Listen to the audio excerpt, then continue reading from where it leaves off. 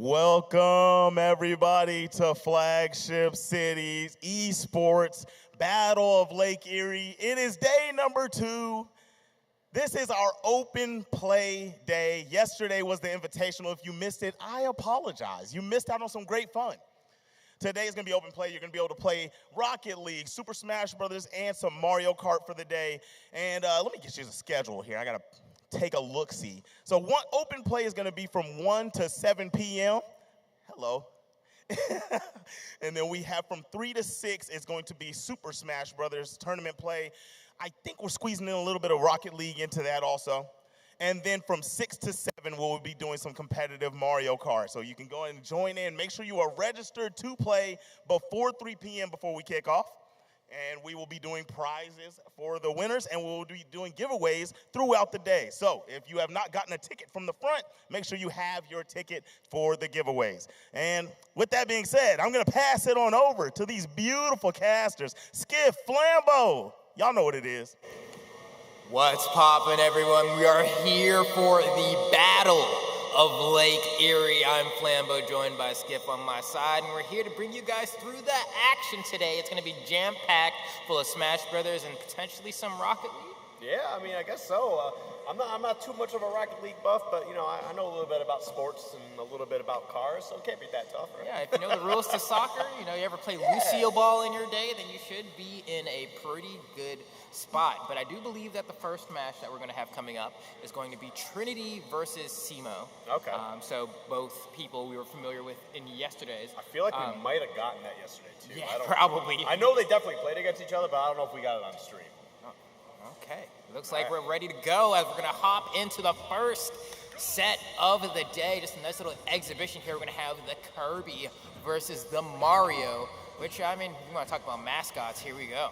Yeah, no, this is definitely two of the pride and joys of Nintendo. I mean, for those who aren't aware, the creator of Smash Bros. Actually also created Kirby. So, I mean, there's definitely a lot of history there. But obviously, Mario, there's no character more iconic in video games and, like, just about any franchise in the world, so. Do you think Mario is more iconic than Pikachu? 100%. Yeah? Yeah? Like, you think so? Like, I think Pokemon's, like, huge, but apparently me and Snyder actually having a conversation about it yesterday, and, like, Mario still, like, makes way much more money. Wow, I believe it, though. I mean, it does have quite a few years on Pokemon in terms of having those times to go ahead and, ooh, great use of the FLUDD there. You know, try to get that final cutter to grab the ledge and got pushed all the way to the side. Took him to water country, have some fun. Yeah, man, definitely a bit of an air ride all the way to the bottom glass zone. A little bit unfortunate there, but shout out to my Kirby Air Ride fans. One of the greatest games of all time, by the way. Facts. I love that game. City Trial bracket when? Rise and Grind. Okay. Because I'm running it. But either way, though, getting back into this, we are still... Okay, the forward smash not going to do enough from the other side of the stage, but if you were just a little bit closer to the right, that certainly would have made the connection you needed. Ooh. Oh, wow, okay, clanking. I guess the two of these titans of Nintendo share the same strength in some regards, but another forward smash from Kirby, the giant foot. Gonna go ahead and secure that first stock, and we have ourselves a tight battle. Yeah, I mean, that's the other thing, too. Like, they are similar in power, I guess, in some ways. But if you actually go off, like, the actual lore, like, reasons and stuff like that, Kirby's, like... Kirby cooks, dude. Kirby's, like, a universe destroyer. Yeah. Depending on how hungry he is. And, like, swallow universes. Like, I don't even think Goku stands a chance. Like, he's literally, like, and the lore destroyed planets because King Dedede took his cake. You don't want to see Kirby when he's angry. Yeah, I mean, I don't know if a Snickers is even going to be enough of that. But as we get into this, though, it does get the drag down with the forward air, but just tried to go for another one instead. That's probably not exactly what you want to go for. But the forward smash will close that one out, and we do get our second stock out of the way. All right, and just like that, Trinity on the back foot here, Samo, trying to see if perhaps he can bring this one back. Got a little fireball here. I mean, Kirby has the tools to do it. Like, Mario's obviously, we know what Mario can do. He's a very crazy character. But Kirby, you know, he does have some combos, and Mario's recovery can be disrupted somewhat easily. It's just a matter of just being, you know, having the right timing and having the right mindset to get out there and get it done. But right now, man, it is definitely looking a little bit rough for Trinity in this game one. And yeah, that's just Kirby being really tiny. I don't know if he crouched or if he pressed a move, and that's why he went underneath that up smash. But yeah, that just did not connect. Yeah, you can just like really, as far as like pancaking goes, you know, squishing that hurt box, can really get low to the floor there and be hard to hit. So this up smash is going to connect, and a nice little down air follow up as well. Looks like Simo ready to go ahead and try to close this one out. Trinity going to swing back with that final cutter though. Maybe they'll be able to mount the comeback. They have some work to make up for here. Up smash is pretty dangerous now.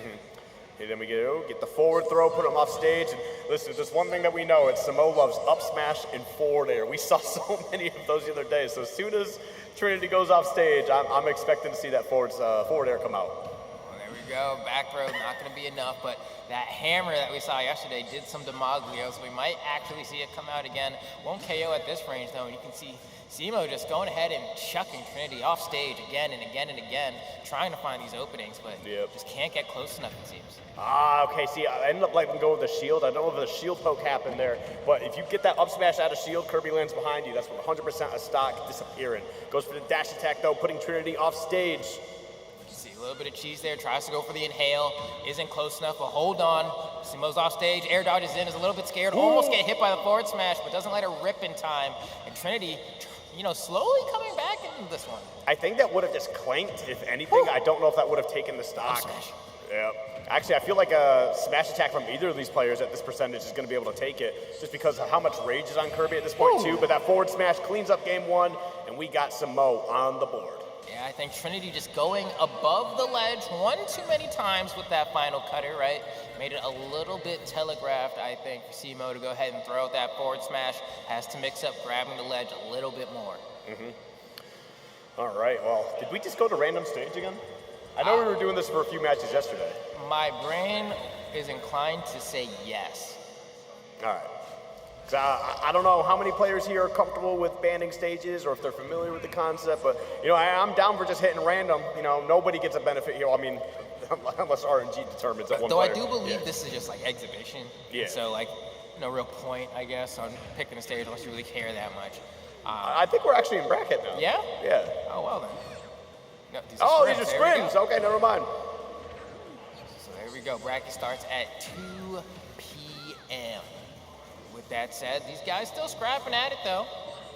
You know, currently a game up for Simo, but Trinity trying to answer back here, eats a forward smash, angled upward, catching the jump on that as well. So that's going to be a little bit rough to come back from. You know, you're trying to get your momentum going, trying to get some fuel in the tank, but just getting stuffed out by Simo over and over.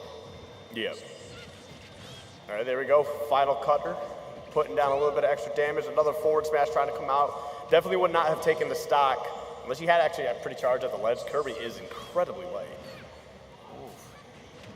Wow, okay, that down air, that landing hitbox I get, it's just enough to stop Mario there. I'm gonna go ahead and charge that forward smash. Now they're gonna stare at each other. The old stare down. That's actually what they do in the beginning of what? I think Smash 64, right? It's like Kirby and Mario just staring each other down. Yeah, that's an old school reference. These kids don't even know what they're doing. That's true. History is destined to repeat itself. From those who fail to learn, at least. I mean, Sakurai learned too. He knows what he did with Kirby in 64. It's true. He said, "This is my baby. I'll make it up to you guys in Melee." He created it. And then he said, "Oh, you guys didn't like Kirby in Melee? All right, Meta Knight Brawl." Sakurai always has a plan, and we are destined to follow. I mean, look at this, right? We got Trinity out here trying to make this comeback still. Simo gonna get caught by this up smash. Actually caught the dodge in, I believe. Ooh, careful there. You don't want to get a little bit too close to that Mario. You got hot hands. I told you. Got real hot hands. My goodness. Gives us a thumbs up, letting him know that he's still ready to rock here. Let's see. Nice trade, okay. Yeah, Trinity just trying to rack up that damage now, right? Need to get him at least around like the 50, 60-ish percentile range before you can like really convincingly start sending him off stage to go for like edge guards and stuff. And here we go, we're right at that range. So now it's like, can we get this Mario off stage? His forward air is a good start. He jumps right there as well. Charges an up smash. Not gonna find the mark though, but Trinity actually doing a pretty good job at this point of trying to mount a comeback. Uh-oh, watch those jumps. Yeah, that's what he wanted. He's gonna go for it again too. Oh, I like that. I like it though. I do respect it. I respect it a lot. He knows what he wants. Yeah, just didn't get the sweet spot of the forward air there, but definitely had the right idea in mind. Had the delayed jump as well, knowing I know you're gonna at least jump once. I'll go in for the second, but couldn't quite get the hitboxes to connect. Ooh, my goodness, it is hot. Yeah, there's a lot of forward smashes. I mean, you can just wait for him. You know, you final color from a distance. That's true, you could do that. Jump above him to get those down airs. I know that Trinity likes the down airs too. Or if you want to be brave, you can just pull up and parry. I mean, that's, come on. Hey. You know, just oh man. Who's that cam player? Is it Jazzo? Who's the one that does the... Yeah, he's got crazy parries. Crazy parries, yeah. Dude, Aquala's got insane parries. Yeah? Too. If you watch that kid play, my goodness. Oh, man. Ooh! Oh! Yeah, he's keeping it hot over there. He's about to hit that DJ level 3. Rolling through. Nice. Trying to catch him. There it is, the noggin. Yep. One dab to end them all. Yep, and I think a part of that too is just because Trinity ended up jumping, so I ended up catching him with the up smash, so.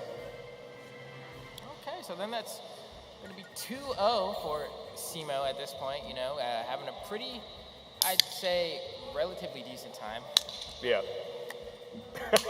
You got a mute button. Nah, bro. They told us we had a bro, mute it's button. big chillin'.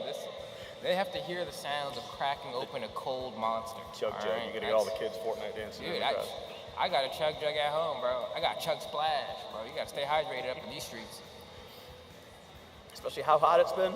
I know. My goodness. Start buying water. Normally people are excited to break records every year, but I don't know that this is a record we're trying to break. Someone that actually, if you ever saw that one photo, I think it was some cops down in Arizona. They were posing in front of like a giant thermometer thing, and I'm just like, why are you celebrating this? It is too hot outside. Flambo! Hey, that's me, big dog. Oh. Get him out of here. This town is only big enough for the two of us. All right, so let's see what Trinity's going to go ahead and select for this next game. It's going to be Kirby again. It's going to be a different character, maybe. Oh, wait, are they switching up players? I mean, we could be. I mean, it's exhibitions. Whoever want to pull up can pull up. They're lucky I'm over here casting. Yeah. Otherwise, you about to hop in the lobby. Hey. Say, who trying to get some? Hey, listen, they know who I am, okay?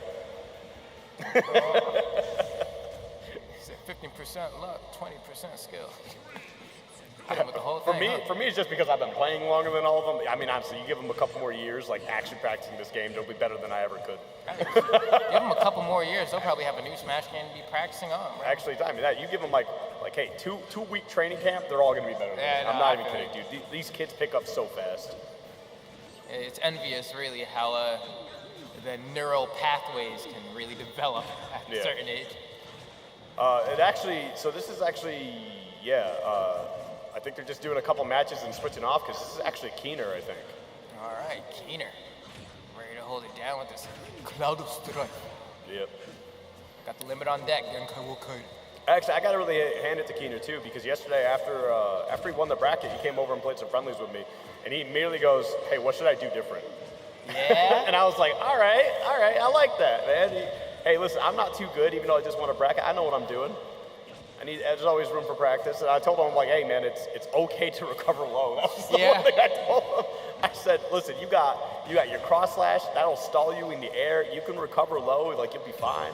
And I'm like, cross slash is also a solid tool neutral. Like, don't be afraid to use it. Yeah, no, especially after falling forward or at low percentages. Like, you get, like, easy 40-ish% just by going for that. Yep. And then on top of that, too, like, don't forget about climb hazard out of shield, bro. Somebody touch that, make them get off of you. Oh, my goodness. Like 20%. He's playing basketball here with Mario's head at the moment. 2 forward air spikes in a row on stage. All right, lands that in air. Good spacing. That's going to be it. Oh, wait. Nice. Wow. Okay, he knows the wall jumps. That's it. There's a reason they call him Jumpman. That is true. That boy up to something. Oh. I don't know how he got him to go to the left and not to the other side of the stage, but you know what? He'll take it. Pulled up the track by Beyonce. Come on now. Oh, there Jumps you go. right over, yeah. Ooh, look at that little parry action.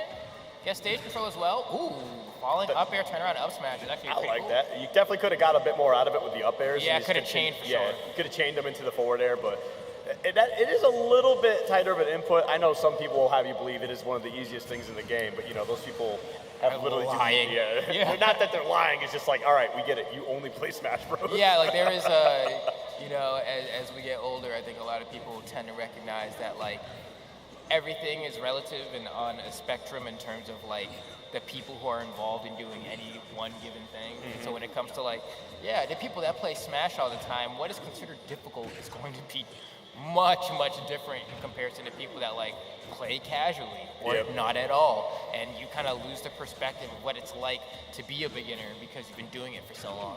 Yep. Oh, there's a lot of damage being racked up there. Okay, I like that. What's he looking for here? Okay, gets the Blade Beam. That's not going to take the stock, though. Definitely racks on a little bit of solid damage, but 90% here in the final stock. Going for a forward smash once again. You got to be careful with that move, too. We've seen a few punishes already for it. Yeah, I think has been very, what do you call it? Like a little haphazard with some of the forward smashes, right? You could go for a forward tilt, a lot more safe of a move. It's not going to KO as early as forward smash, but it's going to give you positioning and set up for a situation where you could find the KO. Mm-hmm. You're going to get chopped here. All right. Okay. We ball. I don't know what Samoa was trying to do there. You got to be very careful playing at the ledge like that against Cloud because Cloud has plenty of options to really make you pay for just not getting right back on the stage. All right, you can see Samoa kind of running away here. Gets caught by the back air. Forces the air dodge. And that's one thing as well is that something I've noticed a lot just kind of watching the matches throughout the few days is that people seem to have a tendency to do a directional air dodge every time when they're scared, and no one just does neutral air dodge. And I just don't think there's probably like maybe a lack of knowledge or understanding in terms of like the differences and what that does for your frame data. As soon as I learned exactly how good neutral air dodge is, especially when you're above the stage, like it is insanely better for you. It is so much better. It is so much better. Like I get, oh no, where do you go? Listen, he got a place to be. He's got somewhere to go. My people need him. All right, definitely a bit of a small mistake. But yeah, he just said, I had enough. I'm gonna head out. For real. Oh, man. Yeah, I'm gonna head out, bro. You'll be easy, bro. Be easy. Yeah, be easy. Oh, pulling out the Falco here. Okay. Now, Falco is a character that disrupts a lot of game plans that a character like Mario really wants to incorporate, right? Like, they're both stubby characters, and you really got to press your buttons correctly when it comes to Falco. Because Falco, like, you press the wrong thing, and all of a sudden, yep, right there. Okay, you didn't quite get the hit he wanted, but that up tilt is insane. And I don't know if it's coincidence or not, but I feel like it's pretty cool to see a player named Spiral Foul pick up Falco. Yeah. Because in my brain, I'm like, all right, he spins a lot, Spiral. Foul could be interpreted as a chicken. He's a bird. Spiral, but I'm with it. Spiral Foul. They did play DDD yesterday too, so. But even though like a penguin's not a foul. Yeah, we'll take it. Okay. Really wish that for really all the Star Fox characters, I guess Wolf is fine, but I really wish that in this game the lasers were much more viable of a button to press. Mm-hmm. They have their uses, but they definitely don't have the general utility that I feel like a projectile like that should have. Oh. Especially Falco, man. But they knew never to give him auto-cancel lasers again, but... Oh, yeah. What do you mean? You're telling me that giving him double laser and ultimate wouldn't be healthy for the game? I feel like if they gave him auto-cancel lasers like in Melee, but it meant that he lost access to certain heights, it would be fine. Like if he did like a jump fast fall laser that he could only get at like maximum height, mm-hmm. and then if you wanted to do like a jump natural fall, I guess I'll call it laser, then he could alter the height better. But if they just gave him like just double laser straight up, like he'd probably be like a top 10 at that point. It's like how you play neutral against him. Oh man! But with that said, it's like Spiral Foul having a bit of a tough time getting the first stock of Simo here. Just up tilt into the up air conversion. Yep. I mean, that's a classic, right? We've seen that. Up tilt in the back air also is a good one. Falco in general just tends to be a lot better on tri-platform stages. Has some stuff on FD, but definitely not as good as I think. Yeah, no, the platforms definitely help with a character like him to get a lot of that extra damage built up, but it is what it is right now. Not doing too bad, but man, Samoa is just really killing it at the moment. All right. Uses the Phantasm to get back to stage. Gets caught by that back air from Mario. Like the drag down combos we're seeing as well, right? Like clearly got some stuff. Oh! Beautiful conversion to the back air there. That looked pretty true to me, so maybe a chance. That's actually Great the percentage for that too. Oh no! Mario looked shocked too. He was like, "Oh my goodness!" He landed right on top of me. On my noggin. On my noggin. Do you know what button I like to press? Think, Mark. Think. There we go. That was pretty cool. It's been a while since I've gotten to see a Falco. I feel like the only time I do is probably Tilde. Yeah. And then like that's pretty much it, to be honest. I have a couple friends that play Falco, so I see it every once in a while. Okay. Yeah. Let's get some range. Now we have to swap over to Donkey Kong. Oh my god. A little bit of feedback. That my ears sounded pretty chill, but oh no. Speaking of unfortunate, got a little too spinny on the Kong. Hey, that's the power up, right? You got to play with less stocks. But we'll see how this works out. Donkey Kong, obviously, this is a character that I've repeatedly said has like a top 10, top 20 advantage state, but then has like one of the worst disadvantage states in the entire game. Like, it's just a bad time. He's a big body. Recovery isn't that good. Easy to combo. Yeah, it's rough. All right, let's see. Oh, that's going to be tough as well. Yeah, I mean, if there's anyone who's been fishing for that, it's been Simo the entire time. It doesn't matter what the character is, matchup, irrelevant. If I throw you off stage, I'm trying to send you directly toward the bottom blast zone. Keep in mind, too, this is, we did see a Donkey Kong in Grand Finals at a Super Major, remember? Aquila tried pulling it out to deal with Spargo, and we know how that went. Yeah. Not a bad matchup, by the way. Interesting choice to make for certain. But it might be even, I'm going to be real. Donkey Kong does very well against swordies. He does. His limbs are effectively swords themselves. And so, like, it feels like they should win when you think about it. But then, like, once you play it in practice, you're like, wow, why is he able to box with me at these ranges? Yeah, he's got it messed up. Plus, he just hits hard, too. Yeah. Look at him. That's a grimace. And against a lot of the swordies, too, they all happen to, like, be in this, like, weight category where he gets something guaranteed on them. Mm-hmm. Yep, going for that back throw, trying to look for that forward air once again. Not going to be able to get the hit that he wants. Oh! Nice try. Forward air again. Try to wake him up with a knuckle sandwich. Again! Oh! Gotta watch that landing. If you're going to fall on top of Mario, don't be surprised when he swims with an up smash. There we go. See, the thing is, too, is that noting that air dodge is going to be coming in, too, you could be trying to mix it up with a down air. Very active, multiple hits. Ooh. Oh, there we go. Yep. Beautifully played there, actually. In a scenario, too, where, like, Donkey Kong's massive hurt box is, like, even if you directionally air dodge there, he's just too big. Mm-hmm. And Mario also got a big head. It's, it's a bit of both. Yeah. All right, we're just going to continue doing some exhibition matches here, it seems. You remember those old Airheads commercials? What do you mean? Well, actually, I don't know what a recent Airheads commercial is. They probably still do it, but it's just Was it like, yeah, their heads just... They just... It's a weird commercial, man. It's incredibly strange. You know what's really weird? They're like old school honeycomb commercials. Yeah. What was that guy's name? The Craven, I think. The honeycomb Craven. Yeah, that was a trip, man. Those were some times. Especially they had this whole bit going for a while where it was like you had to have a big mouth to eat honeycomb. And there was this one dude, like, I think walking by a locker or something, and he turns around and it's like, you got a big mouth, and he opens his mouth, and it's like the entire screen, dude.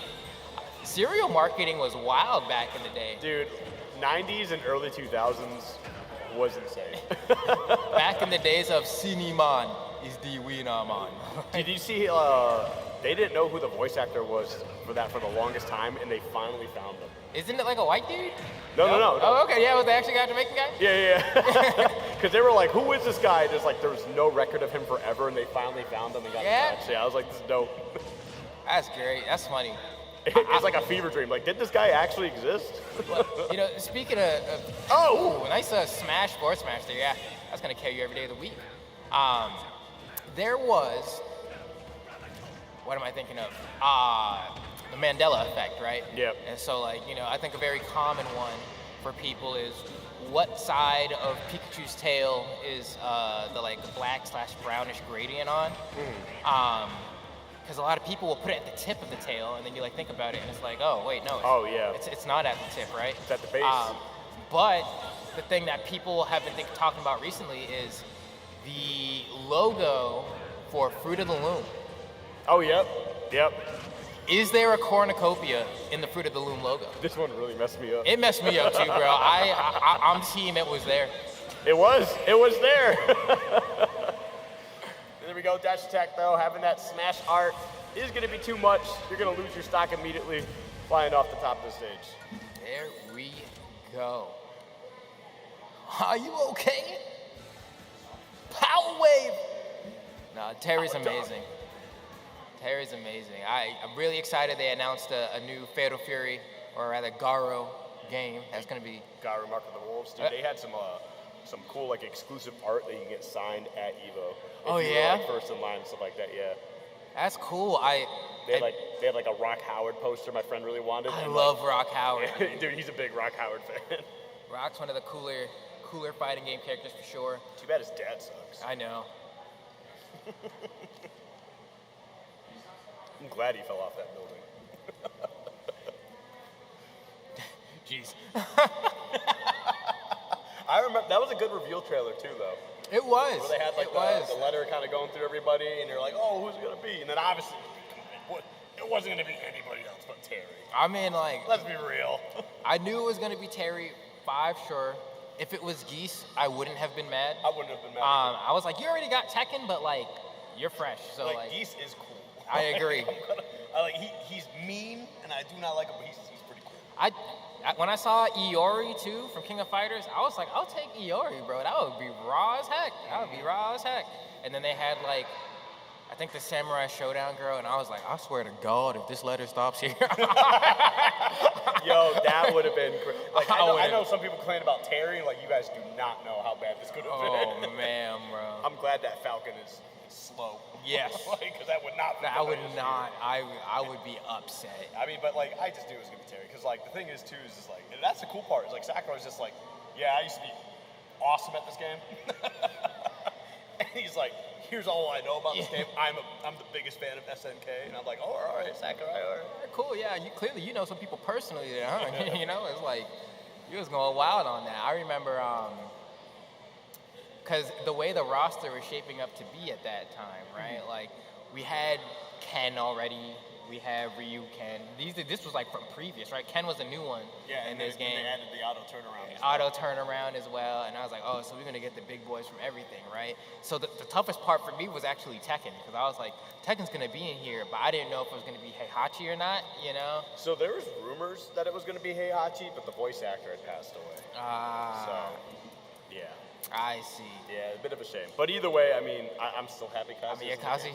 I knew no matter who it was going to be, they were going to ruin the meta. So it really didn't matter. My favorite thing is just Kazuya plays how a Tekken character would play in Smash, but he does not play how Kazuya plays in Tekken. At all. I love that. It's not even remotely comparable. I would say the closest thing is you could play by throwing out electric a million times and get really far, admittedly, but it would be electric, delay, jab, electric, hell sweep, and then you get opened up, probably. Right. But hell sweep is not a button that is pressed at all, really, in this game. But you don't have to block low in Smash, so But that's the thing. Yeah, I'm kind of glad Hell Sweep isn't good. Yeah. It's actually it's all right. It's not even a bad move because when it connects, it kills. Yeah. It's just you have better options. Because any other Hell Sweep in Tekken is just why? Yep. Remember when they added Fukuram? Dude. He had a homing Hell Sweep. What is this? Was that? I saw that character. I was like, I can already tell by this design that it's a miss.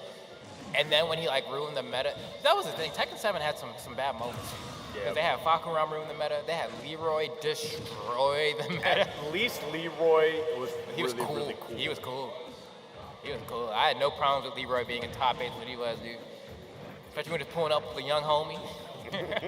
Just the ugliest dog ever. But like, you don't look at someone like, you got cosplayed by T-Pain. I remember that. Oh, yeah. That was sick. There's actually a cool Leroy cosplay actually at Evo too. So there's a couple of them. There But we go. either way, yeah, he's gonna. That's actually crazy here too. Is Cloud actually SD'd not too long ago, just kind of messing up on the recovery. But you can't re-grab that ledge. Come on. Oh, gets caught. I might see a double potentially. Wow, that is a large sword. All right, man. Getting aggressive spiral foul, letting you know what's good with the Cloud. Oh. Yep, I like the play. Yeah, no, I mean, especially with a hurt box like D3, like, even though it hit from the other side, we'll take it. Yeah, and I always forget too that what changes they made to spikes in this game. It's like, wherever the screen ends, that's where the new blast zone is when you spike. I'm like, okay. It's like, clearly y'all thought about it. I don't know if I agree, but I appreciate that you took the time to evaluate. I'm for it. I'm all for it. I feel like spikes are cool. Spikes deserve to kill. I agree with that. But it is a very questionable decision. I agree with that. I feel weirder in scenarios where spikes are connected to moves that KO the person doing them. Like in like a final cutter situation, a climb hazard, something like that. But otherwise, I feel like they should KO generally. Yeah. But like, melee spikes getting you at like 15%, bro. Like, I gotta go. Yeah, you just meteor cancel. If you can, at least, Like, that's the biggest thing. What do you mean there's some moves that you just can't? Falco's gonna down air me a million times. I'll just keep trying to recover. Well, this Hope he messes up. Nice little dash attack coming out here from Spiral Foul. Whoa, okay, you let that rip. Definitely could have got an up smash out of that shield. Went for the jump out of shield up air though. There we go. Yep, that'll close that out. That's probably one of my favorite smash attacks in the game, to be honest. Yeah, it's very Incineroar-esque, but he has a sword. I still can't believe that Cloud's in this game, I'm gonna be honest. Dude. I see. Got it. Wait, got Zip it. playing? Zip's asking for trouble. Crust Master. Did you say Crust Master Flex? Then Zip replies Root. Yeah, Rude Part 2. Root 4, 5. Well, what number are we at now, Zip? At least Root 7. There we go. If Zip doesn't hop off this setup, I swear I'm gonna head over there myself. I'm gonna show him what's up real quick. Teach him a thing or two. Well, I like that. Jump through, turn around, there. And I'm just gonna play Instant. Hit him with the Alolan Whip. You get nothing but neck. There we go. Nice. Whenever I see the Falco Reflector used properly, my brain still melts for a second. And I've had over a decade to adjust to that, and I still can't not have my brain melt. Why you reflecting this? Oh, look at that. Throwing out that Phantasm. Getting hit by Blade Beam and the dash attack. He jumped right up into that too. Nice. Well, you're not supposed to get hit by that, Zip. I like the spacing that we're seeing here as well. Hold on now. They're throwing out a couple nairs. Good multi-hit move. Oh, that could have been really bad news making that jump. All right, goes for the down smash, tries a forward smash attempt, back throw, put him off stage. Go low. Ooh, doesn't go straight up. See, he got scared because of the slant. He thought he was going to get stuck underneath the stage too, yes. But recoveries in this game are very forgiving. Yeah, I feel like, and especially as the Smash games progressed, they became more and more forgiving with how those slants were. I remember playing Super Smash Bros. Brawl for the Wii, and how tough Final Destination could be in that game with the ledges. Like, you would try to shuttle loop and get caught. You would try to Dolphin Slash and get caught. Dreamland is the nefarious one, right? Everyone has been pineappled once or twice, if not probably over hundreds of times. But no, it's cool. Smashville can be annoying too in Brawl. Yeah. All right, well, let's see how it plays out here. This is definitely Zip still on. Yeah, he was playing Bowser early. He got really mad because he flying slammed me off stage while I was playing Olimar. He's like, there's no way you make that back. It's like, you don't know Mario or Olimar very well. Like, yeah, in this game, bro, everybody makes it back, bro. Mm-hmm. I'm like, yeah, that doesn't kill the player immediately with off stage. Like, you actually have to make sure that they are not going to be able to make it back. Yeah, this isn't a game where you can grab ledge. I missed that. That was a mechanic I appreciated. Mm-hmm. But gotta keep it family friendly. Let's see. The way Zip getting messed up, this ain't very family friendly right now, though. I mean, I know he's got a stock lead, but last game, You got what? So I know he's got a stock lead, but last game was not good. This game not good either. Come on, Zip. There you go. He's fighting back. Come on, Zip. You're older than these kids. Might get hit by a blade beam or a cross slash in here, though. Oh. Uh-oh. What can I say? I bet he doesn't even know the trick to Bowser's recovery. Bowser's recovery is actually a lot trickier than I think one would think, right? If you want to go higher up, you don't mash for the first half. Yeah. And then the second half, you mash B. Because I remember, what's his face, Evil. Yep. Tri-State, I guess, taught me all about Bowser when I stayed at his house when I was on my way to Collision 3 years ago or something. Yep. Maybe more now. I keep forgetting that COVID was a thing. That's probably half a decade ago now. Jesus. There we go. Again, another down air. Man, Zip started off with a stock lead here. Now he's behind. Oh, another up smash. Why are you dash attacking, Zip? Come on. You're getting caught by these down airs. Can't seem to outspace the sword. There we go. Forward air on Bowser is an insane move, by the way. That thing is egregious. And it's not a thing to actually brag about, but Bowser does have the best get-up attack in the game. It is messed up. Which is having the mantle is a really nice thing. Yeah. Just because, having a good get-up attack is useful in certain situations. It hits behind him. It's like Mart's get-up attack in Melee, right? Yeah. Just ridiculous. And I forget, there are certain things about this game that I forget over time that I used to. But I know at least in Melee, the side that you got knocked down on would determine your get-up attack. I forget if they were streamlined in this game or not. Oh. Ooh, that was close. Back air's gonna do it. Yep. Good stuff there. There you go, right? That's the Cloud Classic, bro. You just keep throwing out that back air till they crack. Not really risking much. They can try to parry and pull up, but even if they do that, it's not like they have a whole lot of time. Yeah, it's one of the best moves in the game. Spar, go. Now, you think he's going to keep playing the Bowser? You got scared? Oh, there we go. I mean, Bowser's not a bad character. I know some people kind of fell off on him for a little bit. Then you watched Hero in Japan, and he got top 4 at one of their biggest events. And people were just like, this guy is pure fundies. Everyone recognizes Bowser's flaws, he has them, right? But we also know his strengths. But this guy was fundies, and he was putting the work on people. It was insane. I believe it. Yeah, he's a strange character for sure. I feel like as the game went on, the meta started favoring him less and less. Yeah. Just because you got characters like Aegis added, right, and Kazuya, who if you want to hit a training mode combo, Bowser is the guy to do it on. Yeah. So players like Leon, for example, when was the last time Leon really had a killer performance, right? There was a time where he was in contention for top 10 in the world. That's no longer a thing. Yeah, I think it's also it's the same thing. A lot of people, they get tired of Smash after a while, and I don't blame them. He jumped out of a plane to go to Summit and didn't even qualify. I would stop playing the game too, dude. Summit is a silly time. That was a silly thing. Yeah, it's a shame it's gone now, but I feel like it will be replaced with something new by, if not the same people, equally passionate ones. Oh, yeah. Could be very soon. Could be this December. Yeah. Watch the throne, baby. Watch the throne. Uh-oh. Zip cannot get down.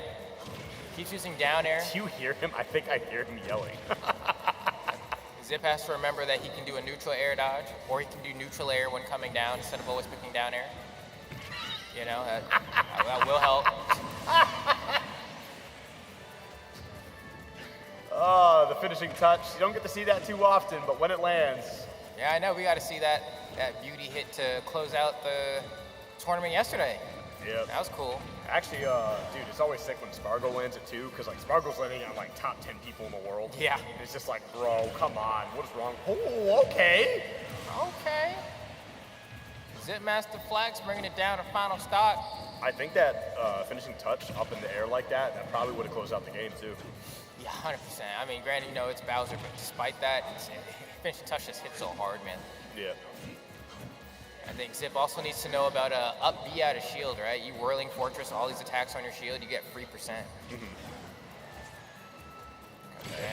Yeah. Ooh, I'm surprised he got that clip on him, but man, ends up taking that stock. He got up out of his seat immediately. You would have thought that he would have won the way he's popping off over there. I see you losing. Always got to Rude hook part some 30. fun. Part 30, I know. You know, Kendrick put out the heart part 5, but he put the lost part 6. Part 6. Bro, he's too good, bro. Why you gotta be so rude? It was like it would start off close, and I just couldn't keep it together. Zip, you gotta learn up B out of shield, man. Just hold shield, let him land on your shield, and then there's up B. Do up B. I know that, but I just don't do it. Because I'm just trash. Like, No, bro. I don't play the game either, but think about this like It's the easiest thing to do. yeah, it is like painfully easy. Like I know. It's so easy. If you don't play something, you can't remember. I know, but like really think about it, like blocking an overhead that's like minus 12. Like just press the button. Just press it. Just press the button. press it. Just do it. Because like That's actually the best description. if you are a Bowser player and you've never like you don't enter tournaments at all, you don't play the game at all, if you up B out of shield, you will beat like 80% of people who play the game, bro. Because then you have to learn how to have good offense in Smash to have offense at all. And so like they just keep hitting your shield unsafely, and then they just eat like 15% each time. Like it's free. It's free. It's free. I'll teach it to you later. There you go. But nah, it's been good here at the Battle Lake area as we're winding up for the tournament. I believe it was supposed to start at 2, so I'm sure they're getting everything situated there. Yeah. We'll probably have some matches coming up in just a little bit, but it's been good, you know, warming up, watching these people play, watching Zip interact with some of the locals, you know. What a great guy. Lose to the locals. That is also factual as well. Hey, he's a good entertainer, right? It's true. Part of entertaining is taking L's. Gracefully. Or not so gracefully, And but he's- entertainingly. He is graceful about it. We're just not graceful about reminding him. Yes, I mean, the zinger has to come in somewhere. In some way, shape, or form. But he handles L's pretty well. Unlike Soldier Boy, but you know. Also, Bar for bar. Soldier Boy, Drake. Almost made me buy a Gucci headband. I was so inspired. That would have been kind of sick. You should just show up to Shine with one. BCX. Even if it's like super like You like off scuffed brand. off brand, just Yeah, just do it. I think it'd be worth it. Shine, you know. That'd be good. So, like, even if you got someone to like stitch it on, Dude, get a it'd be really good. like a black Sharpie and just The black Sharpie Gucci. yeah, hey.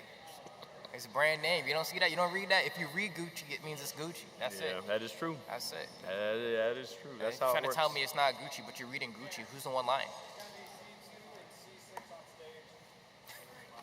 That's just how reading works, bro. You're literally contradicting your brain at that point. Yeah. But yeah, I think we are about to get started here on the bracket. All right.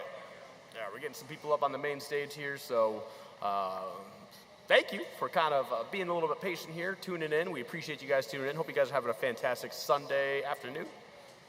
Yeah. But it's not afternoon yet on the West Coast. If you happen to be on the West Coast, good old Sunday morning. Yeah, and I also want to give a humongous, tremendous, colossal, gargantuan shout out to Gannon for hosting us to be able to go ahead and have this event and interact with the people of Erie and just have a god dang good time. You know, definitely make sure if you're visiting and you're not someone who's familiar with the campus that you, give it a very thorough look, you know? You know, there's a lot of amazing things that you can do here. You can help save the environment. It's pretty impactful, man. Yeah, some of the marine biology stuff, we actually saw a little bit about that yesterday. The water. The water. It was actually a good ad. It was a good ad. It's good. Make sure you check it out. Oh, we got a Zipper Claus going up there. Oh, Zipper Claus. Look at that. He's running around like the Grinch, though. He probably stole. There we go. All right. Hey, let's go ahead and throw it to Zip real quick, though. I think he's got something to talk to us about. What's up, everybody? How y'all feeling in here? Everybody ready to see some Super Smash Brothers tournament play? There we go. We got a little bit of noise out there. But yeah, we're about to start our Super Smash Brothers tournament. If you have not registered, make sure you get registered because it is kicking off right now. But at this moment, I'm going to be doing a giveaway. Do you all have your tickets on hand? Yep. Okay, I see him with his. That's all right. Everybody got your tickets. All right, here we go. Where's that Gannon hat?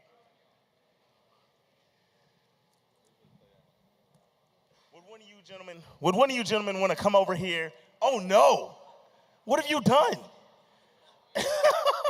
So here's how we're going to rock it. I already messed it up. Whichever one you pick up first is the winner. So just scoop-a-doop. All right. Boom. Hey, what are you doing here? What kind of trickery did you just do? All right. All right. So the one he snagged, 615044. Anybody? Going once, going twice. So, are y'all over there listening for the giveaway? We're going to run it again. Matt, hand me a random ticket. Hand me a random ticket, Matt. What do we got? Hold on. What did you have? Did you have the first one?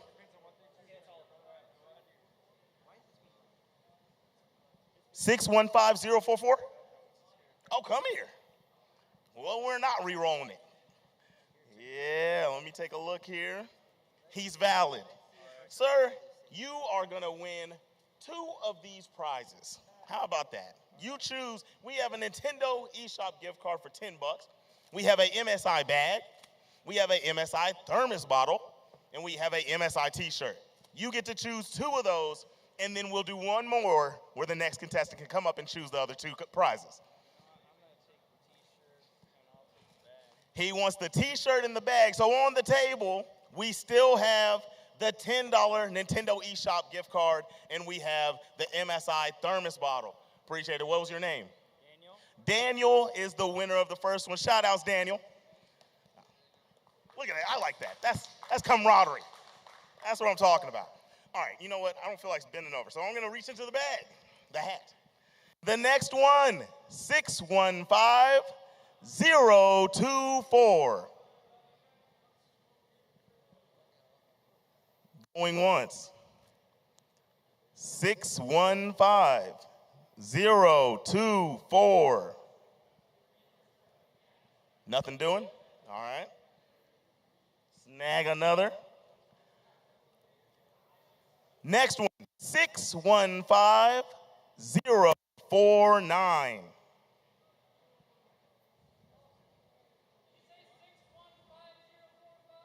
No. 049. We don't got it? All right. We're going back in. Next up. So we all know it's 615. I'm doing the last 3 numbers now, guys. 052. 052. Yes. Ha.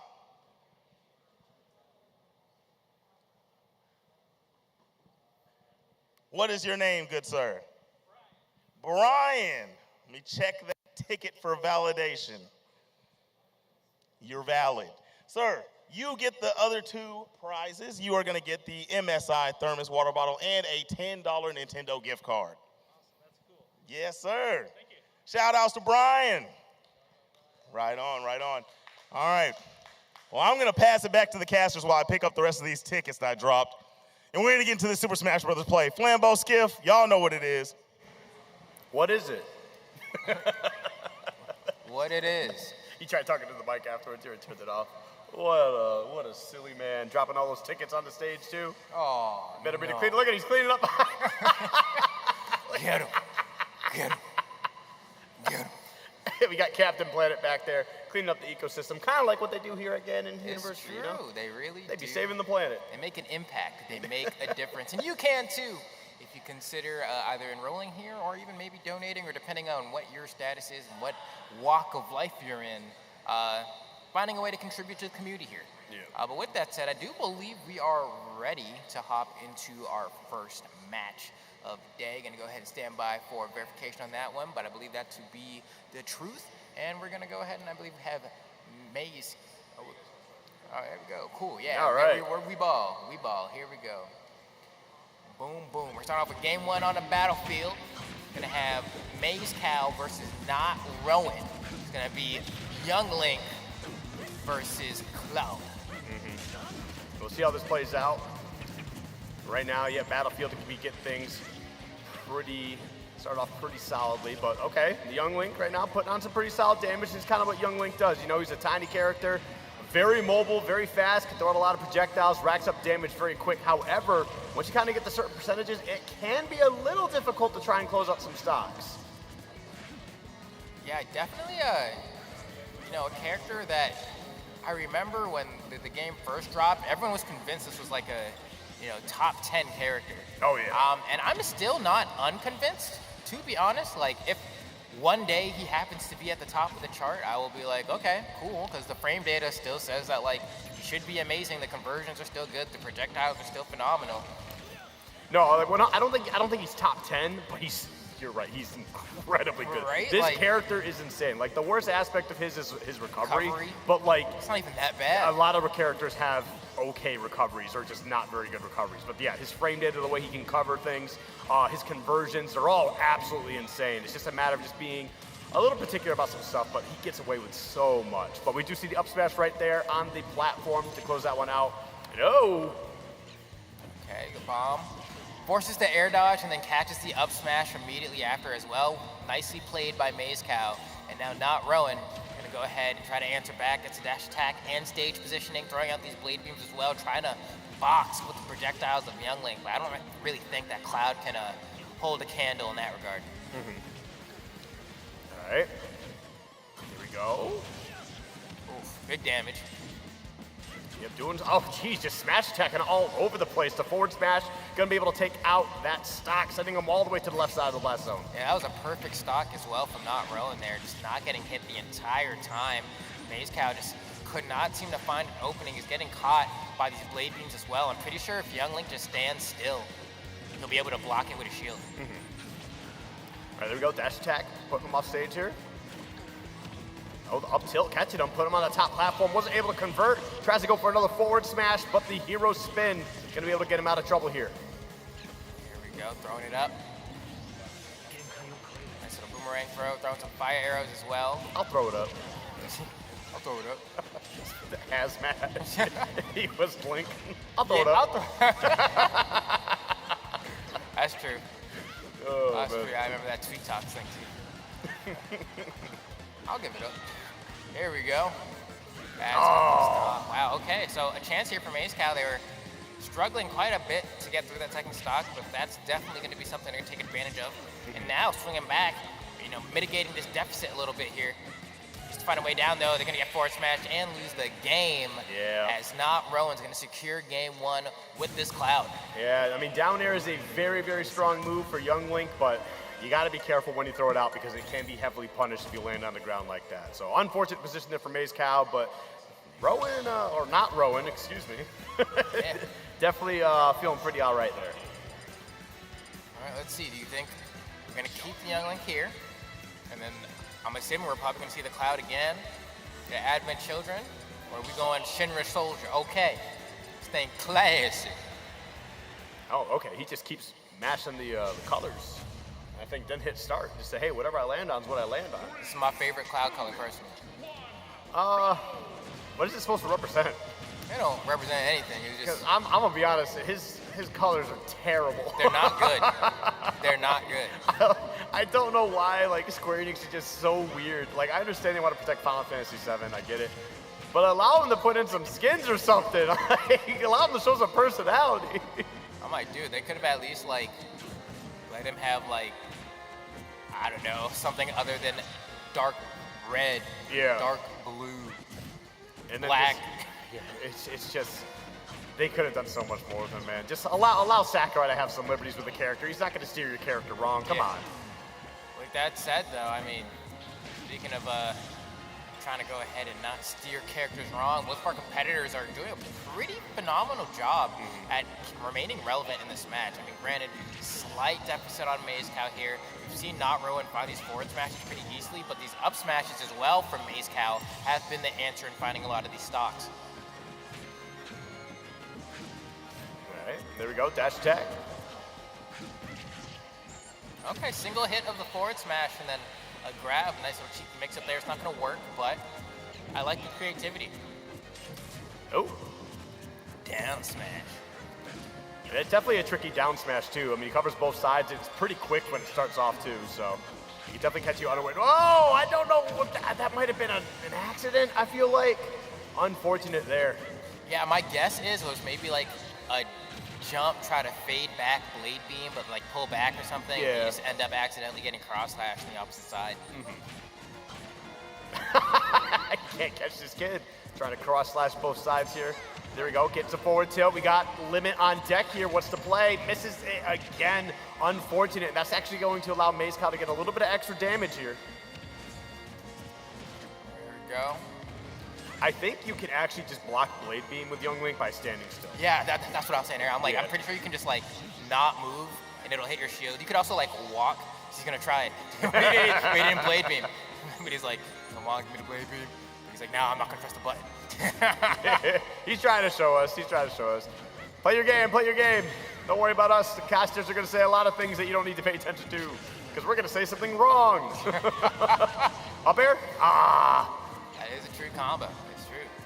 You just got to be able to chase him down correctly. That's kind of the one thing. Go.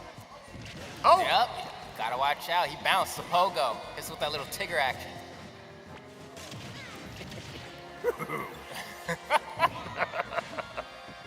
There we go. Covers back onto the platform there. Oh man, there's some rolling, a lot of spaghetti going on here. Misses the up smash attempt. That's going to be huge. Ooh, that was a little bit scary. If he actually drifted a little bit more off to the side, I think he could have caught him before he actually grabbed the ledge, and he would have bounced. So it's not like you have to worry about losing the stock. He'd be able to recover just fine. And there we go, catches him with the up air, taking that second stock. All right, Not Rowan in a pretty decent lead here. It's nothing that you can't come back from if you're MazeCal. You need like probably one up air. Down air is probably going to KO as well. Of course, those up smashes that we were seeing before were also very potent in securing the stocks. It's much more of like, can MazeCal find the setup? Yeah. I think the one thing I want to see a little bit more from MazeCal too is just throwing out some neutral airs out of shield. Yeah. You know? It's a great move, especially at this percentage. If Cloud lands on your shield, jump in there. It'll work. You'll take the stock. Yeah, take the stock. It's true. That move is insane. And you also have your bombs as well to go for guaranteed setups, right? Yep. There we go. Gets the forward tilt. Let's go. Meringue and gets the down air from the ledge. A little bit of a cheeky setup, but manages to find that opening. And now you can see a lot of smash attacks coming out here from Not Rowan. Just trying to end this game as quickly as possible. MazeCal trying to answer back. Eats the climb hazard as well. And things are starting to look a little bit scary for MazeCal. He has to find a way. Yep. Used to nair, but didn't get the combo afterward. Could have done like a jab or a grab or something. Oh no! Right into the up smash, and that is going to be able to take the stock there and the game. Not Rowan on the board. All right, there we go. It's 2-0 lead for Not Rowan here. Mezcal, though, not out of the picture yet. Still has the chance to make the comeback of a lifetime here. And we've seen it happen before, man. Me and Skip, we've watched so many games of Smash Brothers in our time. I mean, I'm pulling up on like 10 years soon. And I'm like, wow, that's a lot of Smash. That is a lot of Smash. I've been watching for a long time, but I haven't been as involved in the scene quite as long. I'm talking about when I started watching, bro. It's even longer. I mean, that's when like Ken rose to prominence. I was trying to catch tournaments whenever I could on YouTube. Ken was the GOAT. King of Smash. He was on Survivor. I remember. I remember too. I was just like, who is Marth? Yeah. How is this character good? I've never heard of him. In fact, I never played Fire Emblem until I played Smash Brothers. I was like, Marth, Roy, they're just cool anime dudes with swords. I got to figure out what this is about. And then got sucked in. But now we have a swap over to Isabelle, right? So a little bit of Animal Crossing action going on here. Gonna go ahead and throw some Lloyd Rockets, maybe? This is actually who Mezcal mains, if I'm not mistaken. I'm not entirely sure. I might be thinking of someone else here, but... That's what I remember from yesterday, right? We saw them play some Isabelle. They had a lot of party poppers, forward smashes. No, right now, though, this is not looking too good. Okay, barely alive here on that cross slash, but one more of those is going to be bad news for you. You get caught up with the blade beam exploding the Lloyd Rocket. That's actually what it takes you. Late hit on the dash stack, too. Just barely missing out. Oh, God, that was almost bad. Yeah, almost got that setup we saw yesterday, right? Where you kind of get the early stage spike. Would have been exactly what Mezcal needed to go ahead and melt the comeback there, but unable to find that setup in that situation. Wanted to pocket the blade beam as well, but a little bit late to the draw. It's okay, though. They can still make this happen. Each hit, though, making it a little bit more unlikely as they have to find their openings against this Cloud from Not Rowan. I like that blade beam following up, just in case they were to roll away, which is actually not bad because then if they roll in, you can actually hit them with a dash attack. So I actually covered up quite a few options there. Ooh, big damage on the climb hazard. Nice. This little bang to the stage there, but oh, wow. Hey, finishing touch. Yeah. There we go. Man, yeah, it just continues to kind of run over all of the damage here. Finally getting something a little stacked up, but just unable to close out the stock. Beating up Cloud all over the place. Just can't get it done. Let's see. Oh, that's kind of been the struggle across all the games we've seen, right? It's like Mezcal seems to have like a decent enough time racking up damage, but once it comes to finding that final blow, just really struggles to find the smash attack or the edge guard. The correct option on the ledge trap, just can't seem to get the final hit. There we go, though. But at this point, a little too late, maybe? I'm not going to say you can't do it. I've seen it happen. It's just going to take some concentrated effort and a little bit of cheese. A little bit of cheese, yeah. A little bit of fromage on that one. Isabelle is a character that loves some good cheese. Yeah, I like that. Hey, listen, I know you're recovering low. I'm going to take this down. You're coming down with me. Especially if you're having the percentage be a little too high. Yeah. There's no way you're making that one back. Not Rowan with the 3-0 over Mezcal. We did have a valiant effort in terms of the switch over to the Isabelle. It was not quite potent enough to stand up to the Cloud, but I respected Not Rowan, though. I'm sure we'll see more of later on today. Yep. All right. Well, hey, we're gonna go to All right. Looks like we're gonna go ahead and toss it over to the boy. Yo, if you are playing Mario Kart, meet Matt over in the back stations. He's waving his hand right now with the red shirt on. If you're playing Mario Kart, go meet up with him, check in, and get ready for free play before the tournament. In case you missed it, go ahead and, if you're trying to play some Mario Kart, y'all heard Zip. He said, go see Matt. Yep, he's in the back. Go see Matt, he's in the back. Red shirt standing up right there, waving his hands a little bit. Not enough to be obnoxious and really stand out, but now he's looking at his phone. Oh, now he's looking at us. He's staring a laser in the back of our heads. All right, here we go. Hopping right into Trinity versus Behemoth. This time we're seeing some Richter Belmont. Yep. Okay. It's gonna be interesting. I haven't seen any Belmonts all weekend. Trinity, though, we've seen a few times already on screen. Rocking this Kirby. Ooh.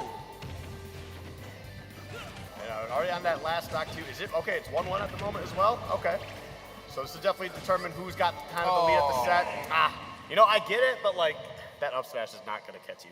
Yeah, you're definitely not going to get hit there. You also have like a couple of different options you can select from there. You can use the up special if you'd like. It's going to hit Kirby before he could even have a chance to hit you. Or alternatively, you could use forward air, back air, just to like. Because that's the cool thing about the Belmonts, right? They get tethers on their aerials, which is really cool. It's sometimes good, but there's definitely a few times I'm trying to back air them, and then it goes, oh, you want the ledge? Yeah. I'm like, can be a little bit of a hassle, but it's really not the worst thing, because those have some range on them, too. They grab that ledge, so it's a good trade-off. Okay. Be a combo starter here. Yeah, these down airs are going to be the tough thing to look for. Especially X-Curve, you can go right into that up smash. You can go into up tilt as well. Sometimes you can mix and grab, go for a forward throw, and then go for a combo after that. I like that too. He actually just stole them in the air, seeing all these projectiles, and then there's a final cutter to get them onto the platform. That was actually really smart. Just finding ways around the horde of weaponry and projectiles. See, I understand the up smash there, probably the quicker option, but I feel like the forward smash would have sent them out far enough that you would not be able to come back, especially if they go right to the blast zone. Yeah. So now Behemoth in a pretty tough spot here, trying to throw these projectiles. You can see the cross going, the holy water on the platform. We saw an axe as well, a little neutral air on the way down, but just having a tough time getting off this platform, maybe trying to run off and do an aerial and just getting stuck on the corner. Okay. There we go, there's that forward tilt, holy cross. Gets caught by that axe trying to do the final cutter as well. Nice. Oh, there you go. Yeah, that's actually one of those Belmont's strongest tools, as well as those forward tilts. They're quick, they cover a lot of range. Kirby can actually duck underneath them. I believe that, yeah, no, he gets real low. There you go. All right, take this. It's definitely looking a little bit rough here too, especially just as soon as Belmont gets off stage, sometimes it just takes one hit, doesn't matter the percentage. Ooh, I like that, double up tilt up there, all right. Okay, we see an attempt for a double down air there, maybe in an attempt to convert to an up special later on, but that Richter up special, you feel like it should KO. It doesn't, bro. It really doesn't. With good DI, it lasts in a while. Okay, there we go, another up smash, looking for the hammer. Not gonna be able to put the hammer down, but they definitely want one thing. Oh, and you almost had it. You just were not ready to convert, and that's gonna be it, I think. Yeah, especially because you have to recover early. It's either recover early and hope you can grab the ledge drift enough, or you just take the hammers. And he said, I'm gonna go out the way I wanna go out. Yes. I respect it. Trinity going ahead and cleaning up that game with relative ease, it looked like. But Weemuth just kind of struggling to find, really the platforms, honestly, I think messed Behemoth up quite a bit. Just kept getting stuck there. Clearly wanted to play around like forward tilt and like down tilt a little bit, but just couldn't stand in the right spot because it kept getting stuck on the platform. Right. Yeah, definitely a little bit rough there, but I mean, if you're not as familiar with the Belmonts, like you haven't put enough practice into them, really learn how to play around their weaknesses, there's a lot of liabilities you have, but like you take a look at someone like T3 Dom, who plays so well to the character's strengths that the weaknesses like almost never pop up, unless someone's just like really, really good. Like, okay, and now we're over to a next match in the series. We're gonna have Spiral Foul versus Bane. Yep, got Battlefield on PS2. Yeah, what a trippy thing to look at. And every once in a while this pops up, like if I'm playing like Elite Smash, I'm just like, oh yeah, this is a thing.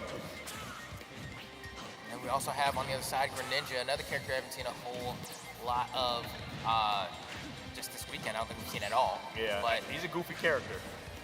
He's a bit odd. He's got a lot of great tools.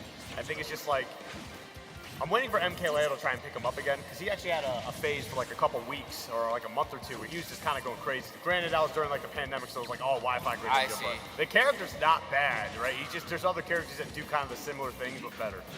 Yeah, and especially in terms of like a character to pilot, I think Greninja is definitely one of the most awkward in terms of that department. Yep. But Spiral Foul, gonna go ahead and find that up smash, secure game 1 over Bean. But we'll see how Bean's able to adapt. Greninja's a tricky character to fight against, but also a tricky one to play. Yeah. Yeah, it's because like his jump is just so high too. Very Falco-esque. It's higher than Valko's, I think, if I remember correctly. But yeah, you're absolutely right. And it's just like some of the aerials can be a little bit weird at the time. His Nair is a lot easier to land than it was in 4. Yes. His Nair in 4 was weird. It felt so small. Give you a little splash. Here we go. This time over to Battlefield again, but just on Kalos. Yep.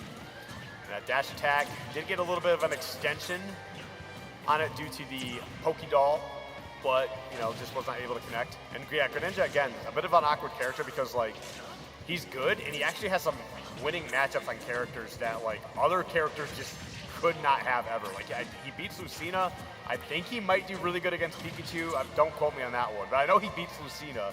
And like Lucina's a character that goes like even with almost everybody. Yeah, like, no, it's like wild to hear that because one of the reasons Lucina's even so good is because of that matchup spread, right? Like you put Lucina as your secondary character, you should be good for just about any matchup in the game that you can run into. Yep. But Greninja, he's weird, man. He has tools to just get through certain people's offense and defense and just really capitalize on it. But right now, man, we're talking about the wrong offense here. That Hydro Pump not going to be enough. Spiral Foul will take that, but his offense here has actually been really solid. That Limit Blade Beam tacking on that extra damage as well.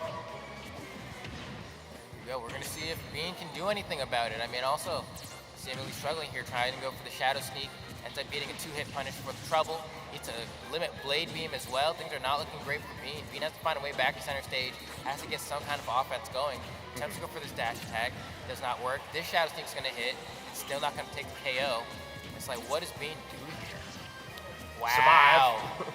And that's actually, I think, just a Battlefield thing too. I don't remember. Oh, he landed on the first pit. Okay. he landed on the first swing, and then the other swing just came in fast enough to actually hit him, and then the third swing cleaned it all up. So, but I forget if Battlefield platforms are too awkward for Greninja to not let him close out the stocks with up smash. I know. Because of like the height. Yeah, I think he has that problem on PS2, but the Battlefield platforms, I'm not entirely sure. I'd have to look that one up again. That makes sense, yeah.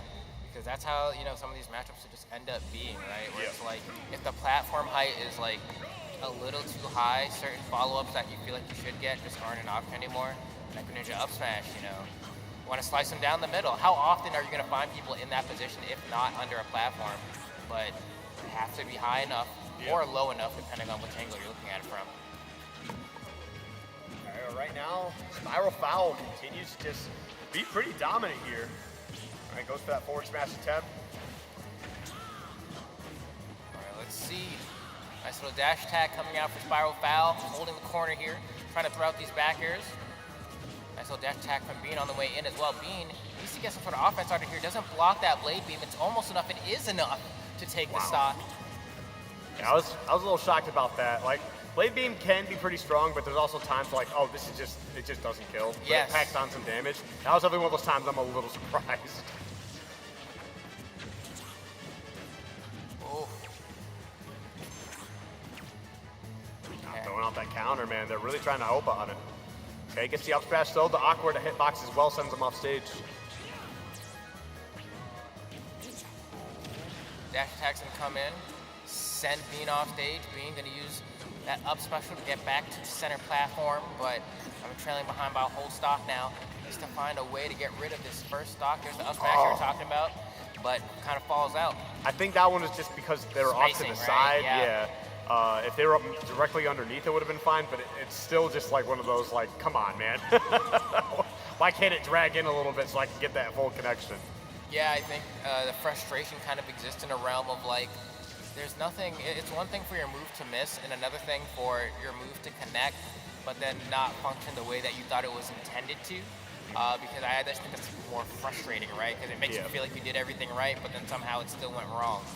I like this patience from Spiral Foul too. They kind of knew that the Hydro Pump recovery was going to be happening on stage every time, and just waited to see what the reaction was going to be before they ended up going for, any sort of option. Couldn't get anything too hard, and just wash, rinse, and repeat. So definitely some solid stuff.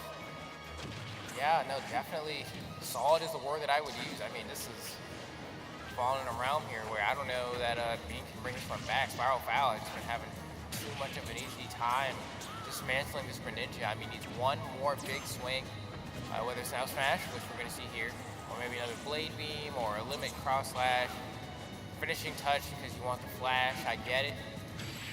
Yep. There we go, man. Up smash, clean that up. That's going to be a 3-0 in the process as well, I believe. Right? That was I 3? believe so. Yeah. I believe so.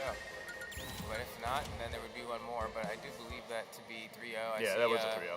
Unplugging happening, so that makes me inclined to believe that that was a 3-0 and a handshake. a handshake. Yep. Either way, though, pretty solid stuff for the most part. Like, there's definitely some plays that I felt like Greninja could have changed up how they approached a little bit. I felt like they were a little too reliant on that counter. And like any counter in this game, like it is a great move, but like anybody who knows how to play around a counter will make you pay for it about 9 times out of 10. Yeah, especially like I don't know, smash counters in general tend to like not have, revenge obviously is a good one. Yeah. But just like generally speaking, unless it's like Sephiroth or something like that, they tend to be kind of mid. Yeah. They don't really. I mean, even with revenge, like if I throw it out and the opponent knows it's coming, that I get. You could just lose your stock. So much pain. So much pain. I'm falling and I can't get up. So much pain. So much pain. But no, that's good as we're progressing through a bit of our competition here at the Battle of Lake Erie. It's nice to see not only some familiar faces that decided to come through and compete yesterday in the high school league thing, but also today getting to see some people that we hadn't gotten to cast over yesterday, and so getting a little bit more breadth of range in terms of the player base and talent that are available. Yep. All right, well, we're going to be going right into this next one. Dominic versus Lucas here. We got Plant Gang coming up. We'll see how this one plays out here. Definitely a little bit awkward. Lucas definitely had some pretty good showings yesterday. Wasn't in the grand final, but definitely took some solid W's. Okay, let's see. Yeah, I mean, definitely, Piranha Plant, not a common character at all. And also, I think largely considered to be on the weaker side of the cast, but still has like some stuff. Like he has some of the best moves in the game, and I'm not even kidding. Up smash is ridiculous. It's ridiculous. Patui is one of the best projectiles in the game, and then it's just like everything else is just so okay. His up throw is really good too, but there's just so many things that just aren't that good that it's insane to think about. Like he's got so many moves that are incredible, and then a lot of nothing. And it's like, speaking of the up smash, right? Like so good. Poison Cloud does what, like 60? If they stay in it, yeah. Yeah, which is like ridiculous. You can ledge trap with it, go for a grab, get a huge amount of damage. It's really good. It's really good. And right now, 200% as well. And that's the thing is, Plant is a very heavy character. I think top 10. Heavier than Ridley. Yep, that's not hard. A lot of characters are heavier than Ridley. But yeah, Plant is, I think, just right after Incineroar. So. Okay. He's got some good soil in there. See, there's the Poison Cloud, and they're just gonna watch Lucas completely avoid it, but it seems to telegraph the way back onto stage a bit, and actually allows Dominic to go ahead and get a couple more hits in. Oh, there we go. Goes with the down air as well. Dash attack immediately throws out the Patui, forces him to jump. Oh, looks with the back, they're not able to get it. The forward, they're not gonna be enough to. Look at this, 244. Yeah, what is going on? Plant living, Sonic just not landing the moves they need to. At this point, I think when Sonic gets a grab, we can go ahead and call this stock curtains alternatively. There we go. Yeah, that's going to be it for sure. That was a lot of percentage. I like the dash attack as well, Poison Cloud. And the Fatui, man, how active, 20% as well. Wow. Yeah, it's active. It's like you can tell where it's going, but it's still kind of hard to dance around it. But yeah, 20%. Ooh, I like it. Okay. Ooh. Good juggle. Oh. You could have downbeat there. 90 over 100% now. This advantage state has been really strong from Dominic here. Pretty much at a point where he can KO Lucas. We've been seeing those up smashes have pretty good success. Wouldn't be surprised if we saw that a back air as well, or just Patui by the ledge. Throw that spike ball and secure that game. Dominic taking that game pretty convincingly over Lucas. Yep. hurting Mario in the process too. Got rid of 2 icons, 1 game. It's true. Mario and Sonic. Oh no, there's a hit list now. There's only Piranha Plant. Y'all better watch out. Before I gotta call up Petey. I still remember when they announced this character. It was just such a wild, like, this is real, right? Like, I was not convinced it was actually real seeing that trailer. It was just one of those, like, I would have been fine with Piranha Plant being a newcomer on the base roster. Yeah. But to announce your, like, DLC and then be like, the first DLC character is Piranha Plant, I was like, what? What kind of marketing strategy is this? I think it was like they started them and like they just were not able to get them ready for the actual like base game. Like otherwise, I think he would have been there because like a lot of people just say Joker's the first DLC, really. So that's fair. That's fair. Yeah, I believe that. I mean, with gaming companies, you got deadlines to hit, so. Yep. Ooh, close one. I want to know who approached Sakurai and said, "Hey, I've got a concept here. Let me do this." And he said, "Yeah, rock it." Yeah, I know. I agree with you on that. Ooh, nice little retaliation coming out from Lucas here. Lucas dashing over to the other side with the Sonic. Moving around at the speed of sound. Got places to go. Got to follow his rainbow. Look at this. Ooh, nice try. No, that was mixy, right? Yeah, that was nice. Didn't work, but, you know, it was definitely a mix-up for sure. Well, because there's also a chance you just get that shield poke as well. But Piranha Plant's shield's actually pretty solid because he kind of crunches down. So the shield covers his body really well. Yeah, no, he's definitely one of the characters in the game that has like a really solid shield. All right, yep, down throw into that forward air. 25% already on the board. Okay. I like that, right? We're trying to follow. I don't know if I would use Poison Cloud, Yeah. but I do like it. He knows what he's doing. He's following. Then we got that forward smash, evening the stocks up here pretty quick, but taking 75% in the process. It's a bit of a no-no. Okay, nice little grab conversion, sends off stage. Nice, just keeps it in place, baits out the air dodge, and gets huge damage value for it. I mean, the thing is, too, with the 2E, you can kind of use it as a counter, the way that it can set up sometimes. Like, if you know your opponent's just going to dash right into you, you can take a hit, and it's going to land right on top of him. The only way to get around the 2E safely is just grab him and then throw him as soon as the ball lands. You'll be fine. Ooh, Dominic. Having a pretty simple time here. Gets the grab, converts into a attack as well. True combo. Clearly has studied the plant at least a bit or two. All right, there we go. Forward throw. Send him right off stage here a little bit. Nice little grab. Forward throw again. Again. Ooh. Oh, that's tough. And that's going to be the game and the set. 3-0 in Dominic's favor. Feels bad, man. That was tough. That was tough. Hey, he said, "Hey, I see that you are a spike ball and I raise you one of my own." And we all saw how that played out. Yeah, no, it was a battle of spike balls. Yep. Oh, Sonic. Oh, Sonic. You end up watching any of the new Sonic movies? I haven't watched any of them yet. Yeah, I watched the first one and it was like, it was okay. Yeah. It was okay. I didn't hear bad things about the movie, so that's like a huge plus for video game movies. But I'm like, Idris Elba as Knuckles, like I feel kind of ashamed that I haven't seen that yet. Yeah. What was that? Okay. All right. Well, yeah, definitely a pretty solid game, and we're actually going to talk a little bit about one of the sponsors for this event. This is Gannon. Today's event is being hosted at Gannon University's Recreation and Wellness Center. Gannon is a Catholic diocesan university with campuses in Erie, Pennsylvania, and Ruskin, Florida, that offers online and traditional programs into health professions, engineering and computing, education and humanities, and more.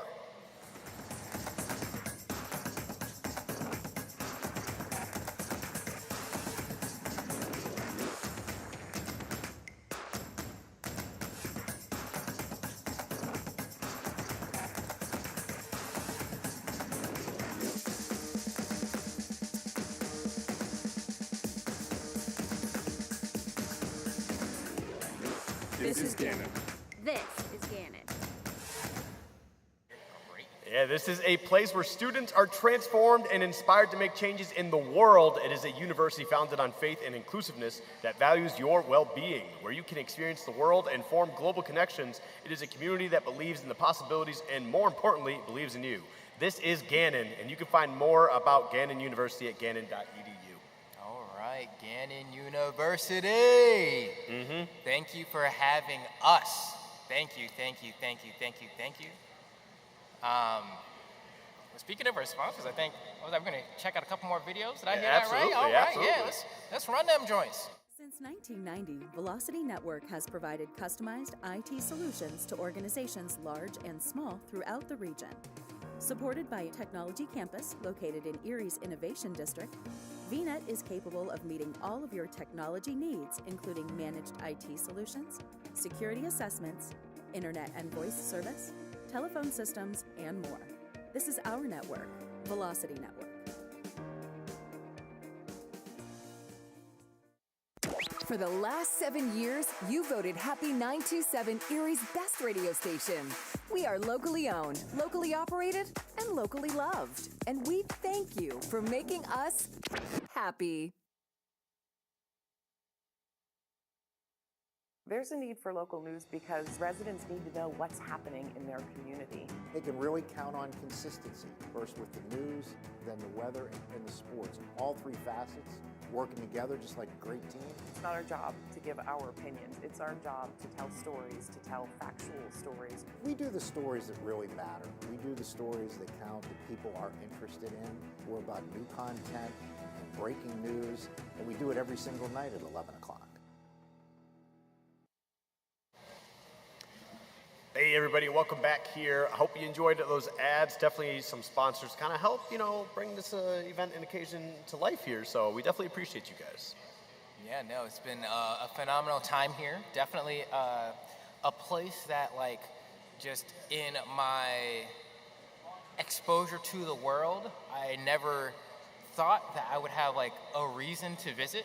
Yep. Realistically, just I was from Boston, we were big city stuff, and Erie, Pennsylvania was just never somewhere that had come up even really.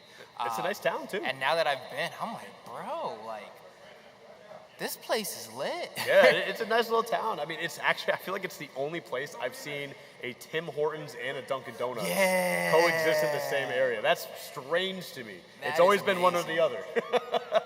So definitely a little bit of everything here, that's for sure, especially if you like coffee, because there's a Starbucks somewhere around here too. But yeah, no, they boo, got Starbucks. Unless Starbucks is going to sponsor, then yay, Starbucks. Starbucks! I'm sorry, I'm just a Dunkin' Donuts guy, man. I'm from Boston, so. Yeah, we're from Massachusetts. It's not our fault. Gotta have my Dunkin' coffee in the morning. Gotta have my Dunkin', man. I gotta have it. There was this old Dunkin' Donuts commercial where it used to be a dude who would get up every morning. Honestly, I don't really know why this was commercial, because I feel like it doesn't show Dunkin' Donuts in the best light, but it would just be it was called "It's Time to Make the Donuts." Yeah. He would get up and be like, "It's time to make the donuts." And he would just get up, leave his house, and just say that line over and over. He looked miserable, dude. I was like, why? Oh my God, I can't believe we landed a 10-hit combo. You can just wiggle the stick away and you will fall out, I promise. It is the easiest thing. It's not even like a crazy SDI. You just point the stick away, wiggle it a little bit, and you fall right out. Yeah, in Tekken, you gotta memorize where you can duck, you know, or you have to know every character's 10-hit combo and where you can mash out or do something. When in Smash, bro, you can just kind of roll your face on the joystick. Yep. All right, well, there we go.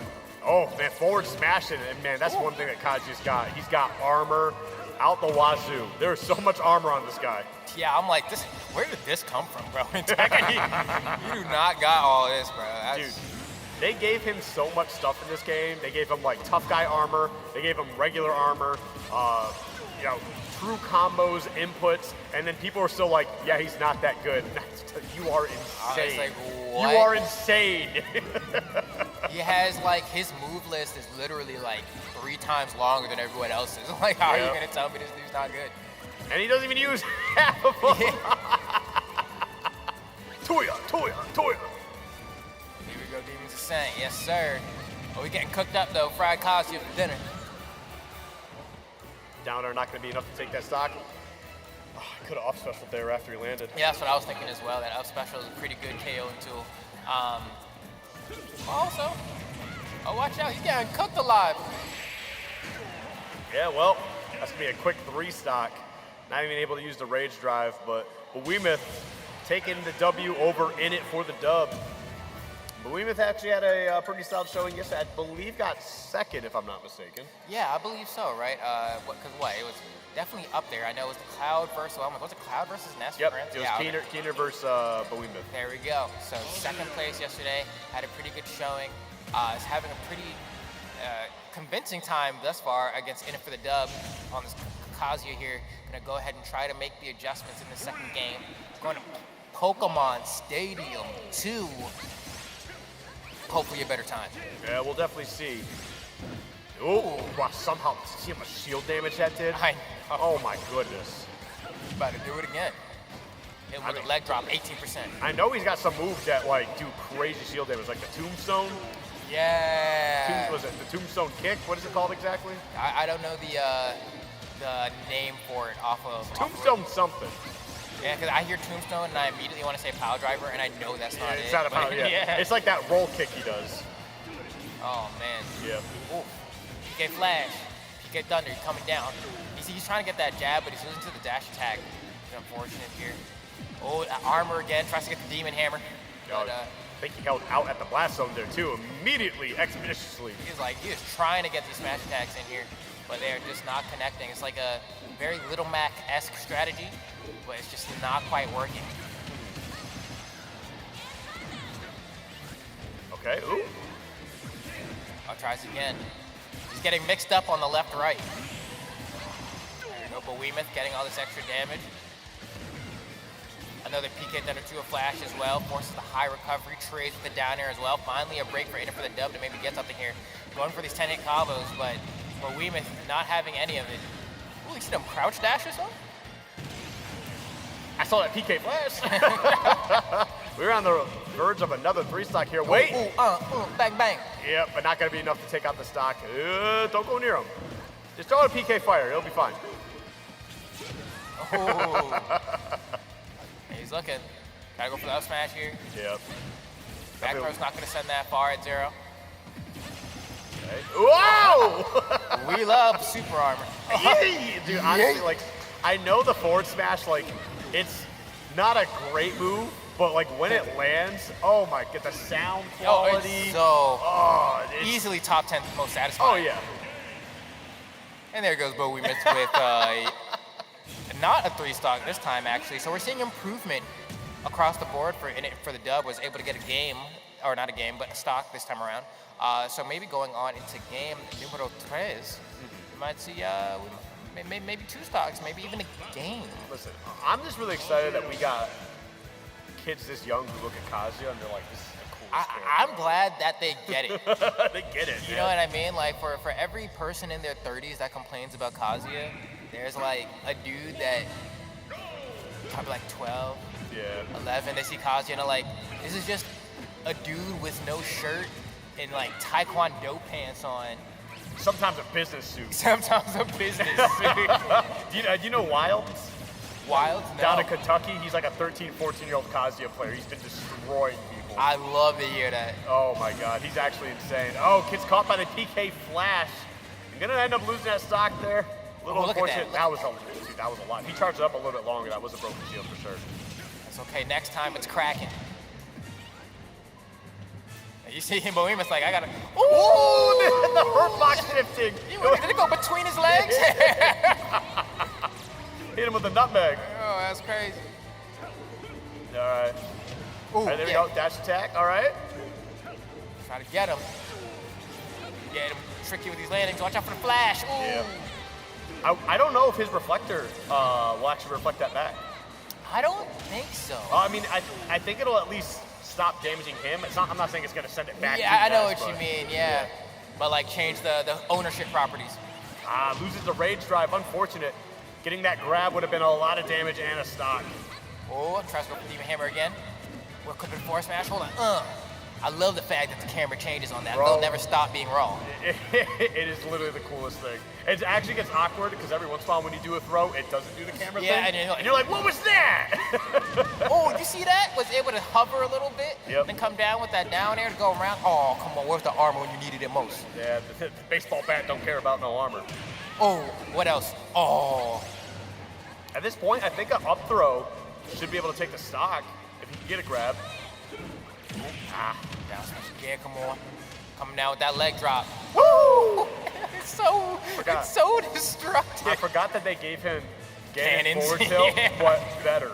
But better. The angle on that is disgusting. Abysmal, dude. It's gross, and that's going to be it right there. Another PK flash colors, not the That's why I stock. love watching Gates of Hell, too.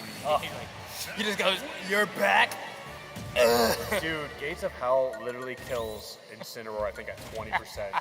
At the ledge, it's just like, I cannot recover from. How am I going to recover from this? Like, it's a terrible. It's a good move, but oh my God, some characters are just like, that's it. Yeah, all right, it's like, all right, you wave, you know. It's like, it's tough. Yeah. Oh man, we got more gameplay to get right into. Oh, we're gonna go ahead and interview. Oh, okay. Well, I think that means Zip is ready to go. I hope Zip's ready and locked in. So let's check out this interview, huh? Hello, how y'all doing today? I am here with my main man, Mark. How you doing this afternoon? Very good. How you doing, Zip? I'm doing very wonderful. So, I have a question for you. All right, so give everybody your title. I'm the Chief Information Officer here at Gannon. The Chief Information Officer. Okay, so you hold high rank here, I would assume. Some might say. So how long have you been with the university? 29 years in September. 29 years. Yep. So you started with them and you're going to finish with That's them. where all the gray comes from. Yeah, yeah. Okay, so how do you like being with this university? Obviously, it's been 29 years, so you've definitely seen a lot of changes and things like that with this campus. I love how much we've progressed. I love the new things we're getting into. I love how active we are in the community and the fact that we're partnering on events like this with great companies like VNet and the IU5, Mainstage Gaming, DXTEL. It's awesome. I love all the different things that we're into. So now you talk about doing partnered events. I'm glad that you have us out here doing this with you guys. What made you guys want to do something like this on your campus? Well, besides being part of Celebrate Erie and the great collaborators, it's an opportunity for our students and the local community to get a better look at what cool things can happen in the world of gaming. You know, we want to promote more gaming on campus, and this is a way to kind of jumpstart that. I love it. I love to hear things like that. Now, here's a question for you. And if you can't answer this, you let me know. Will there be scholarship opportunities in the future for people that are playing in esports? I think there has to be. I think it just makes sense for universities to do that. Absolutely. Yep. I love it. Yep. I love it. Because there's so many ties to academics. We like giving scholarships if there's academic ties. And I think all the development that has to do with gaming, just like any other team sport, there's opportunities for academic development, so there should be scholarships for sure. I love that. That's exactly the way that we needed to go. I wish it was a thing when I was younger. Unfortunately, I had to play basketball and football. Couldn't play my video games to try to earn a scholarship. No, I'm just playing. I liked it the way it was, but I also like the way that it's going now. So now, with all that being said, before we close, I want to ask you, what is your favorite video game of all time? I know you've played something. Super Mario Brothers. Super Mario Brothers? Yep, played that with my young son when he was younger. Yep. That's a classic. That's a classic. You can't be mad at it. Well, guys. That's right. That was me and Mark. We're going to pass it back to the casters. Thank you, guys. Thank you. It's either like Mario or Pac-Man. And those are both good choices. They're classics. They've been around forever, you know? Literally forever. You cannot go wrong. I mean, my man Mark holding it down. 29 years at Gannon U. I am 29 years old. Been holding it down here as long as I've been out the womb. That is ridiculous. You're a little baby, huh? I know. And that's crazy, because that's the only time we're gonna feel young this entire I know, weekend. honestly. Because the rest of the time it's gonna be these 14, 15-year-old kids playing Smash Bros. We're like, bro, we're on the way out. We're expiring. Honestly, bro. No, I'm not milked. I've been sitting in the fridge a little too long, bro. It's unfortunate, but it creeps up on you. No, dude, it's so good. And you sniff it, you're like, oh. You're like, what if I boil it? Do you think I could? Oh, man. That's cool. That's cool. I was really happy to hear that. I loved, the Zip sneaking in that question. What do you think about scholarship opportunities? But no, the answer was fan-frickin-tastic, right? Yeah. Like, I mean, that's what it should be too. I mean, it's one of the most fastest growing industries in the world. I mean, I know we're kind of in that esports winter right now, but yes, it can easily turn around. Easily. I agree. I think the undeniable fact of esports is that despite the fact that companies, depending, it's a variable thing, but seem to struggle with their monetization strategies, the interest only keeps growing. Yep. And so it's not going anywhere, people love this. It's just the ability to be like, well, what's the smartest way to make it so that it's something that can be sustainable in the long term? And I know we'll get there. I mean, I know, what is it, EVO, Street Fighter 6, top 6, top 8, concurrent 400,000 viewers. That's more than TV shows. Yeah. It's insane. And that's not even what some people consider a tier 1 esport. Like when you look at the League of Legends, championships, yearly championships, stuff like that, or Dota 2 or anything like that, those pull in crazy numbers, absolutely insane stuff. Counter-Strike, I think that gets some pretty crazy numbers Counter-Strike gets good numbers. Yep. And as you're saying, Valorant as well gets good numbers. Those upper echelon esports really bring in a lot of numbers. But speaking of upper echelon esports, that's not Smash. In terms of the monetary value, in terms of viewership. It could be Nintendo, it's up to you. But this game is phenomenal. Viewership for this game has always been high, always. Yeah. There's never been a period in time that literally there are esports out there that are how do we this grassroots scene for Smash is getting infinitely better numbers than we can get with our dev supported game. How is that possible? And bro, let me tell you, they got the formula right, man. The game is good. Yeah, that's really what it comes down to. I mean, people who play the game will tell you the game's not good. But yeah, I know, right? But they're just really salty. They've been losing to their Steve. And there we go. I like that there, too. Landon with I believe that was the forward air right to the forward smash. Gonna be able to take out that first stock, man. And this is actually, wow! I forgot that reflects things and that he also goes at that awkward angle in the air. Well then. I mean, I'm a big Hero fan. Top deck and let it fly, He's reading. He's reading. He's reading. No, this is good. This is why we are Gannon you. Stay in school, folk. Yeah, he's already a top 10 hero player because he reads. Hooked on phonics, bro. He reads that book. Oh, this is terrifying, actually. Reading and learning like never before. Kaboom. That is one of the most ridiculous moves in in this entire game. Kaboom is insane. It is so good. You can see, reading that menu, and on the same side, Bean is also reading that menu, trying to decide, do I got to whip out the reflector or not? Yep. There we go. Up air, not going to be able to take out that stock. Tries another one. They are a big fan of this menu, but they're slowly running out of MP here, slowly getting it back.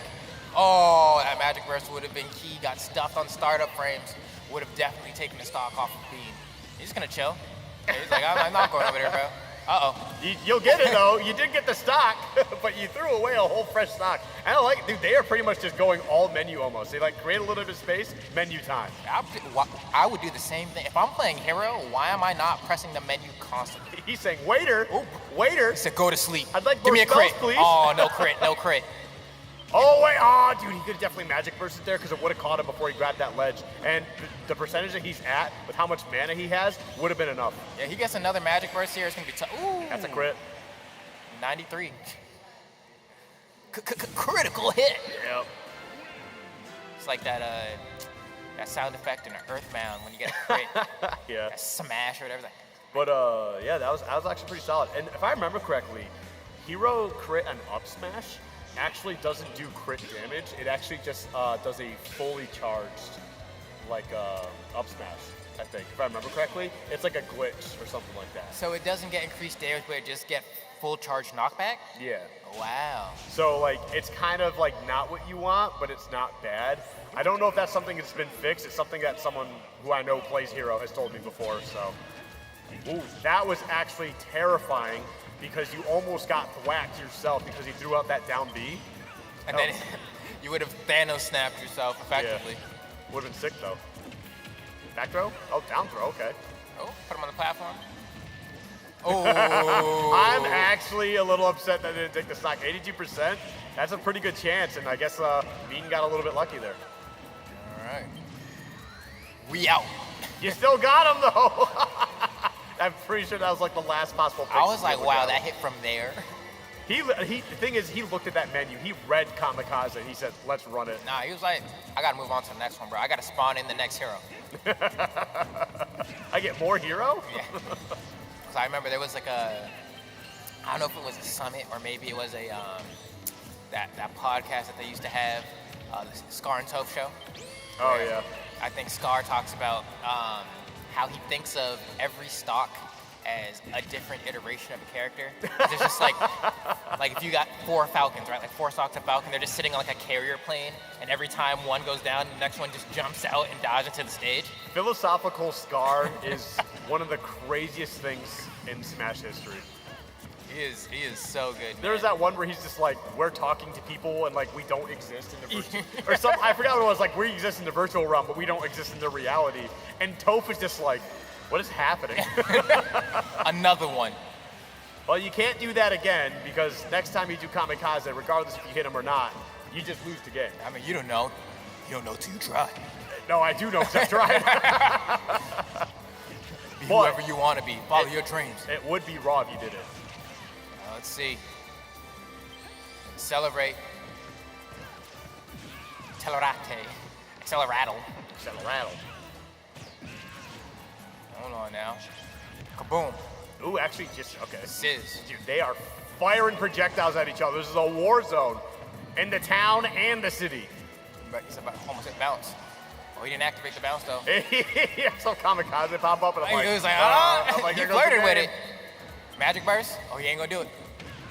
Okay, I like that. If that was not Town and City, okay, I was gonna say if it wasn't Town and City the first time, he would have got the stock. But he found the way to follow up with it and got the stock there instead. So, hey, good stuff from Salsa. Going up 2-0. You know what? I like Hero because he's goofy, but I like the way this kid plays Hero too. Same. He's just like, I'm gonna press the menu, and I'm gonna do it again and again. You got too close to me at forward air a couple times, I'm gonna press menu again. No, he just like me for real. When I go to a restaurant and I sit down, I spend the entire time looking at the menu, bro. I cannot make a decision to save my life. Yep. We got a character switch here, though. Going from Pit over to Sora, one DLC to another. Now, Sora doesn't have... He said, I know you're going to fireball here. I'm going to put this bounce on. I'm going to run right at you. Oh, my goodness. Oh. Sora's dash attack is so goofy looking. Yeah. He said, no bounce now. All goofy, no Donald. He's hype. He was looking. He was thinking about it. He was thinking about it. So do I tuck him in? There's that Kaboom again. Kaboom, I swear, I'm pretty sure, I feel confident saying Kaboom is actually the best move in the game. The way it sucks in, the damage it puts out. Tell me, if he had access to Kaboom whenever he wanted. I mean, I will not argue with that, yeah. Kaboom is the best move in the game, I swear to God. It is actually insane how good that move is. Do you see how far it sucked him in? It looked like a vacuum. Exactly. Oh, he's trying to get hype again. He said, nah, put that in, tuck it away. Oh, he tried to thwack him. If he got that thwack at 0%, that would have been actually. Oh, he's hype. Yep, he's psyched up.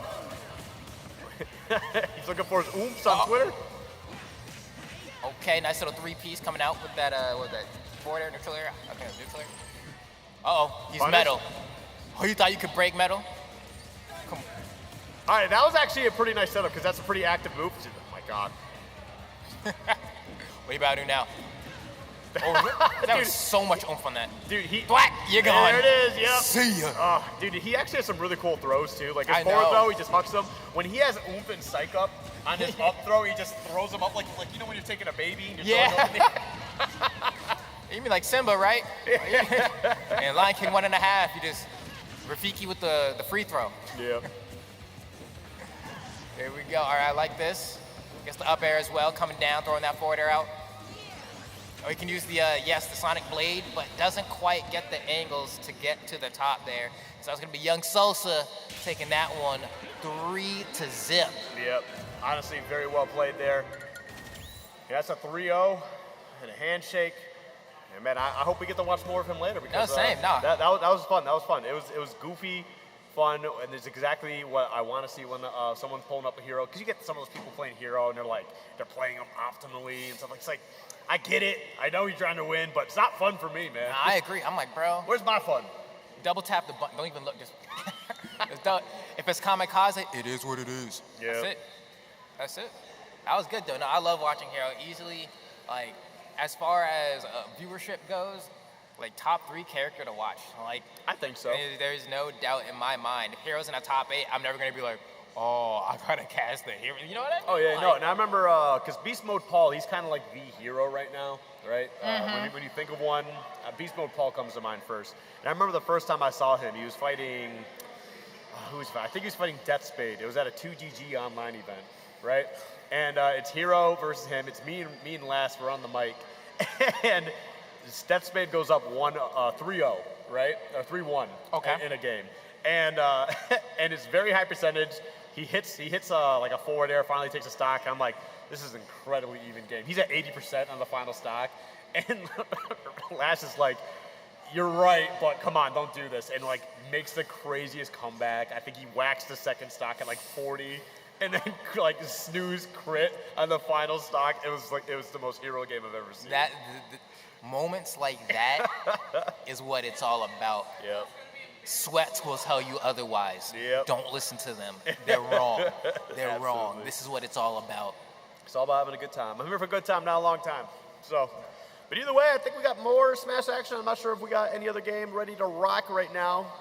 I know we got a few people sitting down here, so it might just be a little out before we get into our next game. Again, thank you guys for tuning in on this wonderful Sunday afternoon. Having a fantastic time here at Gannon University. Some good Smash Bros. Celebrate Erie. You know, it's been fun. The event's been great. Both inside and outside the venue. You know, we got to catch a little bit of Flow Rider last night. Also got to get those empanadas from that spot. I don't remember the name of it, but the little cart. You said they were solid.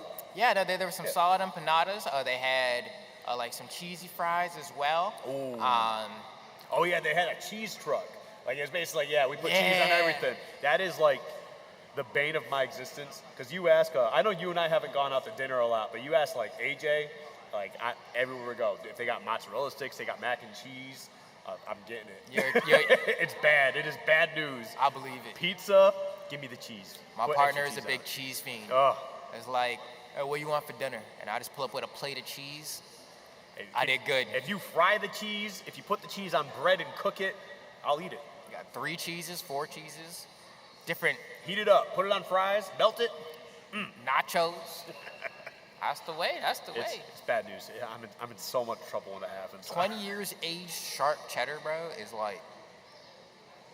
I mean, it's sharp, right? You know, so it's like. I had a smoked Gouda one time. Yeah. Have you ever had boar's head? Yes. Oh my goodness. Okay, so you get the smoked Gouda on the honey maple turkey and a sandwich.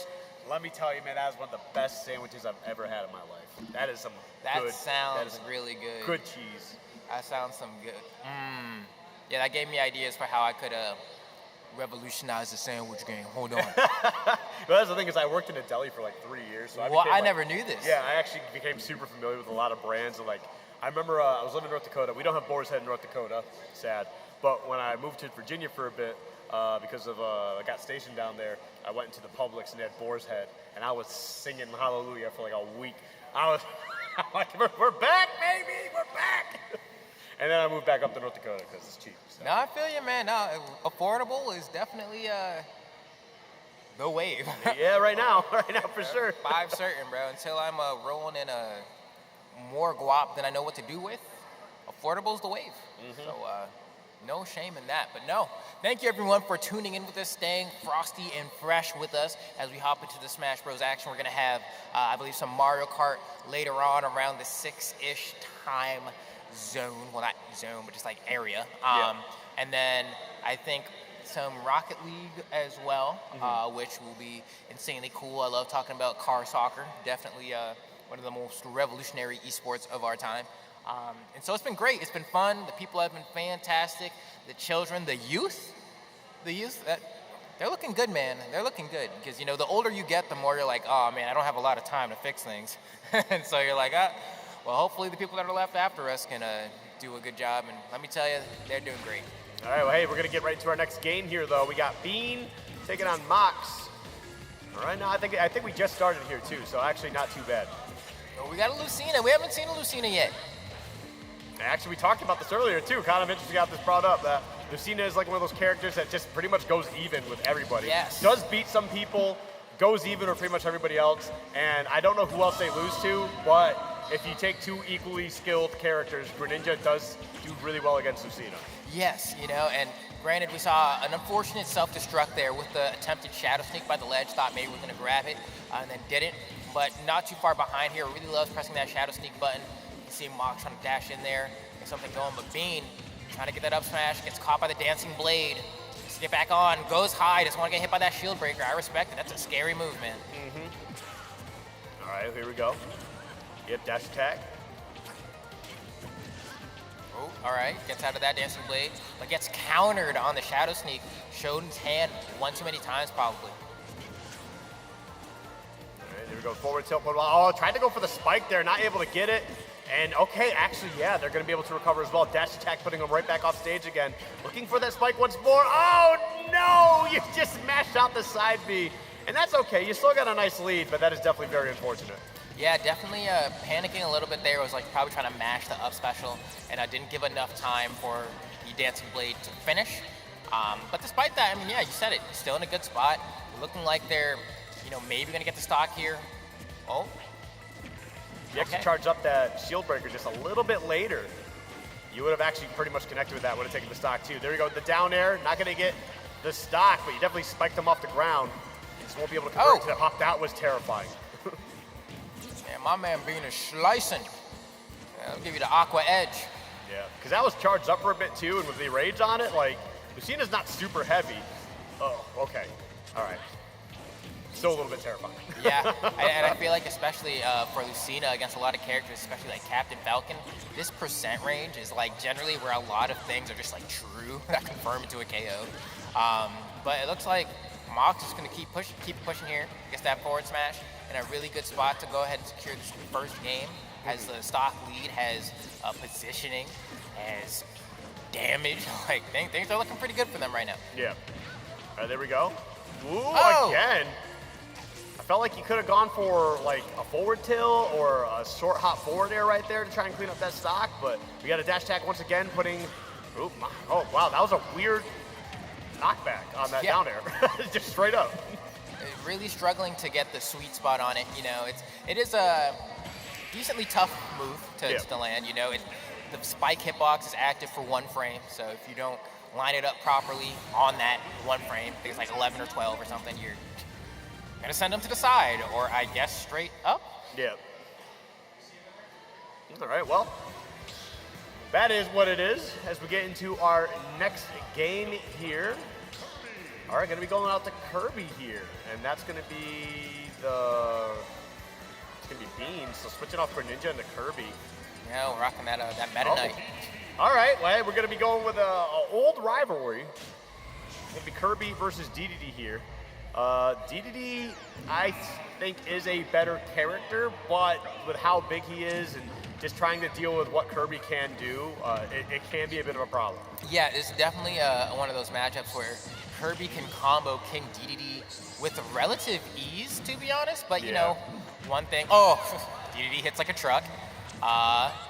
Ooh, hammer time. Hold on. They both got hammers, man. They are pressing buttons. But neither of them got the pants on. What's going on? All right, rolls back. Gets a Gordo out. Dash attack. That dash attack is a crazy move, by the way.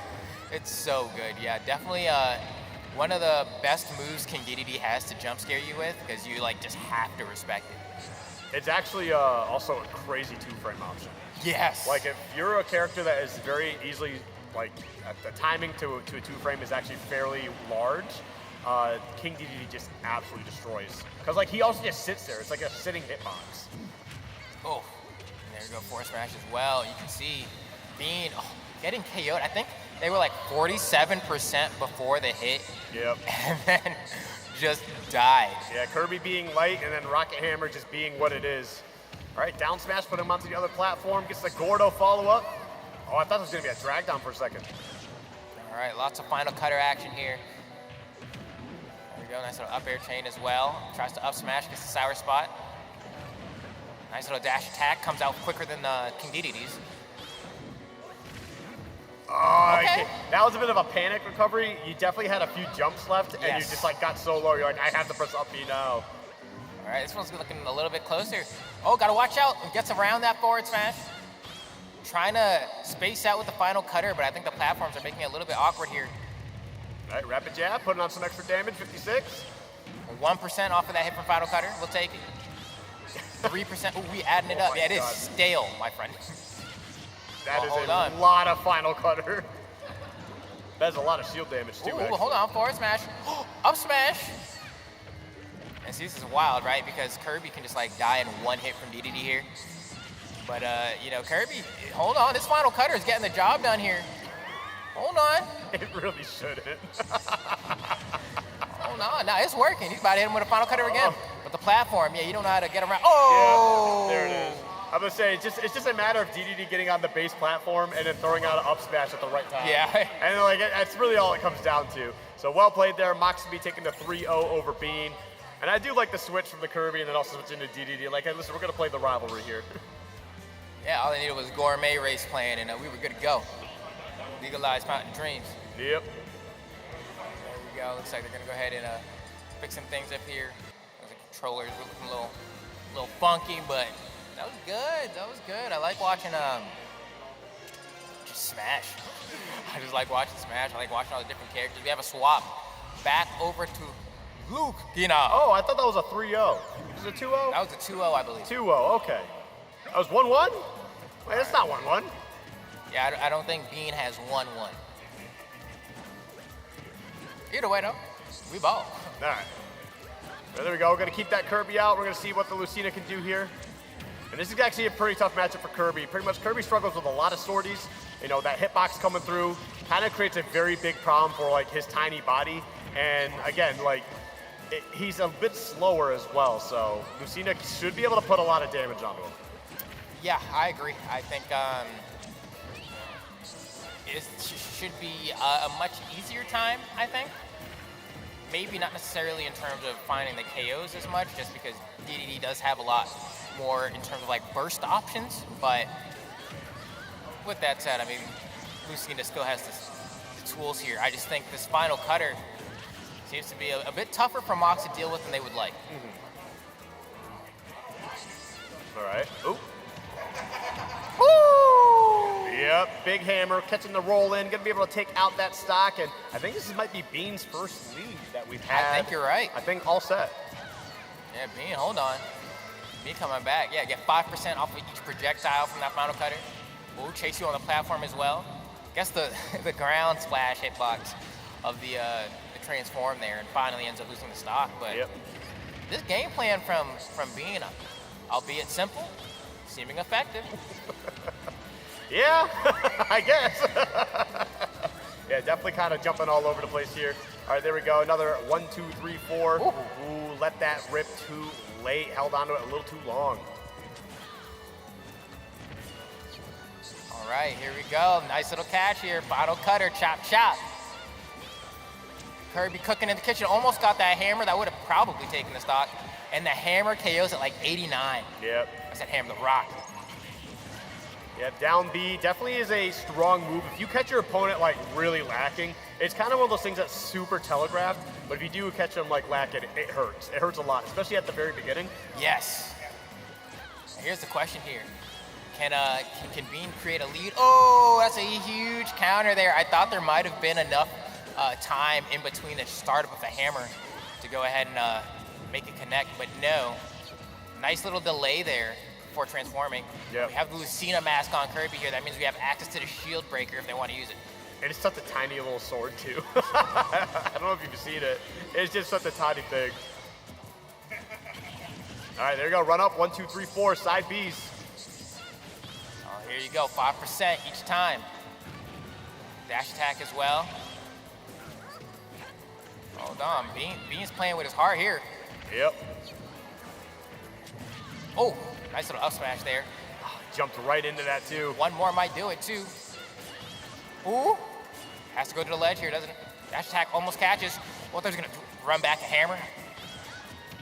Oh yeah, one clean hit. Yeah, there you go. More side Bs as well, racking up that damage. And this rage too. Oh, watch out for the up smash. Oh, Yeah. yep, that should have been it. Dash attack. Got a final cutter here. Can't get the timing. Good timing on the get up attack though. Jab, jab.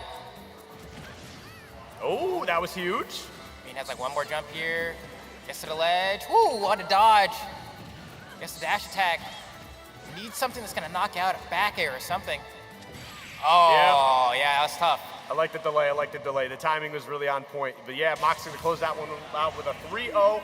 A bit of a goofy game. Yeah, a little bit. But Bean was fighting though. Brought it down to final stop, last hit. Yep. You know, hey, let's go, Bean. Yeah, pretty solid stuff. We got Zip. He's kind of slinking in the back here. He's looking a little suspicious. He's posing. He's posing, You know the reason he's posing is because I think he has some stuff that he wants to give out to the people. So let's go ahead and throw it on to Zip Master Flex to see what he want to talk about. How did they know that I wanted to talk to you guys? That's crazy. They're psychic. Is everyone out there ready for some more free stuff? Does everybody have their tickets ready for some giveaways? All right. So I've got a plethora of things in this bag. I'm not going to tell you what you're going to get. Whenever you win, you'll get to come up here, reach in the bag, and get you a prize. I think I'll be doing about 3 of them this time. How about that? Y'all like that? All right. Get your tickets ready. The first number, 615061. That is 615061.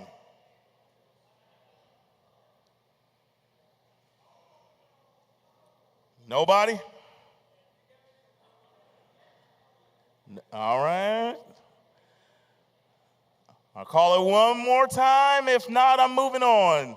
615061. All right, moving on to the next number. No? Okay. All right.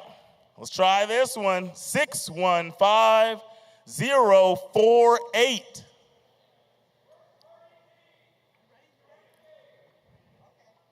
Six one 5048. All right, we're gonna do a repull once again. Next up,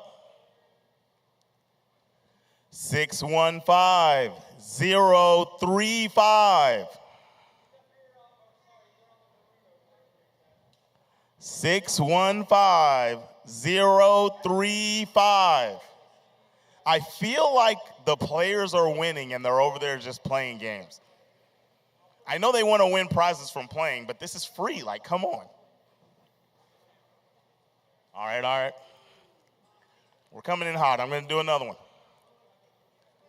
615072.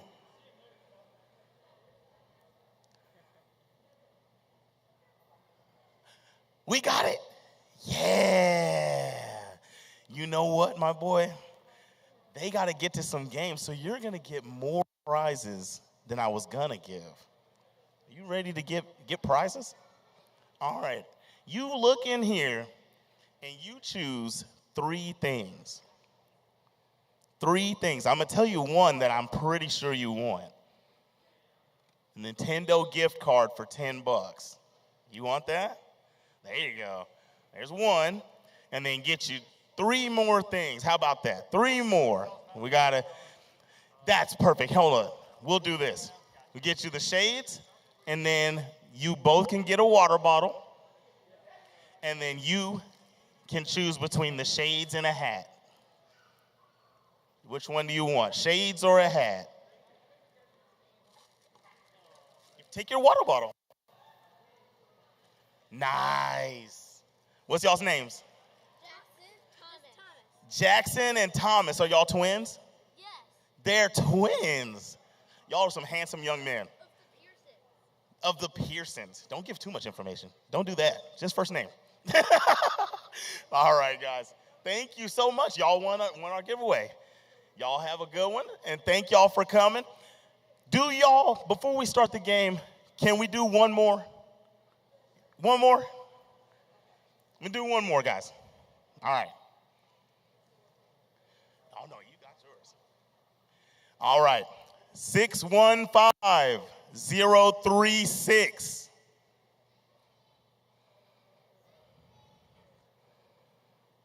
No? 615036. All right, it looks like I shouldn't have done one more. All right, we're going to get back into the game, guys. Casters, y'all know what to do. Take it away. Oh, wait, don't take it. Give it back to Zip. He has more. He has more. Did someone come up to claim it? They might have. Oh, yeah, look at that. Look at that. I think Zip got All somebody. right. So, get you you can have, here, I'm going to give you this. All right, thank you. No, come on. And then you get a water bottle and choose your color of hat. All right, I'll take green then. All right, green hat. All right, thank you. There you go. All right, we got it. We got it. He took his stuff. He took the green hat, got a water bottle, and we got him a gift card. Thank you, everybody, and now we're getting back to Super Smash Brothers. All right, take it away for real. He's trying so hard up there, man. Zip. Uncle Zip. Uncle Zip. Zip of the people. Showing up with the presents, getting his nephews and nieces all hyped up on sugar, handing them right back. That's true, no. Zippy Wonka. Zippy Wonka. Zippy Wonka. That's great. But now we're ready to go ahead and hop into some Smash action as soon as the competitors are ready to go ahead and start that up. We'll be right there with you. It looks like they're already fighting, actually, so maybe we're going to hop into that right now. Yep, here we go. We got, Piranha Plant taking on Cloud here. It's looking a little bit tough. Okay, so I'm imagining this is going to be the two individuals we saw earlier. It was, I was playing Falco before, is what it was? Maybe. I'm trying to Spiral Foul, that's what it was. Spiral Foul, there you go. On the Cloud right there. You know, right now, trying to get some work in, trying to find a way to get a stock back, but the Plant Gang too strong right now. Doing a really solid job. Okay, the back air is super strong, by the way. And the thing is like, as good of a back air as it can be, like everybody's got a good back air in this game. It's true. And Piranha Plants might be the worst back air, but it doesn't mean it's bad. Like, yeah, it hits really hard. It's just like a little laggy, and the hitbox isn't like as egregious as some of the back airs in this game, you know, like. It just goes to show, like, back air is just that move. Like, everybody has a good back air. For Tui. You're gonna get yeeted back. Yep. And we know what time it is. Katui. Probably could have do up throw right here, to be honest. Nice grab. Yep, definitely went for it. Up throw. Yep. There you go. Great move. Especially, it's a little bit awkward to DI. It's very quick, too. So if you don't DI it properly, you could just lose a stock very, very early. And it makes sense, too, right? Like, if I was going to program and design Piranha Plant as a character, I would make their up throw KO as well, right? Yeah. Like, that's how you get got in the Mario games, man. You try to jump over a pipe, and then you get chomped from below. Yep. Oh, what's going on here at the main menu? He's like, you know what? I think I want to play some Mario Kart. Oh, we got someone disconnecting here? It looks like he might be rocking with a All right. Go ahead and swap over. Different game. This time we got a Ninja player from earlier. Versus Sora F Smash jump scare. Yeah, no, exactly. It was like, the door is open. Sora victory screen up. Yeah, Simo. All right. I'm not sure who the players that are playing right now are. We got Samo. Okay.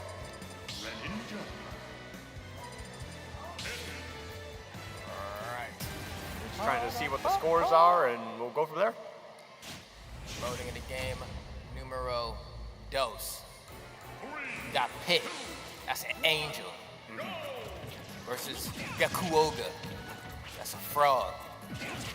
Gekuoga. But honestly, Like, it's one of those few, like, moments where I'm just like, the Japanese name is so much cooler. I agree. And they could have just kept it, and I would have been so cool. And, like, I don't think Greninja's a bad name, but like Gikoga, come on, man. It's so sick. Same thing as like a Robin is what? No, not Robin. Corrin is Kamui, right? I think that's pretty cool. Or what is it? Is it Villager in like is it German? German is like Orb Spirit Warner. Yeah. Yeah, that's amazing. I mean, what is it? I think in Japan, Bowser's just called Koopa, King Koopa. Yes. Charizard's Lizardon. Lizardon, yeah. Lizardon. And then, can I remember Squirtle? Ooh. That one's hard. That one's slipping my brain right now. But, you know, learning the names of the characters in a different language is definitely a fun thing to do. Unfortunate right there, too. Tried to go for a double back air. And I think just kind of mashing the buttons out a little bit kind of got you caught up and not being able to recover a little bit sooner. Dash attack here. Yeah, you got some work to do here. Go ahead and bring this one back. Starting off with a side B, too, 24% on the board.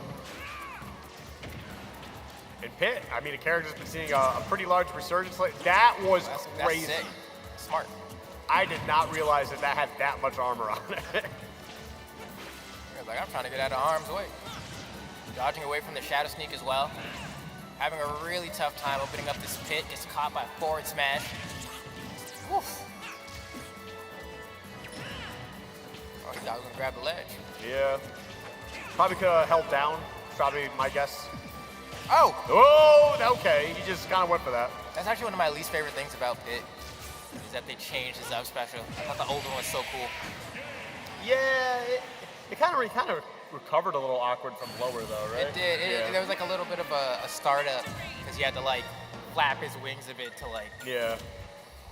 But he got like cool like float-esque mix-ups out of it. There. Yeah. It was really cool. Yeah, it could have definitely been something that could have been cool if they kept it around, but I don't know if that's 1-1 or 2-0 at the moment because I know we saw Sora win, so I assume it's Sora because Sora did forward smash Greninja as soon as we popped in. Yes. So 2-0 in Samoa's favor, I believe. Or if that is Samoa, I could just be using the tag. That is also Samoa is a Mario player. True as well. Yeah, they could just be using someone else's controls. The world. That might have been 3-0. We could have hopped in. Oh, yeah, it was too. a 3-0, I guess. Okay, or whatever. All right, close that one out. All right, just like that. Oh, hey, there's Samoa. The real Samoa. There we go. We got Maze Cow. I want to see the real Samoa. Perfection. All right, yeah, Samoa versus Maze Cow. Let's see how this works out. I believe we actually saw these two fight each other yesterday, if I'm not mistaken. I know they definitely fought each other. I don't know if we saw them on stream. Oh, yeah. You can see Maze Cow on this Isabel. Definitely kind of cooking Samoa a new one. Oh, going fishing. No bites. All right. Tries to start the party. Lottie-dottie. Got a little Lloyd Rocket.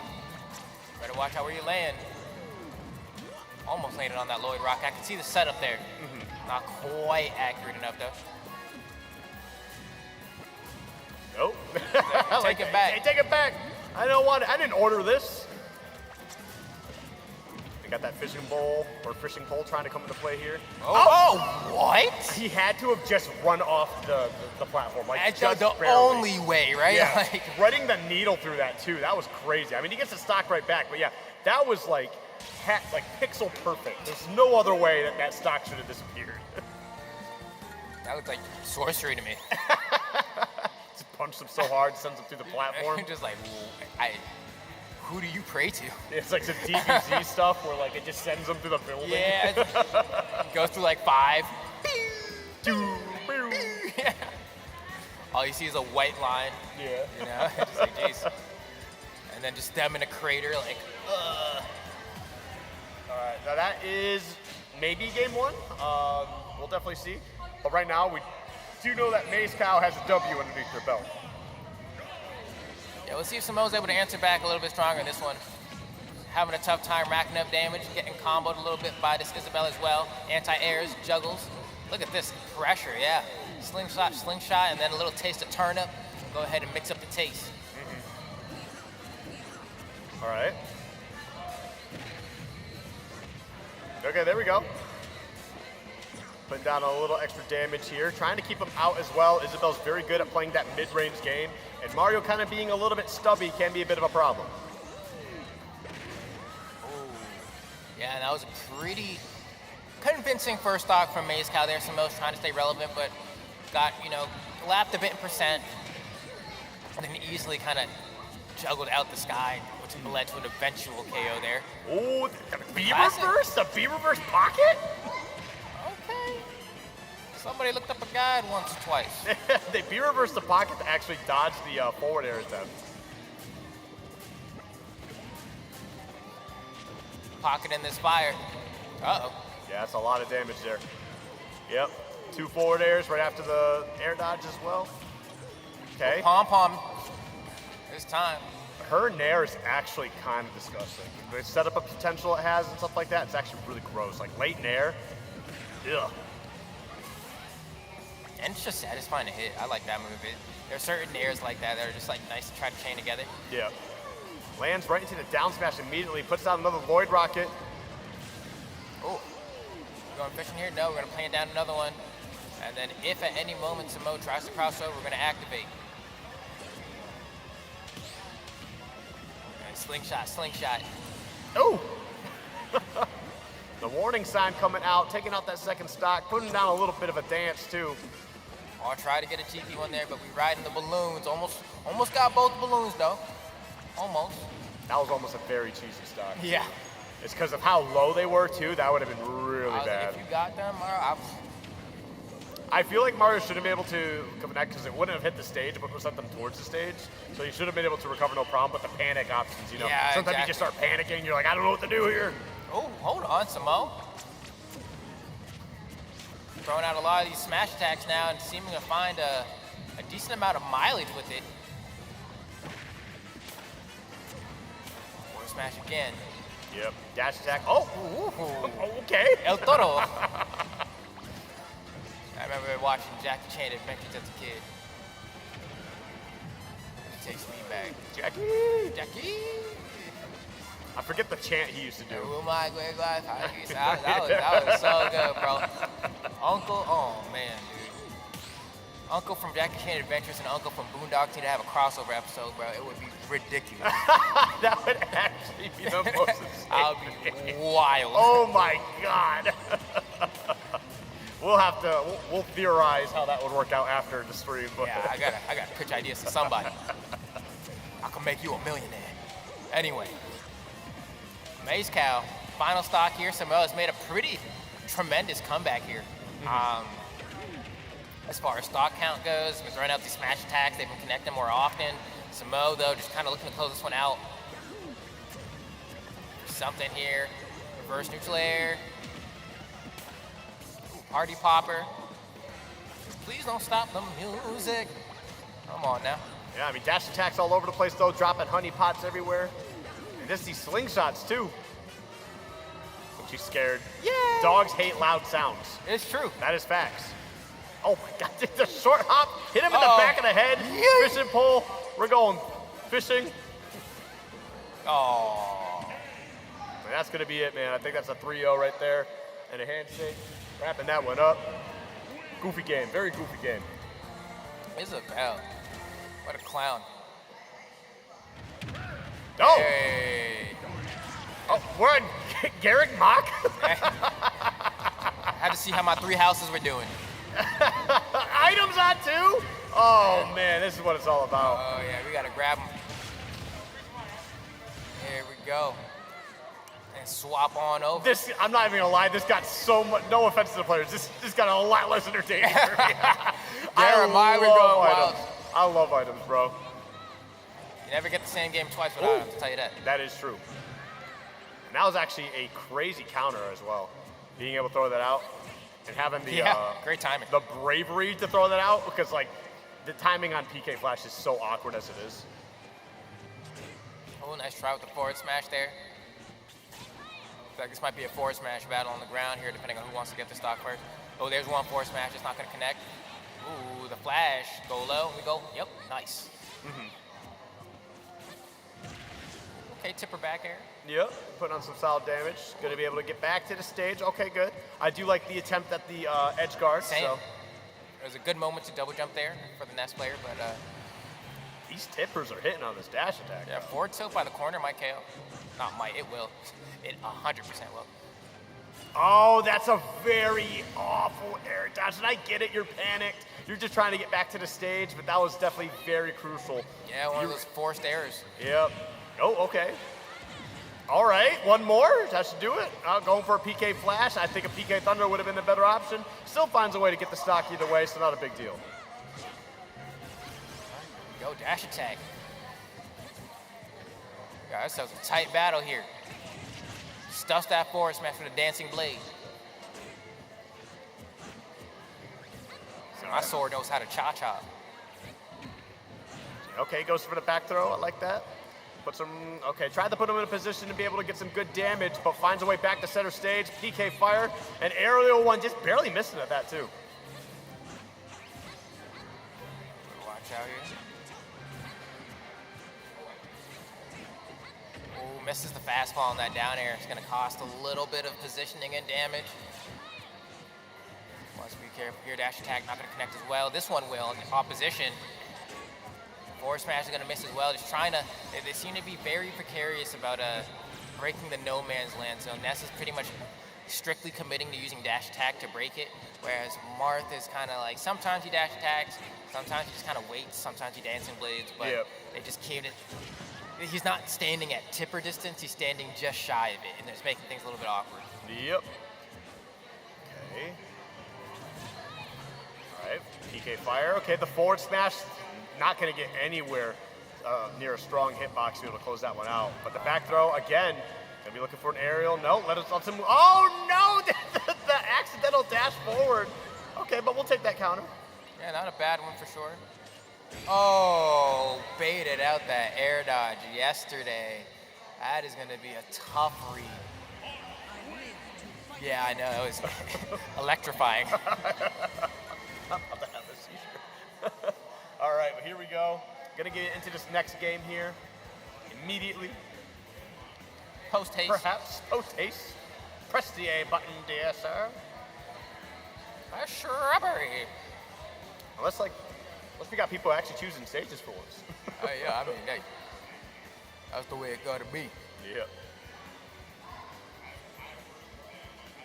This is good. This is good. I'm glad that so many people came and turned out for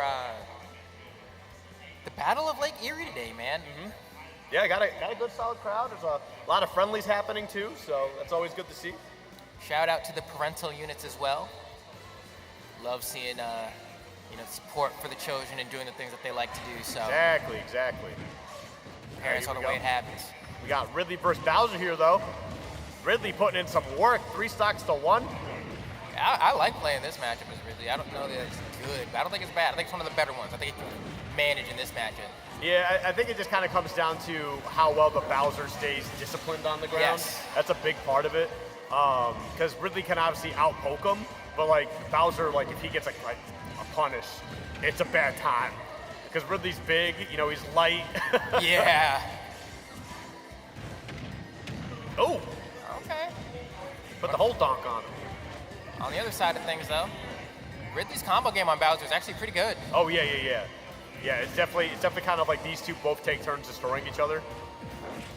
Nope. That was a scary Space Pirate Rush. It was. Oh yeah, that's right. He is backed up. Yeah, no, the rapid jab won't work because he has tough guy armor. Yes. So. You just got to go ahead and hit that 1, 2, 3, that gentleman. Yep. Up air maybe? Not quite. Yep, dash attack. Not gonna be enough quite yet. And now we start forward tilting or just don't. Okay. Sometimes you just got to dip. I'd be scared of Ridley too. If I saw Ridley in person, bro, I would be having honestly, I don't know how I'd react. I'd probably just run. Yeah, I mean, he is a space pirate. Like if I ran though, I don't think I'd get very far, but then like it's one of those things where like he sees you run and that excites him. Yeah, it's like, do I walk away? That creates the game for him. And he's like, yes, it is time to It's parade. like, you're initiating the boss battle now. Maybe I try to like dap him up. He probably would have no idea what to do. He just stare him down like, so you're just gonna leave me hanging? He skewers you. Yeah. Oh man, all right. Well, here we go. All right, so we're just going through all the villains, I guess. Hey, the villains are all super fun to play. I agree. Straight up. A lot of them just also happen to be not very good. All right, 2 air dodges towards the stage. All right, there we go, forward air. Okay. Interesting use of the special there. Get out of harm's way. That little command grab action. That's enough. Gannon. The Gerudo King.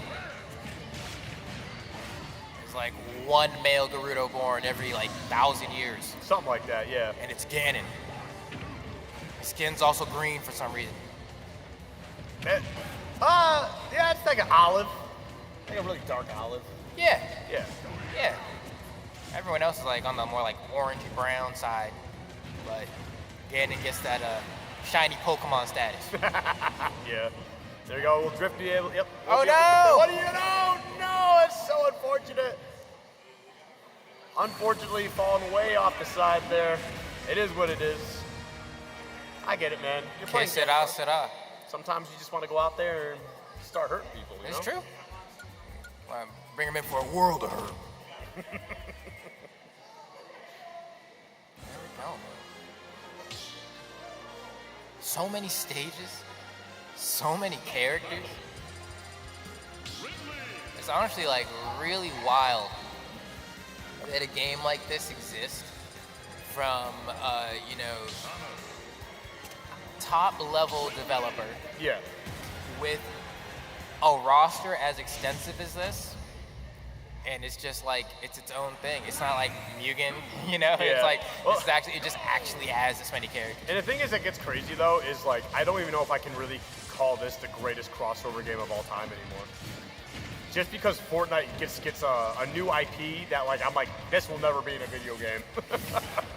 Yeah, it's interesting because like as far as crossovers go, It's tough. It's tough. Like if just video game crossovers, yeah. Free, right. This is free, right? But like, I mean, they got Marvel, DC, Star Wars. They got anime licenses, which licenses. no video game has really been able to do successfully. Yeah. It's wild, right? I don't know. They got Futurama. Blows my mind. Master Chief. Ariana Grande. It's insane. It's insane who they have. Yeah, that's tough. Mr. Beast. John Cena. It's all over the place, bro. It is literally one of the most insane crossovers. It looks like Mugen. It really does. If I had to compare something more one-to-one, but I will say that Smash gets it. Oh yeah. In terms of like uniqueness, right? Because every character in Smash is actually like designed and like that's thought fair, out, yeah. whereas all these other games are just like it's just a character putting model. models Yeah. over something else that's already in the game. In that sense, yeah, I'll give it up to Smash still. Yeah, I'll give it up. It's gonna be a while before that mantle is taken in that regard, I think. For sure. And that's another unfortunate Ray J. I think just falling to their demise. It's Raj Y. Is it Raj Y? Oh, it is. I just looked it up. I just looked at it wrong. I definitely read Ray J first. I feel you. I mean, looking at that combination of letters, I too could also end up down that path. But that is Raj Y. Yep. And that is a 2-0? 3-0? Handshake, and then we got RDP. Very close to, no, not quite. It's almost like RIP, but it's RTP. All right, on the Falco. Thanks, Fox. I thought they had me. That was Slippy, actually. I don't know why I didn't Falco's voice. Thanks, Fox. Thank you. I thought they had me. I haven't been able to make that high pitch of a voice in a while because I've been screaming my lungs off. I believe like the it, past dude. 2 weekends. No, that falsetto, bro, that's something you gotta train, dude. Oh, unfortunate SD at the very beginning. Yeah, RDP just struggling a little bit on the recovery side of things, but personally, he prefers the air. Right now, they prefer the blast zone. Raj, why just give him the homie stock, man? You say. Yeah. Say I got you. And personally, I prefer the speed. Scratches his head. I know. Oh, God. Good old Tyrone action. Well, here we go. All right, spin dash. All right. Oh, the dash attack, though, going to be able to disrupt that. All right. Just a drag down as well. Sonic the Hedgehog. Speeds. What is it? What do you say? Sonic's the name. Speeds Mike. That's what it is. That's like, right, yeah. Sonic's the name. Do you remember the Sonic rap that the kid made using his world? You ever see that on YouTube? No. Oh my God, he just plays his world from Brawl and then just says Sonic taunts.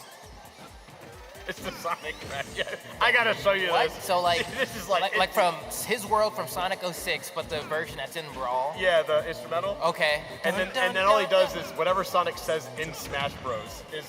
is the lyrics. I see. Dude, it's like 15 years old at this point. Wow.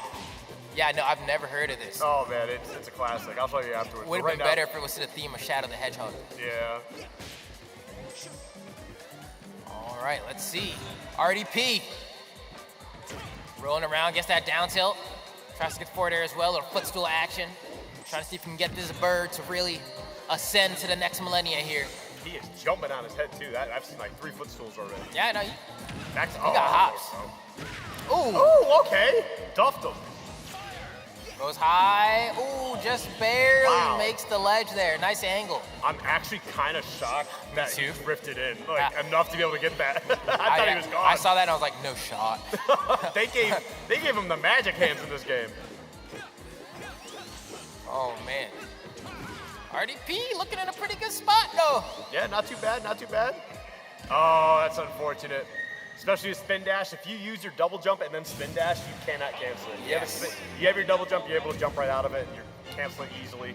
Get right back to the stage. But that is going to be a 3-0 for RDP here. Well played.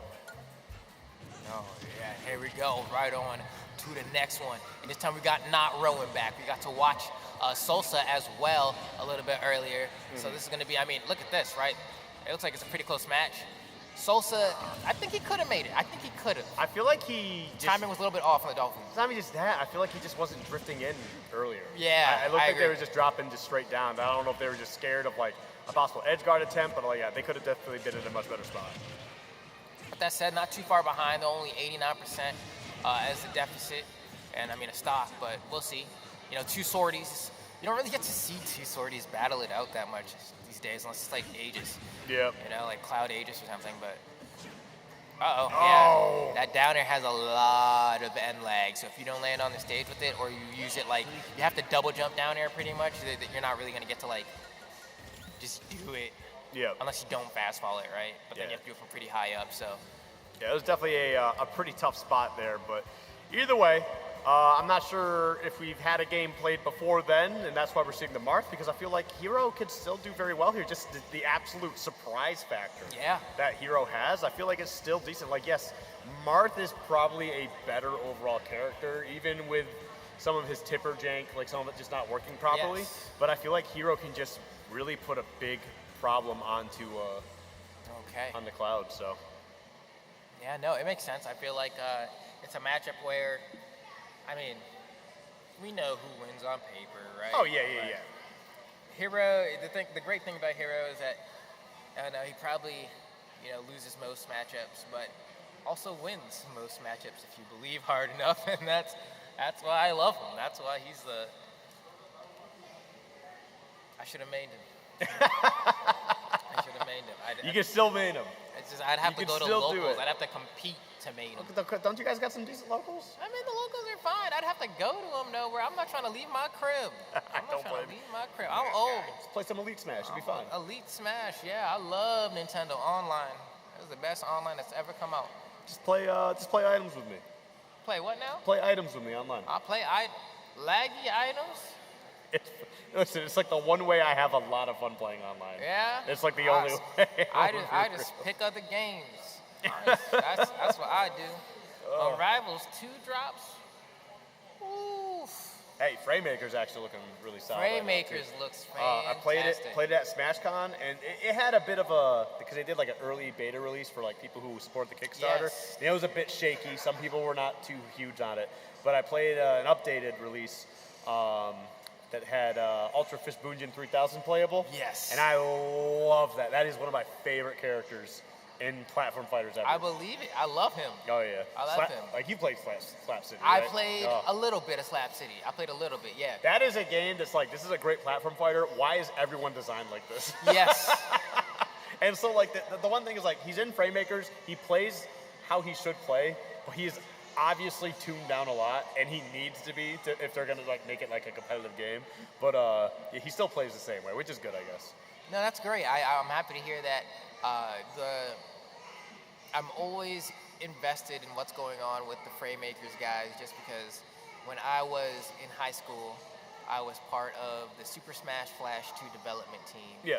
And then they went on to create Framemakers, and I'm always like, oh man, like, y'all still at it, huh? Yep. Y'all still at it. McLeod Gaming, baby. There we go. But what is it? I remember what we did actually at SmashCon was Coney was doing a platform fighter, like mystery platform fighter, kind of like a combo breaker, but only platform fighting games. And they did. He said to the Framemaker guys, "Hey, can I use this?" And they said, "Yeah, we can do that." And Coney's like, "I want to do some workshop characters because I think it'd be funny." And they said, "We'll give you a build where only workshop characters can be used." Yes, and I it saw was that. a wild time. It was really fun. I'm pretty sure I saw Walter White throwing a pizza as an assist. Yeah, and one of them was actually just Mario from Super Mario World, and his only attacks are like spinning as to Kate, and he only gets 2 hits, and then he's done because you jump on his head or you hit him on the side, and that's it. Like, he's all done. And the only way he can do damage is by jumping on your head. That's ridiculous. So they started doing Mario dittos. It's very funny. Well, I'm trying to play it, but in fact, I'll go ahead and take a moment to look into that. We're going to go to a quick break. We'll be right back in just a moment with more battle for Lake Erie. Do not leave your seats. We'll be back in a moment.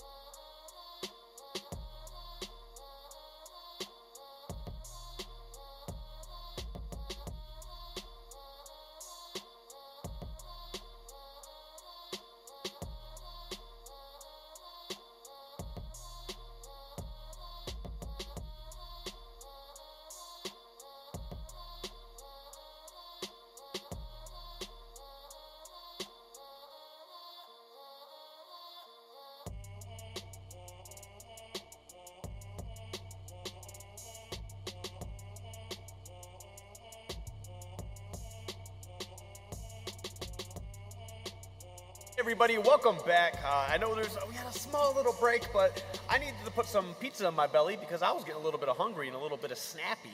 And Flambo can tell you, I was yelling at Zip. Look at Zip over there. He's looking sad in the chair. He's raising his head up because someone's talking to him. He's actually crying right now. I was yelling at him when we were off camera. Yeah? Yeah. No, I heard it. I was there. I got a Snickers in me, and I'm good. Yeah, no. I had a Twix. Now I'm chilling, but here we go. We're gonna hop right into the gameplay. We're gonna keep the battle for Lake Erie alive as we hop into Manta versus Bemis. All right. Is it Bemis or Bemis? Either way. Bemis. Right now, okay, gets the Nair. And Jigglypuff is a very interesting character, right? Because of the fact that they're not good, but they are. Yeah, like a character that, you know, has a very interesting matchup spread, really good at edge guarding, but also like just has the ability to like explode, right? But can also just absolutely destroy people. It's like not one way or the other. Like you look at people like Base Mage, and you're like, this character's insane. And then you look at anybody else who plays a character. Actually, Hungrybox is pretty solid. He's gotten a lot He's solid, better. yeah. He's definitely improved over. He 3-0'd me at Collision, so I mean, You had to play. dude, like he's actually gotten so much better at this game. It's unreal. But like Base Mage, you watch Base Mage play this character, and it's just like insane how good like his character looks. I believe it, no, because I've seen it. I mean, like, you know, especially Pound. Oh yeah, Pound is ridiculous. Pound's been good for such a long time. Oh, wrap it up. I like that too, because every other Jigglypuff is just like, I'm gonna land rest here because it's a funny move. But he just said, I'm not gonna mess with that. I'm not gonna try and flub anything. I'm just going for the forward smash, closing it out, clutching it out, game over. Makes sense, right? Keep it nice and simple. It's like if you get your game-winning, round-winning, tournament-winning confirm, and you can just go into your super. Don't do the hard combo, bro. Just go into super. Keep it simple. Yep. Well, you could look so cool. I know. You could look so cool. You can swag out for the clip. Yeah. Hey, I could do a falling up air and totally miss the jump rest. I cannot wait for Capcom Cup Grand Finals. Oh my god. That $1 million money match is going to be insane. It is going to be the sweatiest thing ever. Can't wait for the drop combo on the game winner. Yo, it's gonna be so, dude, someone's gonna cry. Could have bought my mom a house when I messed up the combo. Like, nah, man. No, that's gonna be tragic. It's gonna be. At that point, I hope Mena wins, dude. Mena deserves it. Same, dude. I really hope. Anyway, back into the game here. We got Manta up 1-0, closing it out with a go to sleep, literally. Yes. Not the CM Punk finisher. Oh! But that baseball not going to be able to go out, man. That's not a home run. Okay, that was a little silly. Yeah, definitely, you know, try to get a little bit saucy on. Ooh. That grab looks kind of silly. Oh, my. Believe it or not, I think Bemis might be the first Nest today I've seen go for down throw. Yeah. Which, like, is mind-boggling. Do you just remember Smash 4, like, hey, what are the combos I need to play? Every character just grab, down throw. Down throw, yep. Mario, forward air, down throw, up tilt, up tilt, up tilt, up tilt, up there, up there, up there, up there. Maybe a little too simple. Yeah. And people still want to sit here and be like, this game was so good. Yeah. It was so expressive. Yeah, okay. Bring back the hip checks, though. Yeah, I'm down for that. Hip checks and perfect pivots, and you got me to do it. Uh-oh. Nice. Oh. Wow, spacing on that back air. Went for the pound there. That's probably not what you want to do. And this is the thing is, Mantha needs to keep in mind, Jigglypuff's like aerial drift is so good. Right? Stop trying to commit to one thing. Bait out a couple times. You got like what, 6 jumps? 5 jumps? Bait it out. You don't have to go through every time. Oh, Okay. yeah, take that too. Yeah, sure. Gratis, we'll take it. Ooh, pound. Okay, gets a good 10.7% off of that one. You can see a lot of preemptive attacks from Bemis here, right? You see Jigglypuff starting to jump and Bemis just stuffing it out every single time. And that's what Ness does, though. And this type of matchup, too, this is where Jigglypuff can kind of look a little suspect. And that's just due to the fact that while Jigglypuff's hitboxes are like right on its body, right? No real disjoints. Ness is the same way, but Ness does it fast. Yes. Ness is definitely, he can run at you and continue to throw out hitboxes that are awkward to deal with. Uh-oh. Oh, not again. All right. Oh, he heard us that time. He heard us. He's like, Look I got at these. Look at the way he's reacting. He knows. He's like, I got these, bro. I could go to sleep. I just ain't feel like it. Tuck myself in. Man, I tried saying, like, yeah, he just wanted to close out the match. He didn't want to do the rush. He didn't want to drop it. He said, no, I can do it. I can do it. All right, you got it. All right, it's 2-0 for Manta. Fanta. Mm-hmm. But Bemis looking over. Mewtwo. I don't know about this. So, because Mewtwo, I think Mewtwo's heavily unexplored, right? I think people thought they explored everything about this character in this game, and they just didn't, right? Now, there's just a lot of problems with this character in this game compared to 4, right? Like, the tail hurt box. They already increased his weight once, right? But, there's just some other awkward issues with him, but he's, got great offensive potential. He's probably not as crazy, on the defensive end like he was in 4. Yeah. But Jigglypuff, I feel like he's just got to throw out a hitbox and you're just hitting him. Jigglypuff is a weird one for him to play against too, right? Because forward air will probably KO at a pretty early percent. Yeah. But some of the other hitboxes can be a little hard to line up on Jigglypuff, especially with the way that you kind of squish yourself. They'd be like, oh, you know what time it is. Boom! I think Russ might have been able to do it, but at 76 and being on Kalos, there's a chance it just does not. You think so on Mewtwo though? There's a chance, dude. At that point, I'm taking the Forts because the Forts match, that's guaranteed. It's true. Right? It's true. That's guaranteed. That thing is strong. Oh, wow, that was extremely risky. But the thing is, it clanks. Oh, pound clanks with everything. It's actually insane. Down smash? Probably. Because I remember, what was it, back in 4 when Bayonetta first came out? You could pound, and Bayonetta could witch time and try to smash you, and it would clank. Wow. Yeah, it was dumb. It is a very silly move. All right, well, so far, Bemis, having a little bit of a tough time with this Mewtwo, but, the percentages look worse than they are. Wow. Just hovering in that awkward spot, yeah. Right over the Psychic. Ooh, that could have been a back air if they just reacted to it. And I think really what helps Bemis out here is you just short hop Nair. Yeah. Right? If you're getting hit by that awkward diagonal spot in front of you, just short hop, press neutral A, and then you just hit the entire area around you so you don't have to guess about where Puff's gonna be. Especially with Jigglypuff just kind of hovering around you. Yeah. That's easy. Easy money. Oh, I thought it was going to be a rest. Yeah, same. I'm like, there's no need for it. You're at 20%. He's just going to punish you. It's down air, up tilt. Oh, okay. Starting to get a little saucy. Yes, there's some mix here. Hold on. Put a little swagoo on there. All right, Looking for it, yep. Oh, yep. Yep, right on it. You're looking for it. Now you're looking to be a 3-0 for Manta here, taking it over Bemis. Bemis, though, tried, went for a mix with that Mewtwo, seeing maybe if the different choice of character is going to be the difference, but did not quite have enough juice.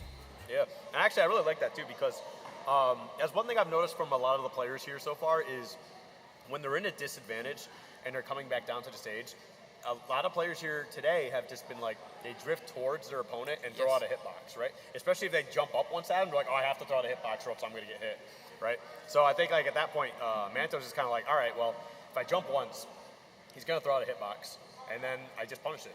I just jump again and then hit rest, and it worked out for him. Because I think that's what he was trying to do before when we saw him air dodge down to the ground. Yes. And I think that's what he was looking for, and that time he just all right, I got it. That's cool. Clearly the signs of a player that's thinking. Always like to see, the gears moving in people's heads. But the Mewtwo will come back stronger, I'm sure, at some point. Oh, yeah. It wasn't bad Mewtwo. Yeah, it was. I think the biggest part was he played a very grounded Mewtwo, which I think it definitely calls for. I feel like Mewtwo and Ridley actually share a lot of similarities in the way that they can approach the ground game sometimes. It's funny, but one of my friends is a Ridley main and also has a very good Mewtwo. Yeah, and they finally made the right choice and picked up Joker. Yeah, that's just an objectively better decision. I'm not going to be the one to tell you. It's almost all the same thing too with the forward tilt, yes, like that. But this time I go, ha ha. Poke him. Yeah. You get a much better projectile. You get Arsene. No, that sounds great. You've seen Pokemon the movie 2000, yeah? Yeah. Or not even 2000, just Pokemon the movie. Yeah. Do you know about the deleted scenes? No, I don't think so. I learned about this recently, and so apparently, when Pokemon the movie was being released, they censored the living crap out. I can't even call it censored. They just cut a very important chunk of the movie about Mewtwo's backstory. Oh wait, yeah. Okay, I remember hearing this recently. Yeah, and it was they have a whole flashback thing where Mewtwo and the daughter of the scientist were supposed to be great friends, and apparently they tell you in this flashback that only the tears of a Pokemon can bring someone back to life. Yeah.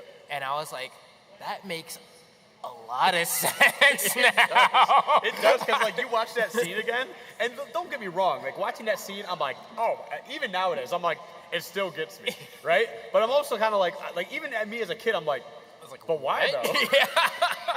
There's a whole 15-minute part of the movie that they just decided, nope, but it would make the movie so much better. That makes a lot more sense. All right, so it looks like we're gonna go into some ads here real quick. Let me flip through my notes, but what is it? There we go. We got a video for you here real quick. We got some health professional stuff going on. So Gannon University is home to several health profession programs at its Erie, Pennsylvania, and Ruskin, Florida campuses, including occupational therapy, physical therapy, speech and language pathology, communication sciences and disorders, and more. Check out this video.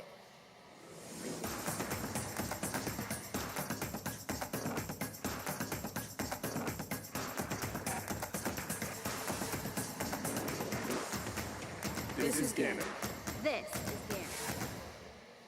All right, man. Students at Gannon's Health Professions programs are learning today to transform the future delivery of healthcare. And you can find out more about Gannon's academic programs by visiting gannon.edu. Again, man, we've been kind of going over a lot of this stuff all day, today, yesterday as well. Yeah. There's a lot of great programs here. Benefit humanity. I feel like we need more of that.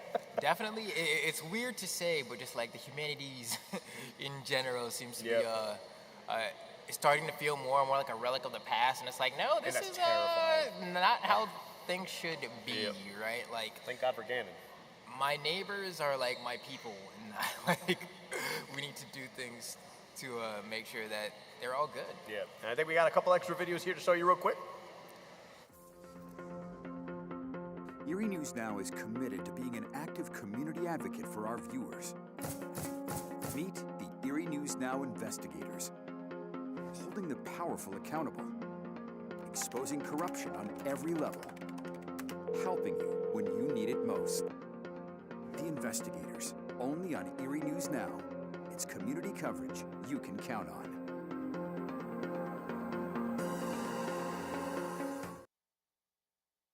Since 1990, Velocity Network has provided customized IT solutions to organizations large and small throughout the region. Supported by a technology campus located in Erie's Innovation District, VNet is capable of meeting all of your technology needs, including managed IT solutions, security assessments, internet and voice service, telephone systems, and more. This is our network, Velocity Network. For the last 7 years, you voted Happy 927 Erie's best radio station. We are locally owned, locally operated, and locally loved. And we thank you for making us happy. Here we go. Erie Apparel is home to this region's favorite t-shirts, sweatshirts, gifts, and more. As the official merchandise sponsor of the Battle of Lake Erie, Erie Apparel is proud to support the glowing local esports community with trending designs and iconic Erie classics. Erie Apparel has a shirt or gift for every occasion. Visit our website at erieapparel.co or shop by our flagship store on West 12th Street or the City Supply Store at 5th and State to purchase the highest quality products, showcasing everything in the 814. I mean, I'm wearing one of their shirts again. I'm literally wearing another one. It's red this time, and it is very comfy. Comfort is king. Comfort is king. Literally, we're just repeating everything we said yesterday. This is a great shirt. I've got a red one, I've got a blue one. I'm gonna wear these often because I'm very comfortable. So if you are looking for some good apparel, hit these guys up. Yeah, I mean, definitely quality is important. And I know in the age of sheen or whatever. You know, people have been not going as in on the quality these days, but Erie Apparel, they get it done. Anyway, we're hopping into the next match. We got Trinity. We've seen Trinity all day yesterday, all day today, rocking this Kirby, doing the Moglio. But on the other side, we have a bit of an unfamiliar face. We got Daniel G rocking Sephiroth. Did you see how he walked up menacingly and then forward tilted? Like, I'm not even trying to do the. Did he just walk up and down? No, he literally just did the walk, and he just looked like an absolute demon. You gotta instill fear into your opponents. Tries to dash attack the rock, but it's invulnerable. Gotta either grab it or wait for Kirby to get out of it. Here we go. Here comes Trinity with that hammer, baiting it. Is he gonna use it? Is he not? Throwing out this forward smash. Oh, he popped the bubble. Goodbye to your life. Yep, that's how that works, man. That down smash is normally Ned is the one I see that kind of like really champions that down smash when the wing is out, putting a little bit of pressure on shield and then throwing it out, and like it's deceptively quick. Yes. And your shield just pops immediately. It's actually terrifying. It's one of those moves where, like, as far as like matchups go, I feel like the Jigglypuff matchup is actually really funny to watch because it's always on the table that Jigglypuff can just instantly lose her stock against them. But there we go. Tried to attack the block, and you just end up losing the stock for it. Okay, let's see. Nice patience here from Daniel G, right? Not really rushing into any scenario. Holds down on that Octo Slash to go ahead and get that retaliation hit as well. Throwing out more of those down smashes, probably looking to pop that shield again. So Trinity's gonna have to be careful. If he keeps hovering above, an up smash is gonna KO you. Can you charge it long enough? The answer is yes. We'll be seeing goodbye to that stock. That's one of those things where, like, I pop out of the block early and then just try to mash air dodge just to survive. Like, it was just a very unfortunate position to put yourself into. But there we go, final cutter. I like that. Actually catching in the rolling. All right, there we go. Huge opportunity here. We're gonna watch Daniel G go right back to the ledge. Has the wing on deck here and racking up this extra damage as well. Can Trinity bring it back here? These final cutters, I mean, they've been going ham with the final cutters all day today, and the opposition have been struggling to stop it. Ooh. That was almost very bad. That would have win a stock for sure. Ooh, I thought we were gonna see an up air there maybe. I feel like up air was definitely the play. Maybe they intended it, but they were too busy like hitting that drift. I thought that was gonna hit a lot harder. Go ahead and shield that final cutter yet again.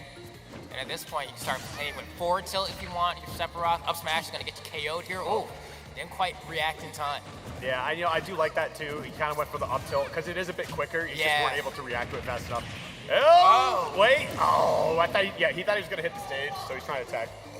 It's fair now. I mean, at this point, like one strong hit from Daniel G and Trinity's gonna be gone. That up air, I'm surprised, honestly, wasn't enough to KO Kirby at 120. Oh yeah. Probably hit him in the weak hitbox too. He got stepped in with the blade. Careful here. Ooh, you see Trinity almost making the comeback. Almost got the stock right there. Daniel G narrowly making it back to the stage. Probably sweating a little bit now, having a tough time getting down to the base platform. You know this down air is gonna come out here. And the trade with the Octo Slash is gonna be able to get back. You can tell Trinity's like, I need to get you out the corner and I need to down air you. Is Daniel G gonna let it happen? This is actually insane right now too. Pulls out the hammer. That would have been a huge call out. Not gonna be able to get the hit that they want. Oh, don't let him do that again. Almost popped the shield. You can see Trinity on the side saying, I'm gonna get my shield come back so I don't end up losing it. Okay, there we go. Forward airs. Down air again. Goes for the counter. He's expecting the aggression now. The question is, does Trinity bait next time? Dash attack should be enough. Yep. There we go. Dash attack is a crazy move on Sephiroth. I feel like it's a move that people don't talk about enough. Yeah. But it is like an exceptional burst option. Yeah, it's like very similar to Mewtwo's in terms of just like how the animation looks, right? But it's quicker. I feel like the scaling is like ridiculous on that move. I feel like the scaling's better. It's quicker in general. Like it's a nutty looking move. It's really, really good. Okay, now we're seeing Daniel G coming back here, still sticking with the Sephiroth. Trinity gonna go ahead and, you know, just like they've been doing for the past couple days, stick with this Kirby. Yep. Okay. There you go, putting a little bit of pressure down here. Okay, gets to 3 Shadow players on. Oh, the Octo Slash, that's gonna be 1, 2, 3 here. Yep, that's 58% damage. Oh, and a little bit too far from the edge before letting that final cutter rip. So now Daniel G has a stock lead and not the whole lot of percent. You can see Trinity's like, I have to go for these spikes. I have to go for these spikes. And I respect the aggression, right? You want to make the comeback, but you have to remember, the past 2 or 3 times you've gone for this spike, Daniel G has preemptively thrown out that counter in anticipation. Can you bait out that counter and get the stock? Yep. Okay, there we go, 1, 2, 3. Putting on some extra damage there. Okay, I like that. Going for the Octo Slash too. He probably would have done the normal one, but knowing that he was coming out, the Octo Slash gives him that small stall to be able to get back to stage. Yes. You know, want to mix up your recovery options for sure there, and that's another great example of doing just that, not even giving the opportunity to get clipped by the down air there by immediately zipping to the ledge. Nope. Okay. I guess you just stand there and take that back from Kirby. All right, final cutter two. Air dodge is down. Tries to punish, but not quite quick enough. And that back air is fast. Yeah. Oh, Kirby's back air? Yeah. It's fast. Ridiculous. It is safe. It hits hard. Kills. It is actually a crazy move. Oh, speaking of. Yep. All right, there's some juice on that boy. Gets caught by the Octo Slash there. I understand like why Kirby's like to throw out the down air, right? Multi-hit move, spikes. That's bad news. Oh. You had to really time that final cutter to be able to survive that. I fall a little bit lower, do that final cutter a little bit later, Yep, or get even right to like the ledge. try to do like a slow double jump air dodge up too is an option, but you have to, timing is paramount there. Oh, it doesn't stay in the rock long enough to avoid the burst. Here we go, down throw. Okay, I like that. The turnaround back here, all right. Shadow Flare second him out a little bit too. Can we go for the Octo Slash? I knew it. Oh, the down air. The down air. Just taking him out.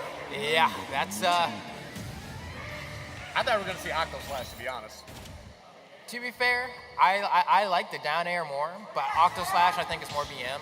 Yeah. But I'm a down air enthusiast. It's just one of those moves. It's so risky because I feel like the spike hitbox is very... It's very finicky. It's very finicky. Right? It kind of reminds me of trying to get like the spike hitbox with Link in Melee, right? You gotta get like the hilt, I think. Yeah. Or, like, it's like Young as Link, he just does that. Yeah, it's like, ugh. He still has it. It's just, it's very, very specific. Yes. All right, swap it to the Ganondorf. Honestly, not that bad. Ganondorf does pretty solid against Kirby. Like, yeah, he gets comboed, but he only has to hit Kirby like 3 times. Yeah, exactly. And you can already see Daniel G knows a bit of the combos, right? You get that down throw, up air, or down throw, back air, pretty much guaranteed on most of the cast. And Kirby, like at this point, eating a back air is going to be pretty tough. Oh. All right, puts him on the platform. All right, I like that. Trying to chase him with the up smash. If the platform was going the other way, yeah, he would have been fine. Yeah. Oh, comes up with a big fist, and now, I mean, throw an up smash, fade back forward air, and says, get a taste of this fist. Yeah, is either that, like, even if you nared, I think with the percentage he was at, how light Kirby is, nair probably would have been enough too. Oh. See, Trinity trying to stay relevant here, but Daniel G making it tough, going for the flame choke, and Yep. Tried and true, man. As soon as they start rolling, and you know where they're going, it's forward smash time. And even if, like, you don't know, you can also just down smash. Yeah, that's gonna be it right there. I'm gonna take it for a ride. Yep, flame choke, closing that one out. 3-1 is gonna be the final score. Beautifully played. And yeah, just kind of letting the Ganondorf rock. Yeah, that's what happens too. Honestly, like, I think everyone, if you haven't played against Gannon in a while, I feel like flame choke is always going to get you in the corner there, at least once. Yeah. And then you're like, oh yeah, he still has that. And then like you're good against Gannon for the rest of the day. But if you just haven't dealt with it, it's like, oh, I can't believe I got hit by this again. Yeah. I feel like there's definitely a few ways that Gannon's probably actually not too bad at guarding Kirby. Yeah. Just because of how floaty he is, how awkward some of his moves are. But we're going to be getting into our next match here. We got Spiral Foul up 2-0 currently against Bardock. A stock up as well. Of course I said something. Of course I said something, you know? Bardock saying, hold on. I'm going to defeat Frieza. He's trying his best here with this King Koopa on deck, using that whirling force, which we were teaching Zip Master Flex about that move earlier. Zip, I hope you're watching right now, man. This guy can show you how Bowser's supposed to work. There you go. Look at Whirling that. Fortress out of shield. He hits your shield, you mash Whirling Fortress. That's the way it's supposed to be. Every time I play Bowser, I tell people. Again, you could have done it right there, but also. I have the craziest punish game on Bowser. Frame 6 out of shield, flying slam. You know your frame data and you don't want a Whirling Fortress. Oh, he broke the shield. Yeah. Drop that kick. Say goodbye to that stock. Yeah, that's one of those things, like, you can't throw that out often, but, like, you can, if you, like, your opponent's just really not ready for it, all of a sudden they're blowing up, they're gone. It's game over for them. It's just a broken shield. Because I feel like almost at any percentage, too, you should probably be able to close them out as long as you walk up to the ledge. Yeah, and, like, a lot of the time, you know, once you get used to fighting Bowser, sometimes you shield the first hit, and then you realize what's happening, and you just react, and you let go, and you just get hit, you know? You either try to parry it, or you're like, I'd rather take the hit than get my shield broken right now. Here we go, back here. Oh, Whirling Fortress, yeah, gets baited out a little bit there. He saw Cloud was on the opposite side and still went for the Whirling Fortress anyway, and Cloud just jumped. Yep. See how this works out now? Oh, okay. I'm not sure what exactly you're going for there, but I mean, hey, if it worked, it worked. But this is definitely bad, though. That one mistake, throwing out that down B, is actually putting you in this position to take all this damage here. Ooh. That's a lot of back airs, too. Yeah, Bardock was like, oh no, shield grab. Okay. Bardock was like in a really great spot not too long ago, but all of a sudden, on the verge of getting 3-0'd, if they come down with another down air, you know that Spiral Crowd's gonna be baiting that out. See, immediately dashing back, kind of looking for it. And now, Limit Cross Slash is going to be the answer potentially to close out this stock. You have to be careful. Nice block. Oh, that shield. Top platform. Down and away. Always down and away. Wow. Whoa, that brave. was brave. Oh my goodness. I was gonna snap the shield there. Yeah, it's like if you hold it, you're getting shield broken. And so it's like you let go, you're still gonna, I don't even know if he let go or shield if he got poked. I think he probably got poked I think he got poked. Yeah. Bowser's a big guy. Yeah. just a little bit too much, too thick. I hope that in the next game, they let Bowser, like, redo all of Bowser's voice lines. Just bring in Jack Black. Just please. I haven't seen the movie yet, but I remember when they were doing the casting for it, and I saw Jack Black as Bowser and Charlie Day as Luigi. I was like, dude, they were great. They were actually great. Honestly, and I know Chris Pratt caught a lot of flack. He really wasn't even that bad. He was actually solid. I'm sure he was fine, but he ain't my Mario. He ain't my Mario. Charles Martinet, he makes he voices a character in there. Who does? Charles Martinet, Yeah? the guy who voices Mario. Yeah, there's just some like random background character who just chimes in like once or twice, like once at the beginning and once at the end. And I think his design's literally meant to be like Jumpman. That's cool. He just turns around and then he just says, "Yeah, I agree," or something like that, and he goes, "Whoa!" I'm like, "Yeah, that's my Mario. That's my Mario right there." That's the guy. That's the guy. He's the actual Mario. But it was actually a solid movie. It was a lot of fun. I bet I'm gonna watch it just because, like, in my head, it probably exists in the same like realm as like. I'm not expecting a groundbreaking movie. I'm just expecting like a fun watch, you know? No, it was a fun watch. I'm not saying it's a Casablanca. Yeah, no, I feel you, right? Like, better or worse than Wreck-It Ralph? Yeah. If it's like taking the movies, I don't know. Wreck-It Ralph had a lot more going for it, like an actual story. Mario kind of just punches through a few things, but I feel like it was a more enjoyable watch. It was more fun. If that makes sense. Yeah. Okay. Speaking of a more enjoyable watch, we got more action here at the Battle for Lake Erie. We're going to have Dominic L. versus Daniel G. And he just gets a Winners Finals? Winners Finals. Yeah, man. I mean, hey, listen, I know some people might be surprised about Plant, but we just had Plant win a C+ like tier major not too long ago. Yes. Shout outs to Lucky. Oh, man, yeah, this character has some stuff, let me tell you, and matchup unfamiliarity can go a long way. But, I mean, we could already see Dominic L. pulling up with the Plant, taking names. That's the way you like to see Winners Finals. That means guaranteed top 2. Yep. To whoever wins this one. Top 3. Top 3. Yep. Because they'll go to Losers Finals, and if you lose that, you get 3rd place. Yes, so winner gets guaranteed. Oh, yeah, you said I didn't hear the winner's part.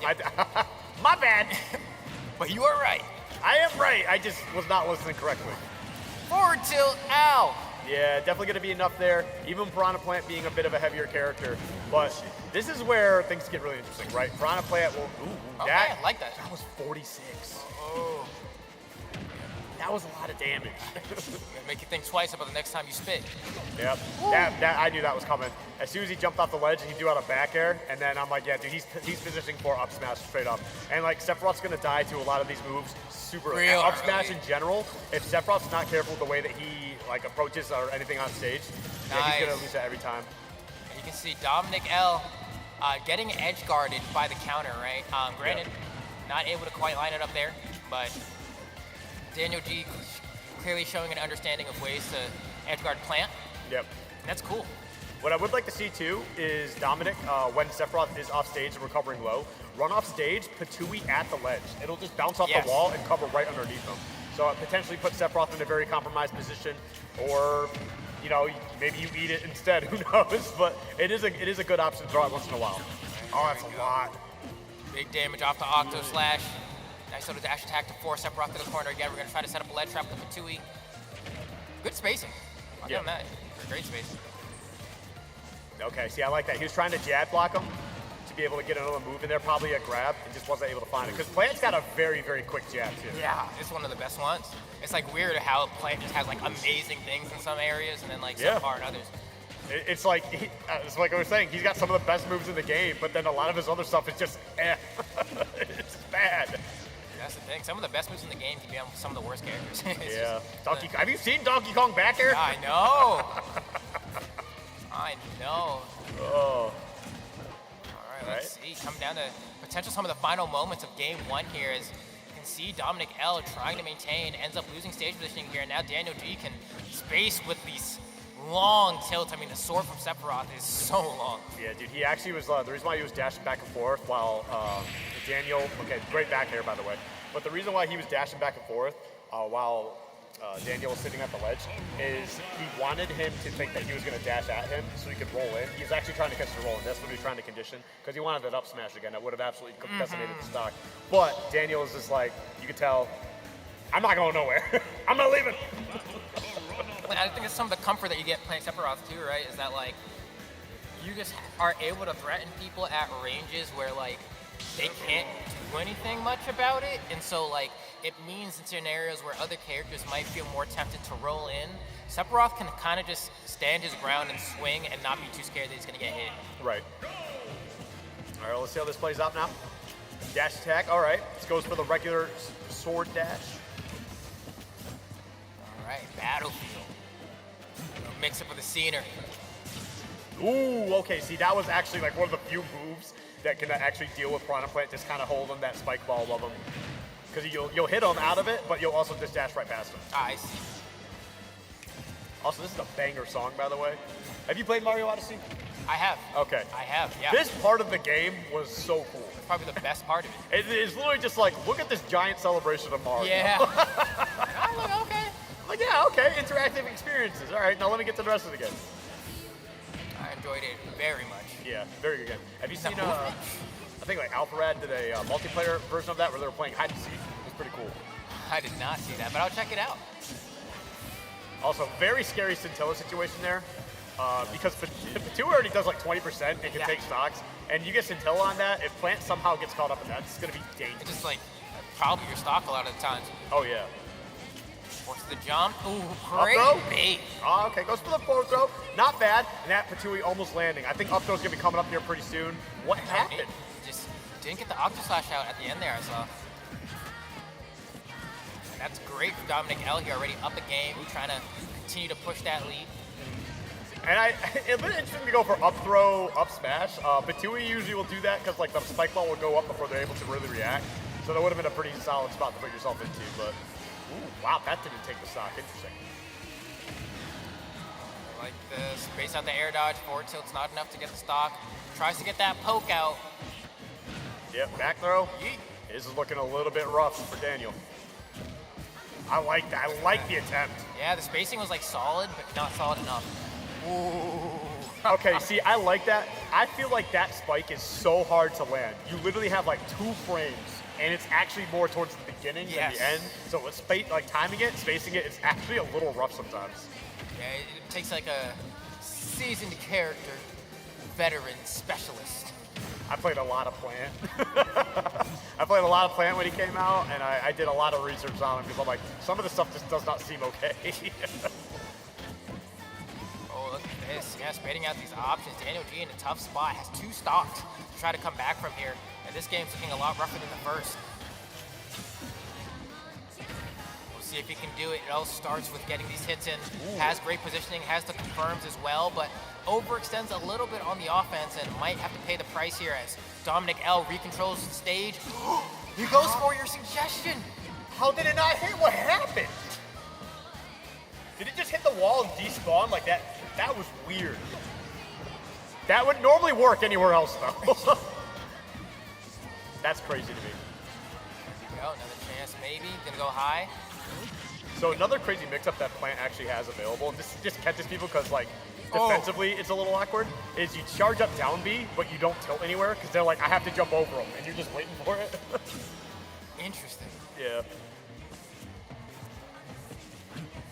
Oh, you can see Dominic playing a lot more patient, right? Just gets the grab.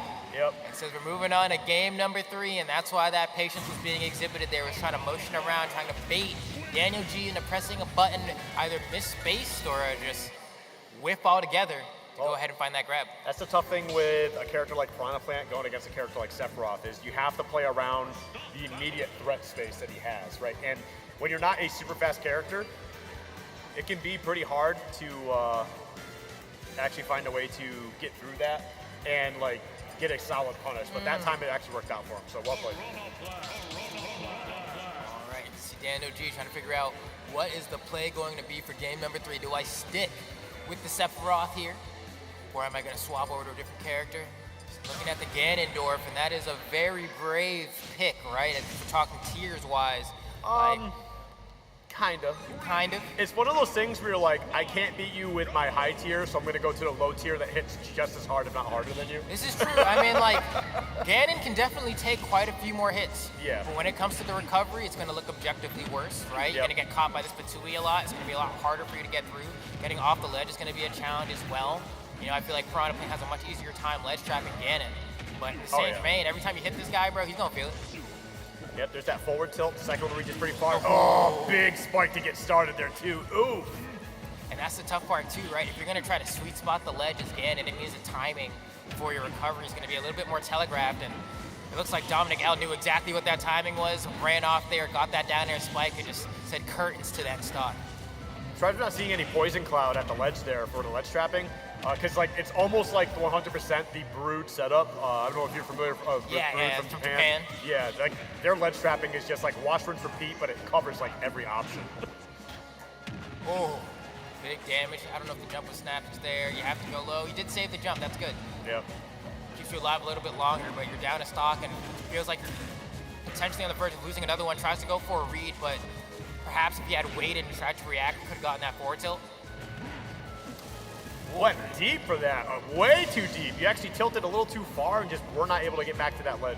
And if you're Daniel G, what do you go for here? You try to, maybe get your damage in, go for a flame choke, kamikaze? I think that's what he's trying to do. He's trying to even up the stocks, but as long as the plant reacts fast enough, they'll be able to get their double jump and actually up special directly right to the ledge. Yeah. So, like, I get the intent, and it's probably worth trying in case they mess up, but as long as Dominic knows what he's doing, he'd be all right. Tough part here is I'm watching Daniel G get out frame baited. There was a moment there where he tried to throw out a forward air, but the neutral air from Plant was just so much faster, stuffed him right out the air.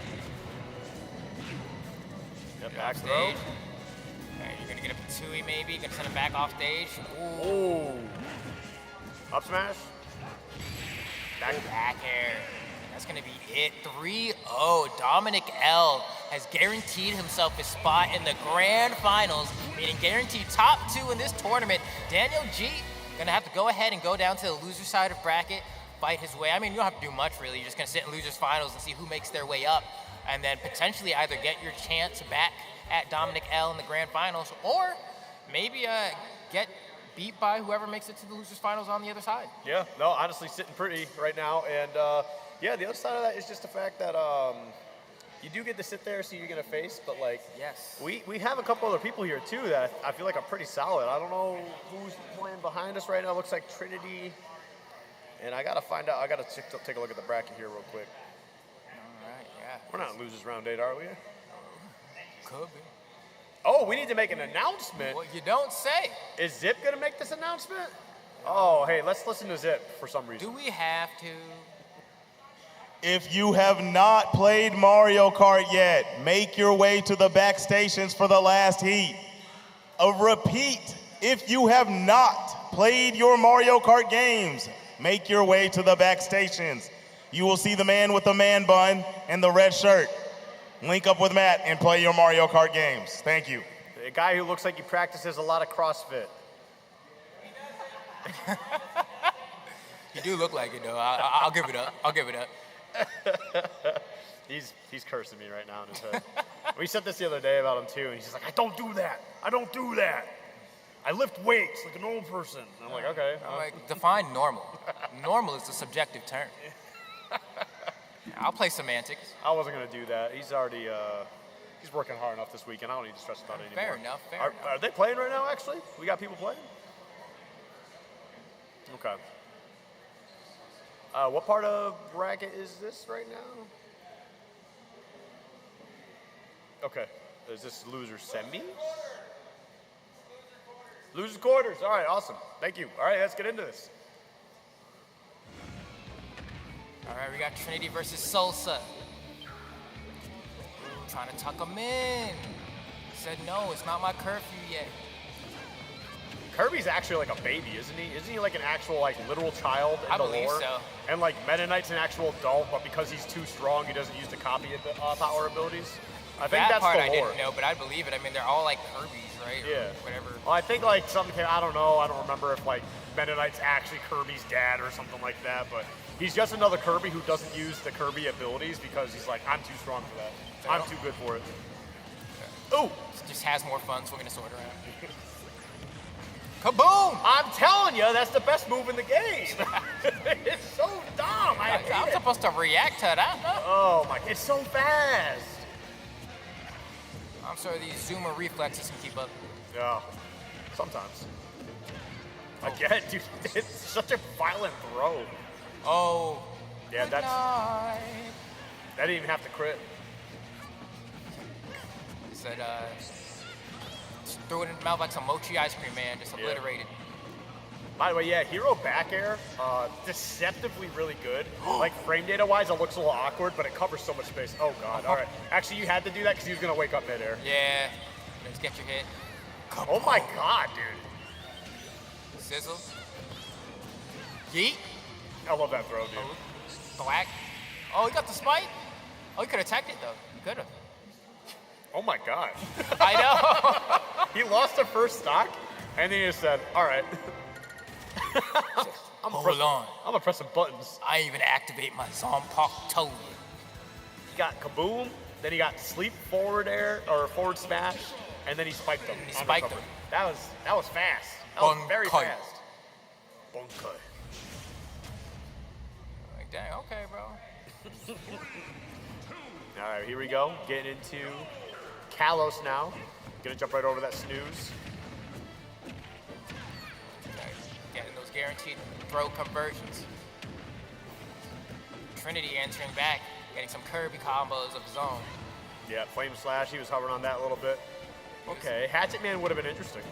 Yeah, I do love Hatchet Man. Ooh! I thought he was gonna up smash, to be honest. I thought so too. Got Sizz, got Bang, Sizzle. That's a fast move Oh, too. Sizzle. Next part? No.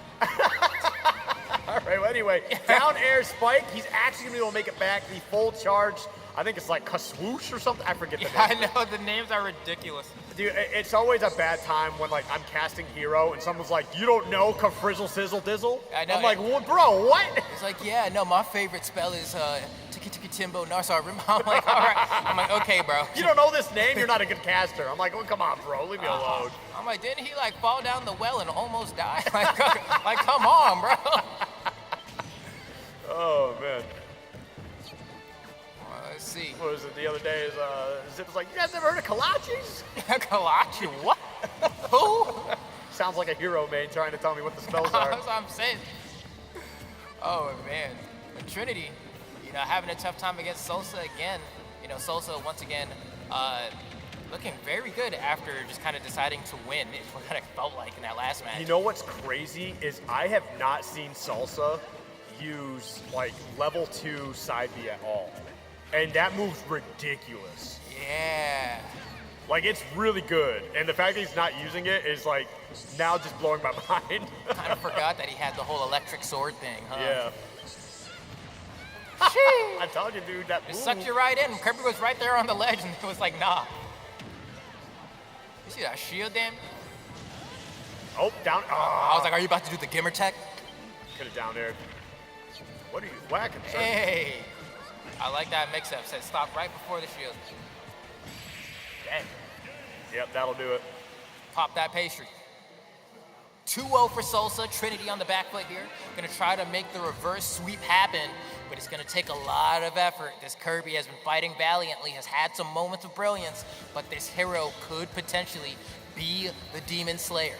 Yeah, we'll definitely see how that plays out as we get there. I'm just trying to take a look at the bracket here real quick. All right, so yeah, we got Trinity Salsa playing, and on the other side we got Not Rowan taking on Manta. So definitely a pretty solid bracket as we get towards the end of this. So the winner of this will actually take on the winner of that. And kaboom, it does 32. I never even paid attention to how much damage it does. It deals 32%. Honestly, I'm surprised it doesn't do more. Kaboom should do 80. I do not like you. I mean, come on. Onomatopoeia like Kaboom has to be doing mad damage. Yeah, that is fair. I forget that's literally like all the spells. They're all onomatopoeia. Yeah, no, they really are. Anytime I think of that word, though, I always think of this one, I think it's that Gorillaz song with Andre 3000, and he's just like, new word, onomatopoeia, and then it starts going crazy and a bunch of other stuff. I'm like, all right, 3 stacks. You got that, bro. I'm still a fan. Oh. Yeah, at that point, I just drop past the ledge, and then just kind of like pop out from there and just like try to recover. But yeah, this is definitely looking a little bit tough here. Kirby already kind of struggles somewhat with characters with swords, never mind spells. Yeah, and this one's a little bit tough too, because I think up until this point, Trinity has had pretty moderate success by using Final Cutter a lot, or mixing in, these down specials with Final Cutter. But it looks like Salsa is a little bit more of a veteran of the shield, and has been playing around it quite fine. If he up throws with oomph, I'll be a very happy guy. I hope he's listening. He's trying. He tried parrying. Yeah, the back air. Wow, not gonna take the stock from across the stage. Accelerado. Yeah, that's a very scary move. When Accelerado pops up, he just chases you off the stage after he throws you and takes the stock. Oh, we out. That was an option for sure. Okay. I'm with it though. I mean, hey, you basically get rid of the stock that you were taking damage on. You get rid of their stock. Now it's 2-1. It's like when Tien hits the Neo Tri-Beam, He's just like, ah, ah, ah. I'm like, all right, Tien, I get it. Goodbye, Tien. Goodbye, Tien. Jatsu, no! Oh, you see that, Vegeta? It's a Pokemon named Shots. Oh, man. DBZ and Bridge was goated. But here we are, potentially the final game of this set if Trinity can't make the comeback happen. He's trying to menu his way through this. All right, you get the forward air, putting on some solid damage. Is he gonna sizz? Is he gonna snooze? Ooh. Sends him back. Yeah, Oomphy, what we gotta do? We gotta cycle, we gotta bounce. We're gonna get hit. That's what we gotta do. He's looking for the. What spell he want? What does he kamikaze? want? I think he want bang. He doesn't want bang. Hocus pocus. Ooh. No way. Dude, little hero. He's so tiny now. Yeah. How does he take the stock? Yeah, this the hero you keep on your nightstand. He should not have lost that stock, but because he became so tiny, he became so light. On. He's about to zoom. What's he about to do? He's looking. He's reading. Is that gonna KO? Almost. Yeah, Town and City Blast Zone's a little too high for that. He's getting hype. Uh-oh. Hey, listen, I know you're playing with your food, but you better finish your plate. And there we go. Back here, closing it out, 3-0. All right, Salsa moving on. You said this was losers quarters, so that means they're going over to what? Losers semis now? Yep, they're going to be playing the winner of Not Rowan versus Manta. So we'll actually, okay, we're going to be getting that on stage next time. Okay, they're sitting. All right, they're getting that set up. So we're getting towards the end of our bracket. That's 5th place match right there. So that's going to be Trinity taking 5th place. Okay, not bad. Honestly, that's a good show. It's a good show. Oh, wow, we're going right into this. But yeah, Manta wins the Jigglypuff we saw earlier. Going to be a bit of a tough matchup here, too, especially with Cloud having those big sweeping hitboxes. But it looks like up until this point, I mean, Manta seems to have a 2-0 lead at this point. If I'm getting that right. Look at that. So that means that they've been playing around the matchup just fine, I guess. We'll see if not Rowan can answer back here. Gonna need to use Climb Hazard a bit, but like because Jigglypuff is so floaty and weird, when you go for that Climb Hazard, it can be often difficult to get that second hit on the way down. But the good thing is she can't really like fast fall fast enough to like get to you a lot of the times. Yeah, and this is actually going to be part of the game plan too, is actually just trying to get Cloud off stage, which can be a bit tough, right? But once you do that, this is where the whole Cloud has a bad recovery logic comes into play, because you just kind of hit him once, especially if he wastes his double jump, and that's it. Like, he's just not making it back. Oh, just bravely walks forward, puts him to sleep. Forward smash. Yep.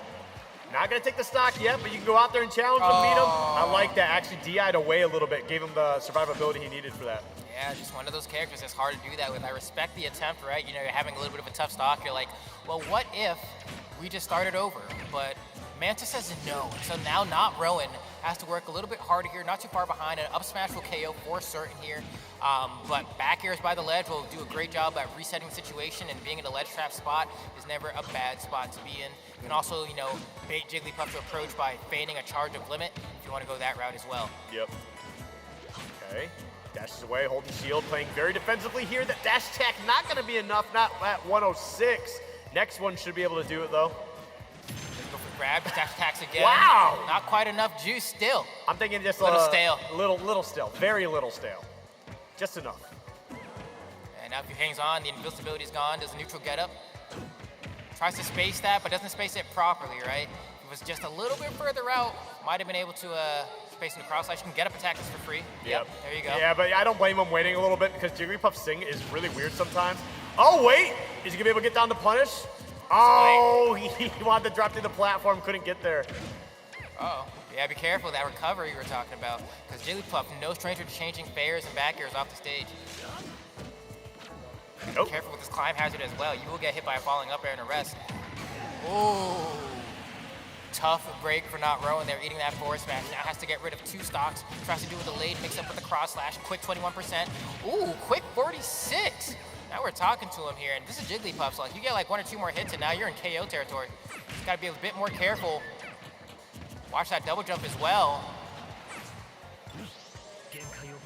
Right now, you're just kind of fishing for percent. You just want to get to the KO range.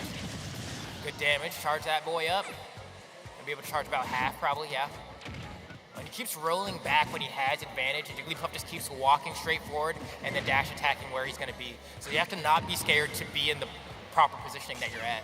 Oh, okay, that was, I thought they were going to press it on the way down. I'm like, you just threw it all the way, but just off smash? Okay. Perfect percent for that. Just narrowly. This is still winnable. I respect it. Didn't want to get too close, accidentally get that that lullaby. Yeah, this is actually still incredibly winnable for you. You got to be very careful. Got to watch out for these things. You got to keep in mind, too, left-facing Cloud is better than right-facing Cloud. This is true. If they were facing to the left, they probably would have got that cross slash, but they didn't because they were facing to the right, and that's actually going to be what cost them the game. Jigglypuff in top 4. Well, you know, good stuff to not Rowan for going ahead and trying to keep up here. The Cloud was really solid. Yep. Unable to get through Manta's Jigglypuff, though, just, you know, a little bit more, I'd say maybe consistent in terms of their KO confirms, right? Yep. When you're playing Cloud, sometimes it can feel like you're having a decent job racking up all this damage, and then once it comes to like the KO ranges, you know, finding the setups can be a little bit difficult. Sometimes it feels like you're forward tilting and back airing until they eventually lose their stock, and that's kind of a bit of what we saw with not Rowan. Yep. Yeah, definitely some very solid stuff there. I mean, and it's a tough matchup for Jigglypuff too. So just being able to kind of like, you know, play as defensive. We saw a lot of times they were just sitting there. They would just stay on the ground, hold shield, like especially trying to get off ledge, and you know, Cloud's like waiting to back air you. Right, so there's just a lot of great patience coming up from Manta there. So honestly, that was just really well played on their end. But they're sitting down, they're waiting to play their next opponent here, which is going to be Salsa, the hero we saw earlier. So this could be very interesting. Okay, Young Salsa versus So that's going to be Hero versus Puff? Yes. Okay. Well, we did see Salsa play Marth earlier, so That's true. we could potentially see a Marth, but I would play the Hero. I would, too. Because, like, Jigglypuff's super light as it is, going to be very floaty. For some reason, this guy gets kaboom like, every 5 seconds. And, like, even then, like, you got these great aerial attacks that hit hard, too. So Jigglypuff's in the air, you can definitely, mess with that a bit. How light she is, if you get a crit, that's a stop, like, straight up. Doesn't matter the percentage. Yeah, and there's, like, a spacing that Hero can occupy with his forward air that's, like, I think a unique thing to have in comparison to Marth's, while his is a little bit more of like a circle in terms of the way that he swings. Marth can be like Hero can be like a little bit more vertical in terms of its reach. So 31% to get started is absolutely insane. And now you got Oomph here. Jigglypuff's, this is the death zone right now. Like 61%. Look at this. Already looking for a forward smash, and putting that damage on the shield is also incredibly terrifying because you brought it up earlier. A shield break on Jigglypuff, that's just death, straight up. Yeah, one of the my God, where it's just like a win con, It's like, all right, cool. Kaboom! You already called it earlier, Skiff. Salsa seems to have the magic to let that card be drawn when he needs it. Yeah, literally and figuratively. I don't know what's going on. The Switch is hacked. Somebody check him game. My father's deck has no bad cards. Check him controller. Check the disc. It's like that bubble slime on Merrick, bro. He just keeps drawing. I don't get it. Oh, nice try with the Metal Slash there. Jigglypuff didn't get a Future Paradox, got a Past Paradox, so no Metal Slash gonna be working here. It's true. He's over there. He's like, I'm gonna look at this menu if you're gonna give me the chance to. Ooh, yeah, that's another one. And it's up damage. there, yep, I like that. I'll look at the stuff I have. Bang! Wow, barely connected on that. You kind of drifted in that yourself, too. Oh, he's hype. Watch out, he's hype. That's a throw, that's a stock. Oh, we're gonna put him to sleep, we're gonna try. Nice dash attack here. He's gonna maybe go aggressive. The edge guard, no, tries to bait something. No bite coming from Salsa. Okay, throws out the bounce. Normally taking bounce even when your opponent has no projectiles is good because it gets rid of that spell for a hot minute. But like, that was just right in front of your opponent. You're just asking for trouble at that point. Oh, unfortunate. Wait! That sucks. That's so unfortunate for Manta. He was like, yeah, I got some pretty big whirlwinds. But hold on, Manta almost has a chance to get a stock here. He got the turbulence. He did. He was like, whoa, this plane's rocking. A crit? Oh. A crit would have been it for sure, but hey, a sizzle to kind of attack on some more damage. Extra sizzle? Nah. 71% already, though. This is ridiculous, man. This is probably the highest damage output I've ever seen on a hero. I'm going to be real. Oh, you're going to track him. What's he going to do? He's going to bait. Ooh. Nope, that was a little terrifying. Little timing mix up there. Gonna go extremely low. Tries to get the stage spike, but ends up landing on stage. Oh, Jesus. All right, living. Oh, he's so fast. Oh, you saw the air dodge? Yeah, no, everyone got jump scared there. That was. Yeah, no. All right, we got one. Okay, this is possible. It's doable, very doable. You gotta get like 20% and then like up tilt rest or like falling up air rest or like even sing. Sing rest won't KO at 20 though. You're gonna need like at least 40% on hero, I think. For sure, yeah. Yeah. Jeez, man. Run in. Yeah, the panic defensive option, jump out of shield, happens all the time. You just run in, throw the forward air. I get it. I don't even blame him for jumping there. I would have jumped there too, man. Yeah, same. I'm panicking. This guy, I'm not even kidding. This guy gets more kabooms than any other hero I've ever seen. This is absolutely ridiculous. Got that dynamite in him. I'm gonna get like the Inquisition in here. I need CIA to figure out what's going on with this. It's like when you watch Armada play Melee and somehow he's always getting stitches. Yeah. It's the same thing, man. Which like what I will give to Armada is that like he would get those stitches often in like the Marth matchup where like you just pull so many more turnips. Yeah. But like, geez, man, like some of these players are just truly blessed with their ability. That's how you know they were made to play certain characters. Yep. It's like the same thing with Ling too. Ling gets a bomb, a Mr. Saturn, like every game. Yes. And a Stitch Face. Oh, almost lost the stock. All right, I don't know why you threw that out there. I know why you threw that one out. That makes sense. Metal Slashers, there's no reason for that. Yeah, true. Ooh, rolls enough. Hatchet Man, if you break Jigglypuff's shield with that, that's a stock, so. Caught a couple Z's, but woke up. Almost swerved on the road, regained balance. Now, why can't Jigglypuff sing and put people to sleep in the air, huh? You know how annoying I don't know if I'd want to do it. No. I wouldn't. Oh man, we was literally just talking about that. We just talked about that. If Jigglypuff shields Hatchet, man, she's gonna lose a stock. Yeah. Y'all thought I was playing. Nope. All right. We saw side B. Ooh, that first time. It's a good move. Oh Matt, what else? All right. Oh. Top deck oomph. Hey, where my oomfies at?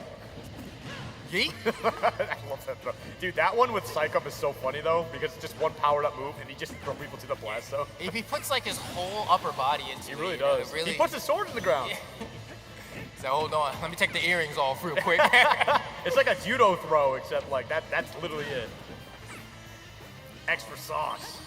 Yeah, I don't even gotta heal. I'm gonna get quick. Ooh, okay. What? That was so delayed. Dude, that's why Pound is just so ridiculous. It hangs around forever. Ooh, the Matrix. So is the oil ready? Oh, he's hype. Yeah, throwing Jigglypuff here will take her stock. Oh yeah, Pretty true. sure. Oh man. There's no way we get 3 stocks on that, right? There's no way we get 3 shield break stocks. It depends. Are you asking for it? I want it. The fact that we got 2 is ridiculous. Oh my God! You are insane. You are asking for trouble. He tried to give it to you. He did try to give it to you, but he parried the Hatchet, man. Listen, he was like, bro, he's doing this. If I block it, I have to let go. He had no choice. He had to let go. I'm sorry, I'm recovering. Come on and zoom. Listen, I've talked to some crazy people, but you are a genuine psychopath. That's all I'm gonna say. I don't like. Oh, kaboom! Hey, you know what? Hey, kaboom's a good move. Kaboom's a good move. There you go. Oh my God. Young Sosa going up 2-0 in losers semis up against Manta. I mean, bro, this is terrifying.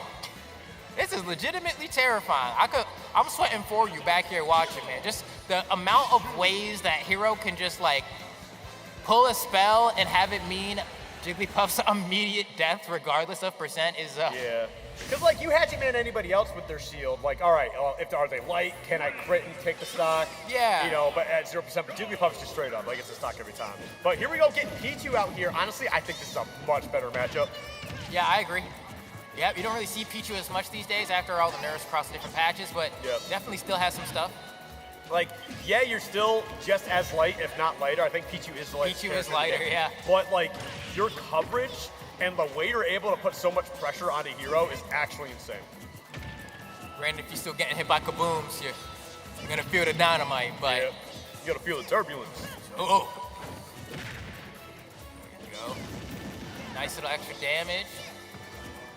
Oh, there's gonna be a grab, maybe. Yeah, all right, goes to that dash attack. Metal slash again. Oh! Yeah, that's the problem, man. We gotta talk about these kabooms you're getting, bro. I'm getting tired of this. He's like, nah, bro, if I pull up the deck, I'm trying to kaboom. Oh, Hey, another kaboom. What is this? It's kaboom lore, bro. You know, you got ASAP Ferg's the Trap Lord. You got Salsa the Kaboom Lord. Oh, shot. What percent was he at for that Forest Man? P2%. Oh, yeah, that's true. It's looking tough for her. Well, I feel it's like not looking tough for her here. That's not. That's it. Oh my goodness. Yeah, that move definitely looks fair and balanced. Anyway, give it up for Salsa winning that one 3-0 against Manta there. Manta going to be going home with 4th place as Salsa guarantees themselves a spot into the losers finals where they will be going up against the Cloud. I've casted a lot of games. I've watched a lot of games. I've played a lot of games. And this is still one of the most ridiculous sets I've ever watched. That was entertaining. I wish Hero got more screen time. You and I have casted countless grand finals at majors, online events, everything. And this is still one of the top 5 most ridiculous sets I've ever watched. From different skill levels of play too, we've seen the best players in the world. We've seen the worst players in the world. We've seen, everything in between. We've seen events with items and ones to raise money for charity. Dude, and this set... I casted SkyJ making his second place run in Collision. That's really like almost a dream for me, right? Almost winning a whole super major. And this was still probably more ridiculous than that run. That was just a crazy set. My God. That was good. Yeah, he's not done yet either. He's sitting up there. He's going to be getting ready to take on his next opponent, which I believe is Daniel, if I'm not mistaken. Okay. Yep, Daniel Danny J. Or G? GJ? Danny G? Danny G. So going to be seeing the Sephiroth potentially. We know he has a Ganondorf he likes to pull out, but the Sephiroth might be the play considering how that went. How Hero plays. He wants to play a bit of that long-range game. Sephiroth can kind of do that, but I feel like Hero's just a little bit better at it. If he doesn't want to approach, he doesn't have to approach.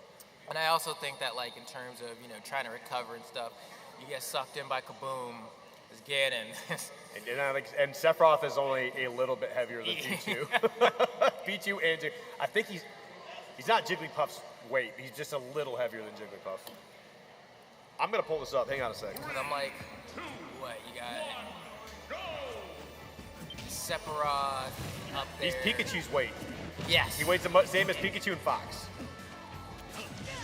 Oh, wow. That was a delayed hit of that up tilt, but... That was lingering. And we'll see. All right, gets interrupted on the first magic slot pull today. Okay. But Daniel G saying, I'm not going to give you time to read, bro. Hit him with that still 28. God dang. Ooh, tries to crackle. Yeet. All right, we read. No, we're going to try to ledge trap.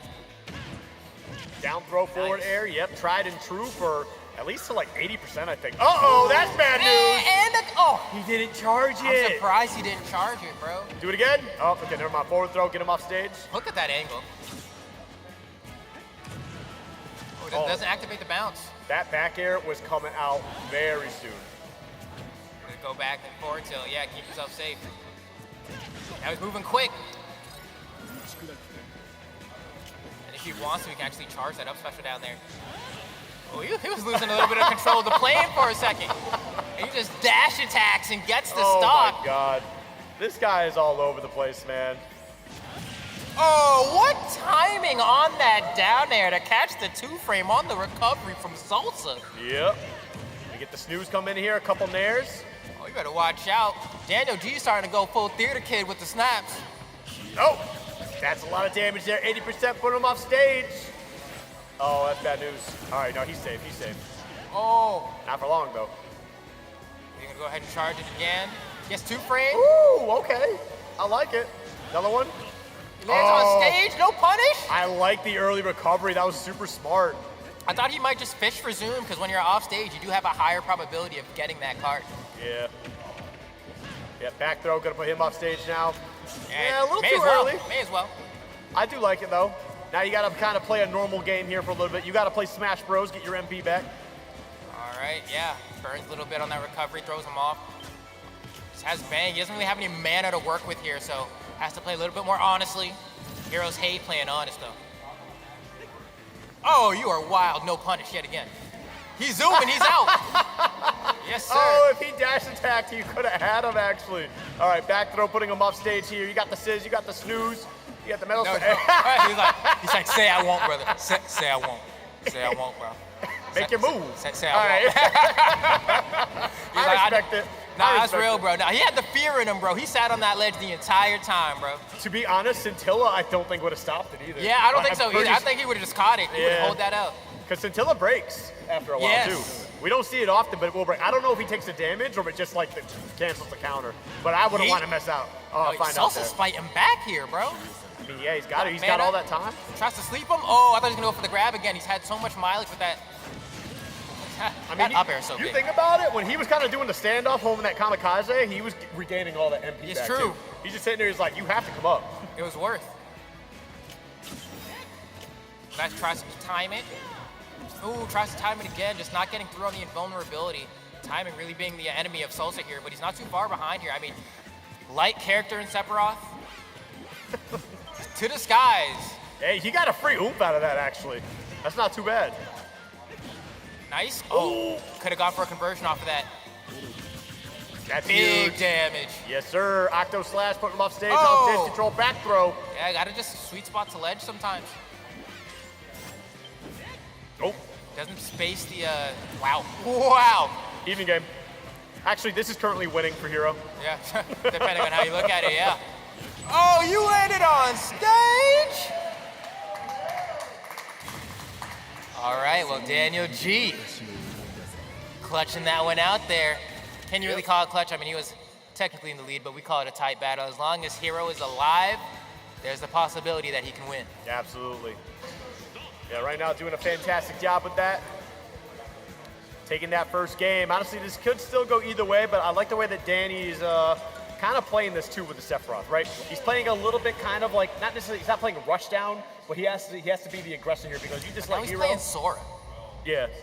But you let him just kind of do what he wants with Sephiroth on the field or Hero on the field. Like, Sephiroth kind of has to be the aggressor. Now, this is going to be interesting because, like, he's like, cool, I got spells too, but, like, they're not as strong as Hero. Yeah, they're not nearly as strong or as cool. And I don't feel like Sora has the capabilities to be able to play as aggressive as Sephiroth can be, you know?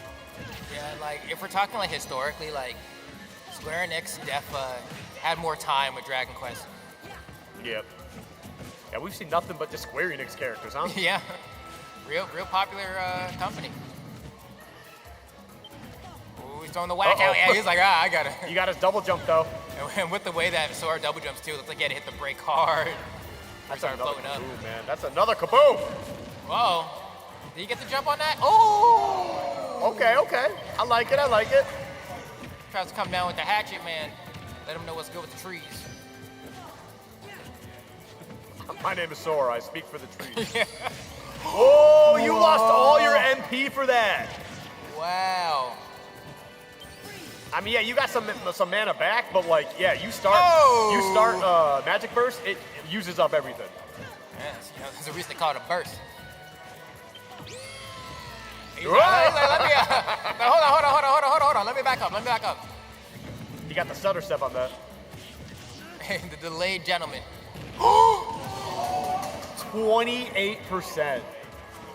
Do you know what the odds of that are? You want to tell me? Very low. 28%. So did he get outplayed though? He got outplayed. Listen, there's a bit of RNG there, but you got outplayed.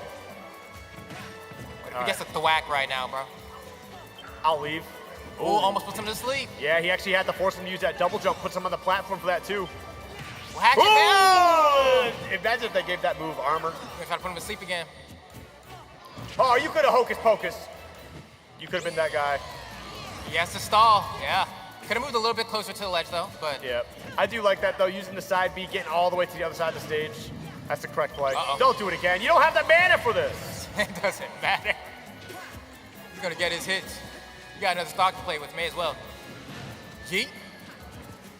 He's like, I don't want that one. Nope, okay, I was gonna say no shield grab. It's moving fast now. Uh-oh. Yeah, forward throw. He let go of shield. Oh. Jeez.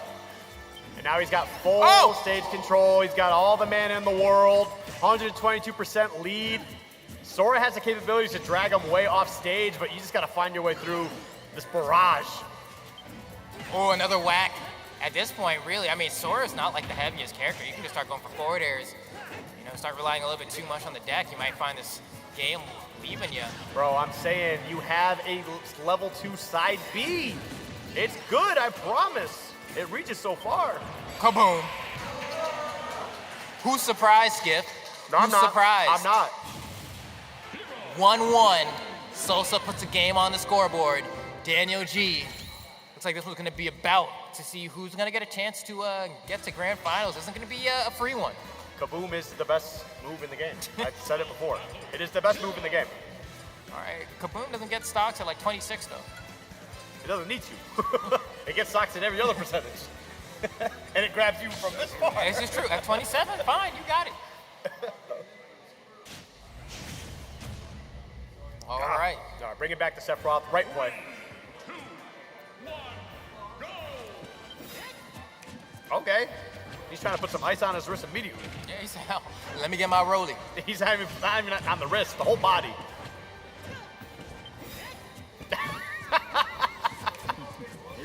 think it's like Adam Sandler. What's the movie? Uncut Gems. Oh, jeez, yes.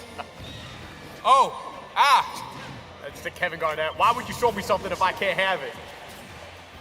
So it looks like we've been forced back to the one-winged angel. Yep. So, you know, I'm gonna put the Sora back in the pocket.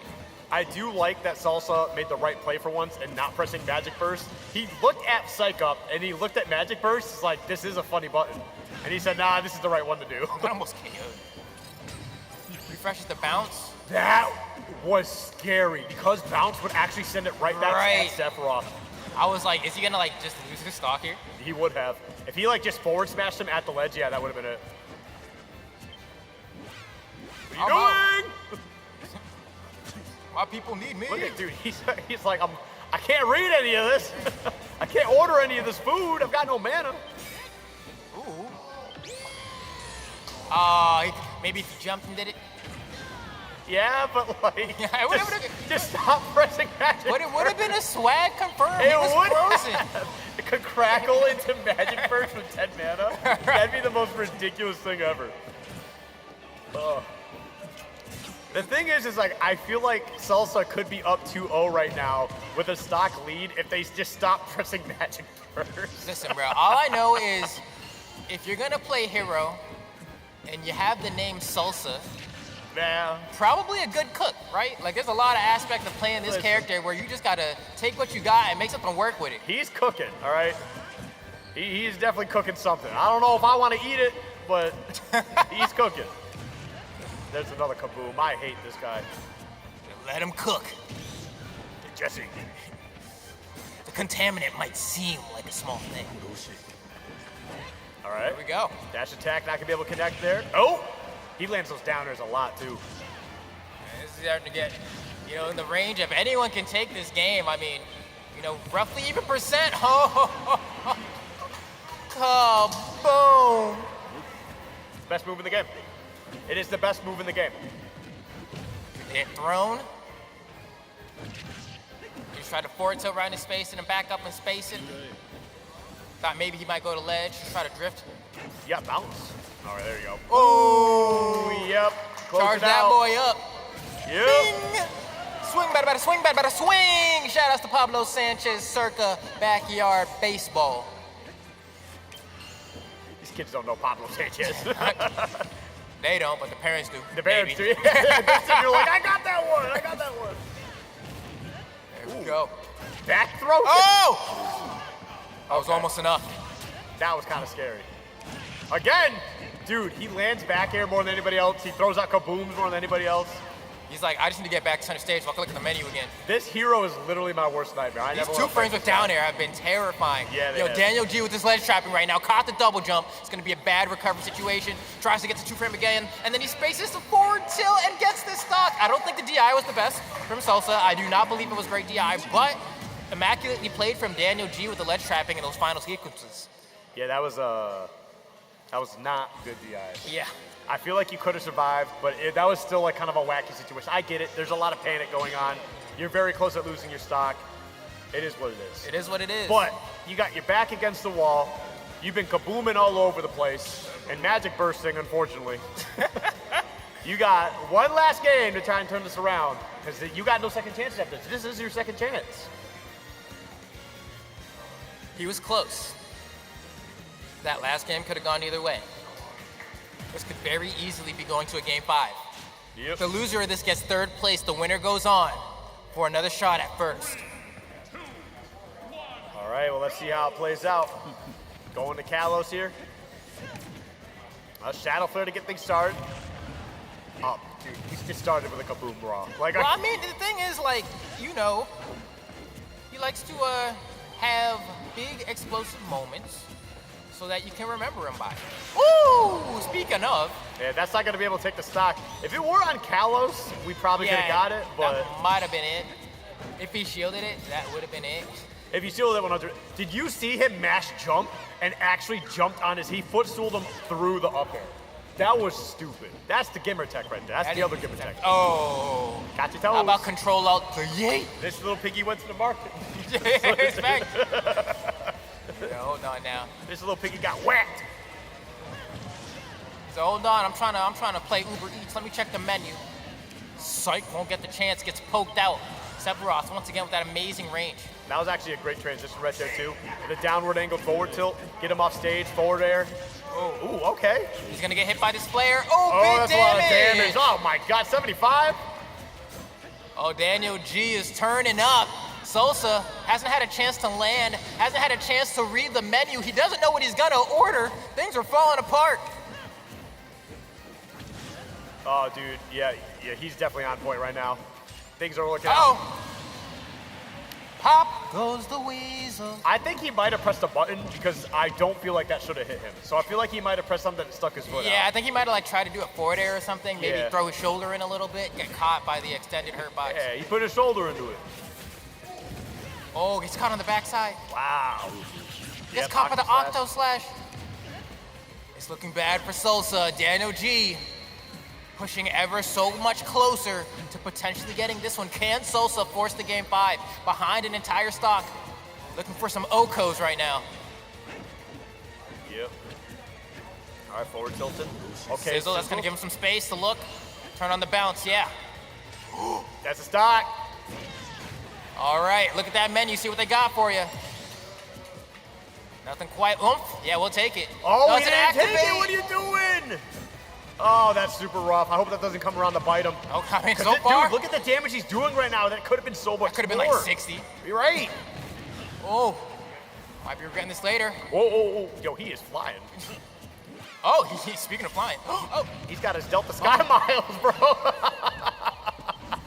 Throwing out the whack. I like that, dude. You don't want to mess with that. You already lost the stock earlier because you just drifted too close to it. Oh, he could get 2-framed here. Tries it.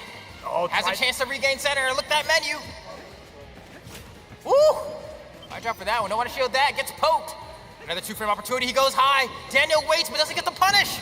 Oh, man. Gets the forward air. Now creating some more space. Gonna go for the bounce. I honestly don't think it's a bad idea. You get your mana back for a little bit. He really can't use it. How do you land? Is it up smash? Forward tilt. This is super tough, bro. Oh! No tech. Up air's not gonna be enough. Shadows to the ceiling on Kalos. Oh, no. This is gonna be bad news. He survived because of that. No, he's a big man. Big man Ting. He survived. He survived. 200%. He's gone. Oh, my God. He's gone. Daniel G got it. Daniel G got it. He's going to grand final. Shout outs to Sosa for getting 3rd place, but Daniel G said, hold on, big fella. If he actually landed on stage, if he was able to get his footing, he literally just had to like sneeze on Sephiroth and he was dead. If he grabbed him, dude, at twice size, I think just about any hit on Sephiroth, because Sephiroth's like 80, 90. Yeah. And then Hocus Pocus, Giant, they hit so hard, bro. God, that was terrifying, man. What a mess of a mess. It was fun. What a mess. That's wild. That means Daniel G gets the run back, though, right? Yeah. We did see him get cleaned up in the winner side of things, but hopefully this time around in the grand finals, has had some time to get that engine going a little bit. Also going to have a chance to, think about how he lost in that first set and try to make the proper adjustments to come back stronger in this grand final set. Yeah. Oh, boy. Oh, we're doing some giveaways here real quick. Oh, hey, everybody. I hope you got your tickets. You start checking those tickets real quick. We're going to be giving away, it looks like some headphones, if I'm not mistaken. Don't quote me on that. We'll see what it gets to. Zip, what do we got? Well, I'll tell you right now, it's not headphones. Those are the prizes for the winners, my boy. But we do have some stuff to give away. I got to give a shout out to that match, man. That match was crazy. That hero player, ridiculous. Give that man a round of applause. Golly. All right, so I got my magic bag of gifts, and I'm going to pull some tickets. If you have your tickets ready, come up here and choose you some prizes. All right, so we're going in hot. It is going to be 615073. 615073. I don't see anybody jumping for joy either. All right. We're going to jump to the next one. Next up, 615030. 615030. We got it? Come on down. I wish we had the Wheel of Fortune music.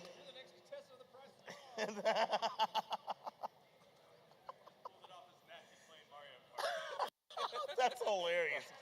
All right. Okay, so got it. All right, so we got a bunch of stuff in here. So first off, you're gonna get one of these. Okay. All right, so there's the GameStop ones, and then there's the Nintendo store. The $10 a GameStop. GameStop? Yeah, I don't think it's all right. And then from in the bag, you can choose 2 items for them. There's shirts, water bottles, and hats.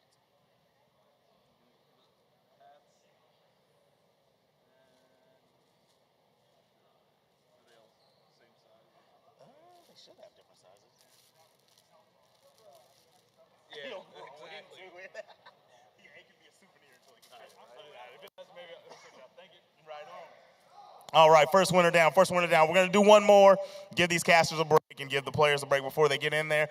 And the next ticket number is 615031.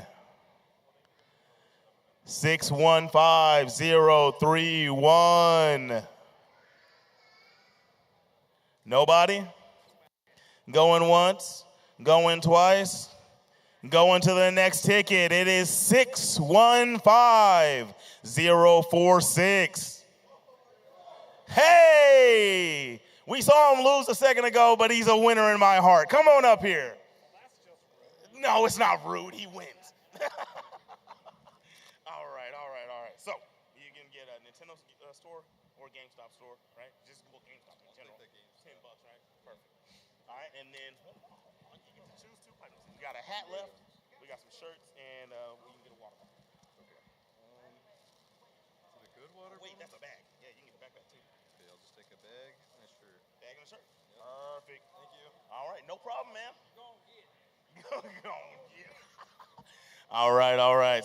So, with that being said, we are done with the giveaways for now. Maybe another later, I don't know. I got some stuff in here, we'll see. But we're gonna get into our Super Smash Brothers Grand Finals. Our other competitors making his way to the stage. Skiff, Flambeau, take it away. Oh, man. We got some action coming up here in just a little bit. Before we get to those grand finals, though, it's going to be between Danny G and Dominic.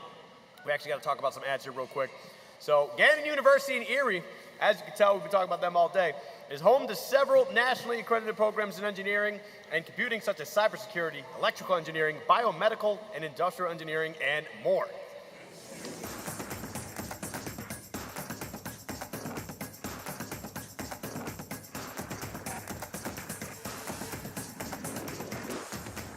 This is Gannon. This is Gannon. And students at Gannon do more than believe in the possibilities, they create them. You can find out more about engineering and computing at Gannon. Visit gannon.edu. And before we actually get to that, we got a few more ads to run for you real quick, so don't go anywhere. We're going to be right back with you. There's a need for local news because residents need to know what's happening in their community. They can really count on consistency, first with the news, then the weather, and the sports. All 3 facets working together just like a great team. It's not our job to give our opinions. It's our job to tell stories, to tell factual stories. We do the stories that really matter. We do the stories that count, that people are interested in. We're about new content and breaking news, and we do it every single night at 11 o'clock. For the last 7 years, you voted Happy 927 Erie's best radio station. We are locally owned, locally operated, and locally loved. And we thank you for making us happy.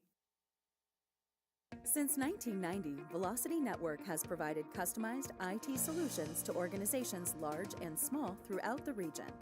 Supported by a technology campus located in Erie's Innovation District, VNet is capable of meeting all of your technology needs, including managed IT solutions, security assessments, internet and voice service, telephone systems, and more. This is our network, Velocity Network.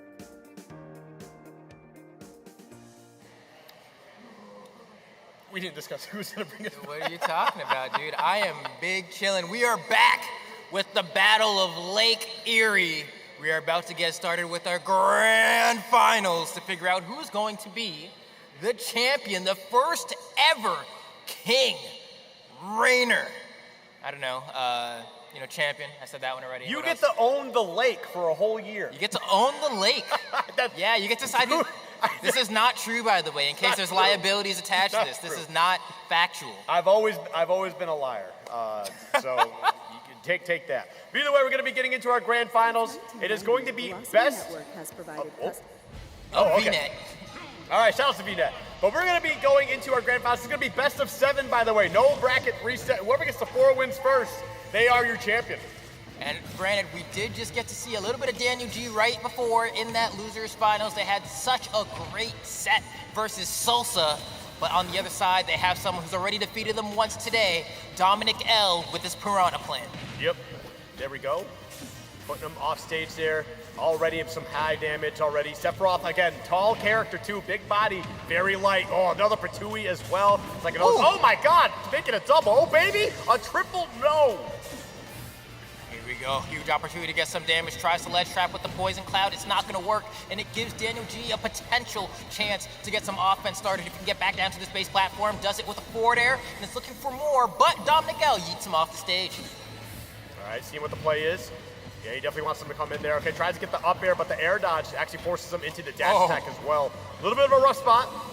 Yeah, I really love that fastball that we ended up seeing from Daniel G because we narrowly got away that Patui, but still pretty much on the back foot here. I mean, we keep talking about how Sephiroth isn't that heavy of a character, so like an up smash from Dominic, gonna be a yeet up throw probably, right? Yeah. There you go, and the stock is gone. 163, 100%, that's a stock gone. I think that might be a stock gone on like most characters. Most characters.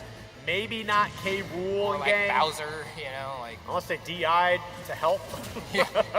I like that, actually. When he was recovering there, he did a slight tilt to actually keep himself away from that down there. That was actually brilliant. Yeah, it's those little small choices, those micro choices, bite-sized choices that can often make the difference in a game like this, but we're right back to even. The snaps are out in full effect, 3 snaps and almost an up air to boot as we're watching Daniel G try to give back a large answer here, but Dominic L trying to fight back. Yep. Wow, I'm surprised it actually got in time to be able to disrupt that Octo Slash, but again, the forward air putting him right off stage. He wants him to roll in. Forward throw. Almost gets him with the Patui. A little bit extra damage to that Poison Cloud too. Tries to stank him up. Ooh, and I love the movement there. Couldn't quite catch the delayed tech in, but with that said, still a good opportunity here. The wing is online, but Dominic L now, has Sephiroth right about where he wants him, man. You can't really take much more. Yep. Yeah. Wow, I'm surprised that took the stock. That must have been one of those things like you're already flying all the way back, but you press any button, it just extends your hurt box into the blast zone or whatever. Something like that, or maybe because he like, did jump. It's tough. Yep. 1, 2, 3. The gentleman misses the grab, but 1, 2, 3 again. Sends it back. Ooh, lots of damage here. Oh my God, that was so much. That was like 80, 90% off of that one interaction. He's hopping in the pot. This plan is looking to close out this first game. Yeah, there was no way he was letting that down B. Oh, it's an up throw. He jumped way too high. The angle was just not going to be able to connect. Now down here, though. All right, goes for the back air, but yeah, that was down B is like such a weird move because like if you just stay on the ground and just start charging it, people think like, oh, they're gonna tilt it to me. He tried to jump over you, he just let it rip. You just get the chomp. Yeah, you definitely could have got some extra little style out of that. But still, taking game 1 here, 3 games away from being your grand finals champ. Starting off pretty hot, 2 stock lead, right? Stock Duffington. Daniel G. Trying to figure out what is the answer to this plan. Sticking with the Sephiroth, I think it's a perfectly fine decision. It definitely is one of those things where it's like, he's keeping up for the most part, and then the game tends to slip a little bit, right? And even in that last game, was looking pretty much fine up until the moment he got grabbed on the poison cloud and had to eat 90%, right? Yep. Those are one of those, you can't have that happen in your game at all if you want to keep it in the realm of competitiveness. Okay. Tries to get a little bit extra damage here. Okay. Ooh. Dash attack. Pretty solid amount of damage here. Whoa, he actually had him. He knew the jump was coming. The execution's gonna fail you there. Nice little counter there. Go ahead and stop that with Scintilla. Being a little clutch. If he actually landed underneath the platform instead of landing on top, like if the angle was just a little bit better, he definitely could have up smashed after landing and probably could have taken an early stock. Nice. Ooh. Okay. Chasing down, and there we go. Yep. Nice little poke to go ahead and close out that stock. And Gannon has a lead, but for how much longer? I feel like he hasn't really been able to have a chance to like rack up any bits of extra credit every time he gets a lead. But maybe this time will be different.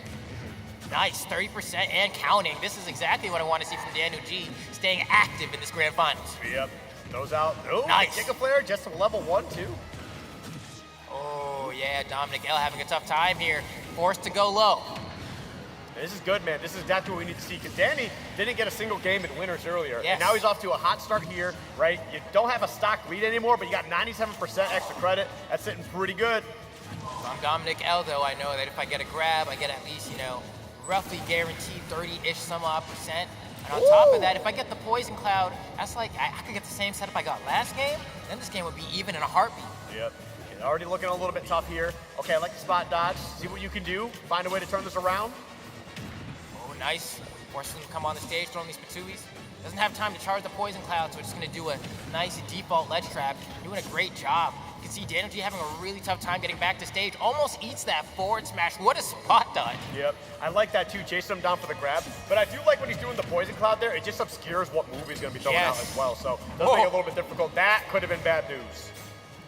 Well, honestly, all things considered, Dominic L is coming back here. Nice use of the Scintilla there, forces Dominic to respect it. Careful with the re-grab, no punish. Yeah, the dash attack actually puts you a little too high. There you go. That's one of the good things about the down B as well. It's also like a counter attack, right? You get to eat it a little bit because of the armor, and you do get a counter right out of that. Oh, but hold on. Daniel G is starting to cook. Tries to get the end with that down air, got us ahead with the counter, and that should be the game. We got ourselves a match here. Daniel G didn't get a game on the winner's side, but now in the grand finals, we got a different Daniel G. Hell yeah. That's what I like to see, man. Great stuff across the board here. One apiece. We're going to see how it plays out. Looks like we're just hitting random the entire way. Yeah, basically, when it goes 1-1, you can basically look at this as a best of 5 essentially now. First to 3 now. Yep. Both of them got a game. Yeah, but it's winner takes all. No resets. Only one winner. And we'll see what happens as we get into game 3 here. PS2. Of course. Yeah. Nothing like home sweet home. Yeah. I hate this home. I can't wait. I don't need you or this town.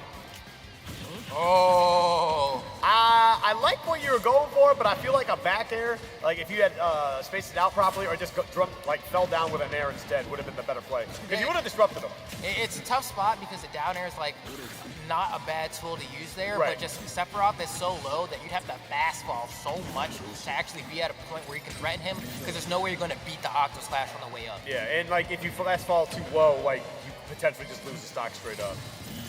There we go, Scintilla again. That's been the bane of Dominic L, right? That dastardly counter has been making things tough when it comes to getting back onto the stage. And what's crazy is that, like, I feel like we're just starting to see Scintilla. I don't feel like we've been seeing a lot from Daniel G earlier in the day. So seeing that come out a little bit more now, I'm like, all right, cool, thankfully. Yeah, I remember on like one of the first games on the winner's side, he was using it a lot to try to edge guard, but wasn't really able to close out stocks with it. But this time around, it was like he's a little bit more resolved in his game plan. Yep. Definitely getting a lot more out of that, too. Ooh, this could be a tough spot here. Okay, the down smash is actually the right play because those shadow flares were going to pop off quick like you just saw. Yeah, and you can see even Daniel G's thought was that he was going to keep himself safe with those shadow flares, just a little bit too early on the execution.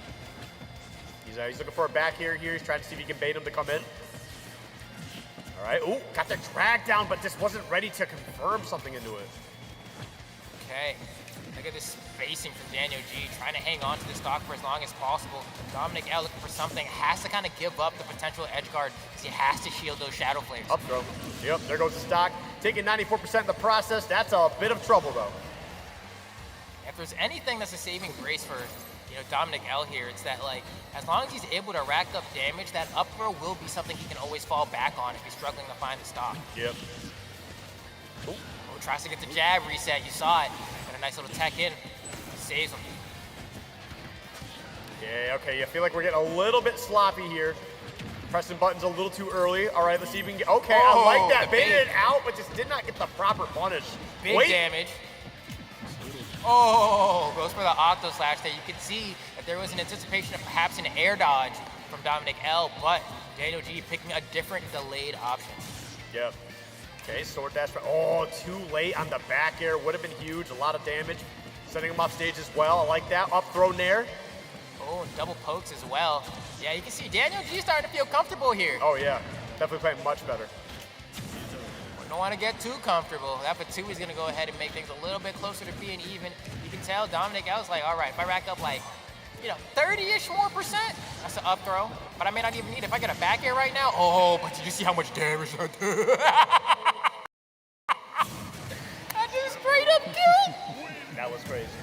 Listen, at this point, like I know you've been dominating all day with Plant, but it looks like the Plant might be figured out. It might be time to pull something else out here. I don't know if I'm convinced. I feel like you just have to change your game plan a little bit, right? A little bit. I feel like, part of the reason that last game escaped the realm was Scintilla, Patui, and then suddenly the game was just over, right? Yeah. Like, that is literally all that happened. So then it becomes okay, well, you don't want to abandon the Patui as a ledge trapping tool, but I think you want to use it almost closer to exclusively when Sephiroth's trying to get back. And if he's already made it to the stage, you just try to use your default buttons. Hey, tried and true. Plant gang till you're down 2-1. I get it. Can't even fault you at this point. But Wolf coming out here, much better character for the situation. This character has answers for just about everything. Except my hand has been forced. I'm going to pull out the Wolf Gang now. You ever had Wolf Gang puck pizza? Nope. It's I. I know, I see it at airports all the time. Oh, he wasn't gonna make it back. Like, he was already dead. Just wanted to show off how long his sword is.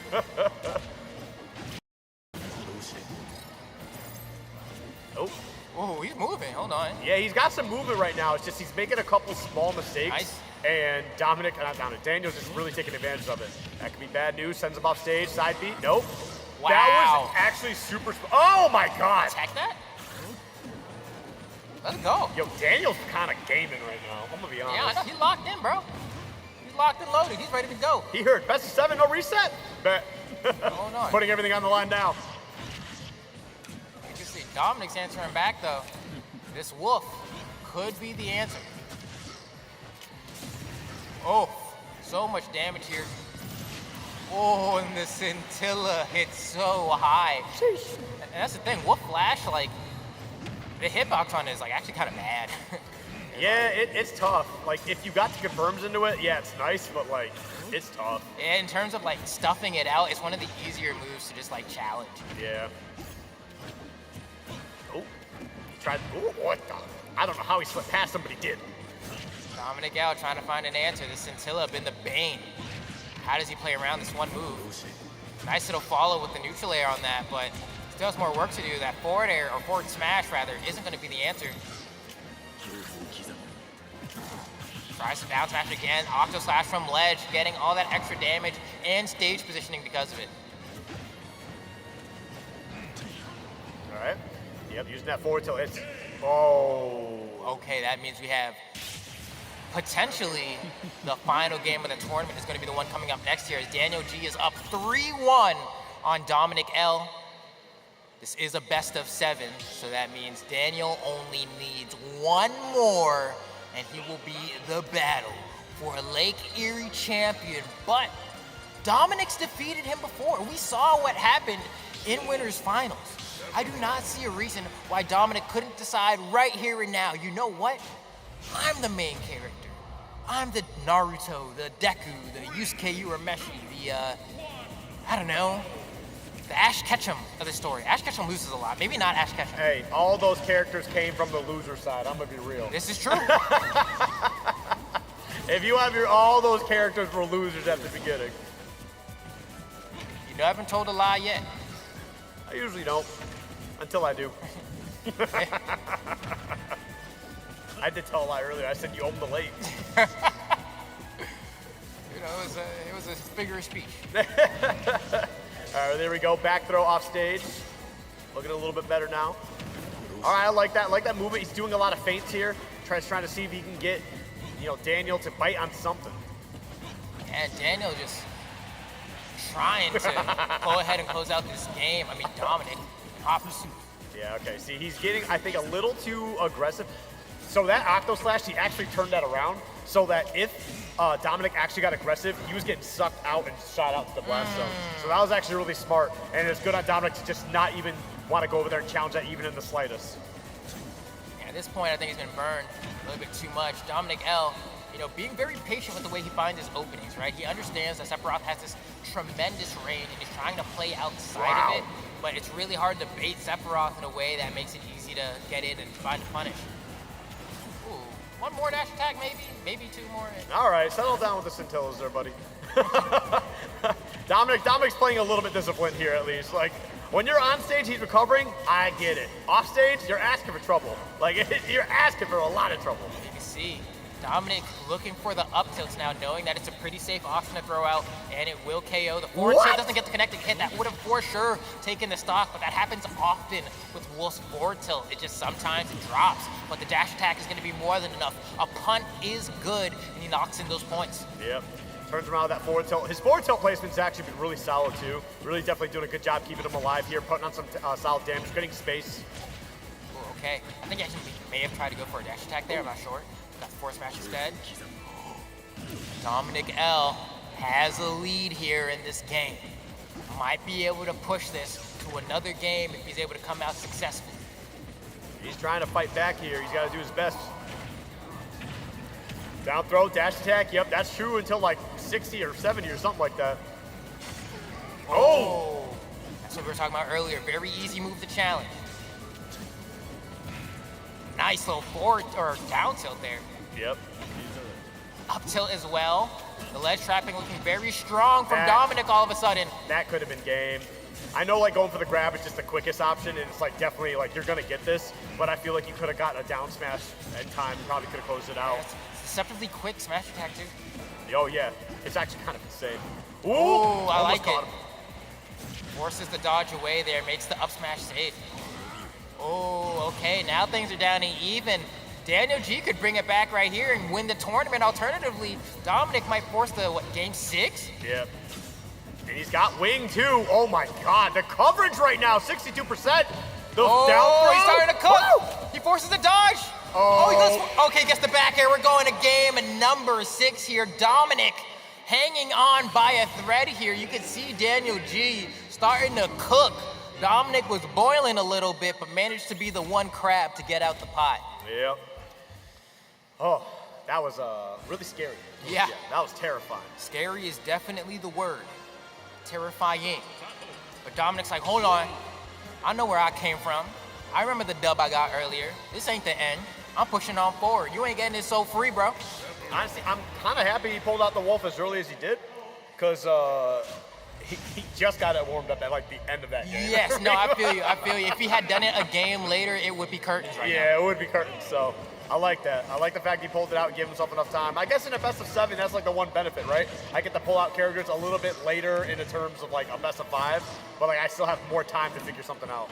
And so we're going to Battlefield now. How you feel about the stage selection? It's not a bad stage for Sephiroth. Like, depending on where you land, he can cover a lot of space here, right? Obviously, his up air, his down, or his up smash, they cover whole platforms. But Wolf does really well in all these spots, too. He gives himself a little bit of a roof, right? And he can control so much space just within that small area. Yeah, I mean, you can already see it kind of playing out to full effect here, the way that we're watching the stage be controlled completely by Dominic L, right? Hiding under that platform, controlling the center stage with relative ease, but finally we see Daniel G manage to get a swing to give him some space and some control. Oh, that would have been a stock. He had it. He had it. Look at this movement from Dominic. Daniel doesn't know what to do. Yeah, dude, he's moving. He's moving. Nope. Oh, tries to get the 1-inch punch on him. Okay. Wow. Okay. Hey, that's still there, buddy. No, but he picks an unsafe option there. He had a safe retreat back onto the stage, but gives it up. That's a grab. Doesn't get it. Yeah, so up smash, you can kind of act out of that pretty quick. Yeah. So you got to be a little bit careful there. Ooh, he had it too. 1-2, turned around. Didn't buckle his shoe, though. You're dumb, bro. That's so unfortunate, man. It's okay. 172 is nothing. I mean, yeah, no, that 172, this is probably the best case scenario for SDing, I guess. Yeah, there you go, even it up like that. But you could have still had a really solid lead here. This is true. And now you have to shield at some point here or just take the damage. He's just going to take it. No, throws out the reflector, uses a little bit of a mix. Get your damage and shield, probably. There you go, goes for the reflector, but he's a little early this time around. Yep. All right, there we go. Up air, the down air, interesting. Oh, tries to read a jump there. He's probably gonna try to down air me again. That's what he did the last time, right? But no, Daniel G decides to pick a different option. All right.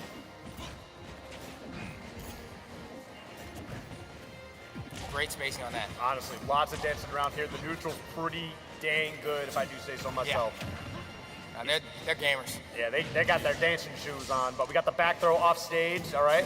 Just try to put out a poke, give yourself some safe space. Not able to get in time to punish that down air, but Scintilla kind of gives a free opportunity. Oh, there's so much spaghetti going on there. He just was not expecting it, didn't react. 1-inch punch is safe. Can't punch that boy. And then an immediate turnaround back air. And suddenly, Dominic L.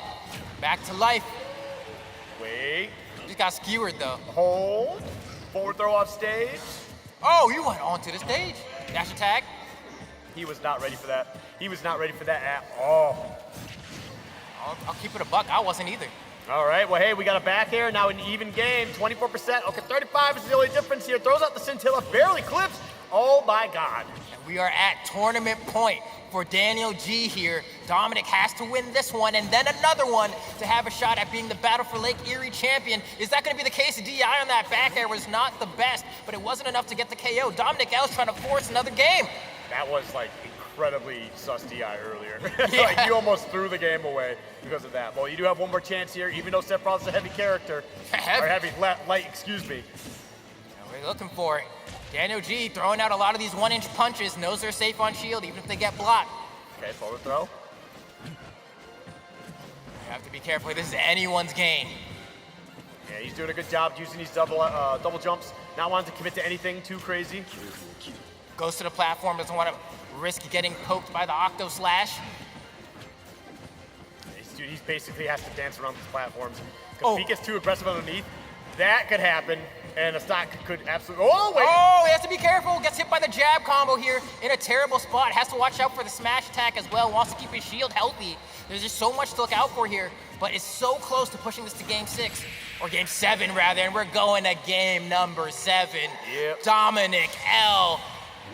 I mean, bro, was this close to losing the tournament in not quite a blowout, but very close to it, and then suddenly was able to turn the Jets on. The switch over to Wolf has really been the difference, and now Daniel G has to sit down and think to himself, what is happening here? I've lost the past, 3 or so straight, and if I don't clean up my act now, I'm going home with 2nd place. Yep, and it's sticking with the Wolf here, and honestly, it's the right play. Again, we kind of talked about it earlier. He gave himself enough time to get it warmed up, and it's been on fire. So we'll see if we get this done. PS2, final stage here, game 7. Let's see what happens. And this is always a heartbreaker for me because I always want sets to go to the final possible game, right? Yep. But it always means that at the end, there's going to be an experience of heartbreak for at least one of the competitors. The guy who got so close and couldn't make it, or the guy who brought it all the way back but couldn't clutch out at the end. There's no good story for at least one of these players. Oh, hey, I mean, every good story, it's someone's bad story, right? Like, look at every not sports team. necessarily. Listen, Air Bud is a lot of fun, but the other team had to lose for Air Bud to be good, right? I mean, but like, he's a dog. Like, everybody wants the dog to win. Dude, they couldn't be mad. He's literally got that dog in him. That's all I'm saying. They literally threw so the dog could win. But someone had to have a bad story. Either way, though, getting down to the nitty-gritty of things, we got 127 here. That back air is not going to be enough. The forward throw just getting some stage positioning. Forward tilt, nope, backs off, up smash, I like it. Goes right under the Scintilla and says, you know what, how about I hit you with an up smash to go ahead and secure that first stock. Dominic L is continuing this momentum he's had for the past 3 games into this 4th. That might be a streak of 4 dubs in a row. Again. Oh, we have a stock right back. 9% is the only difference between these stocks right now. All right, there we go. I like that. Up throw, forward air, tacking on some percentage, putting them off stage. And what an answer from Daniel G saying, I'm gonna make you think twice about the next time you decide not to sweet spot the ledge. Yep. You gotta be careful when Sephiroth is dashing back away from you and you decide to get aggressive, because he's gonna turn around forward tilt every single time you try to get aggressive on him. So you gotta know your timing, you gotta know your spacings, figure it out.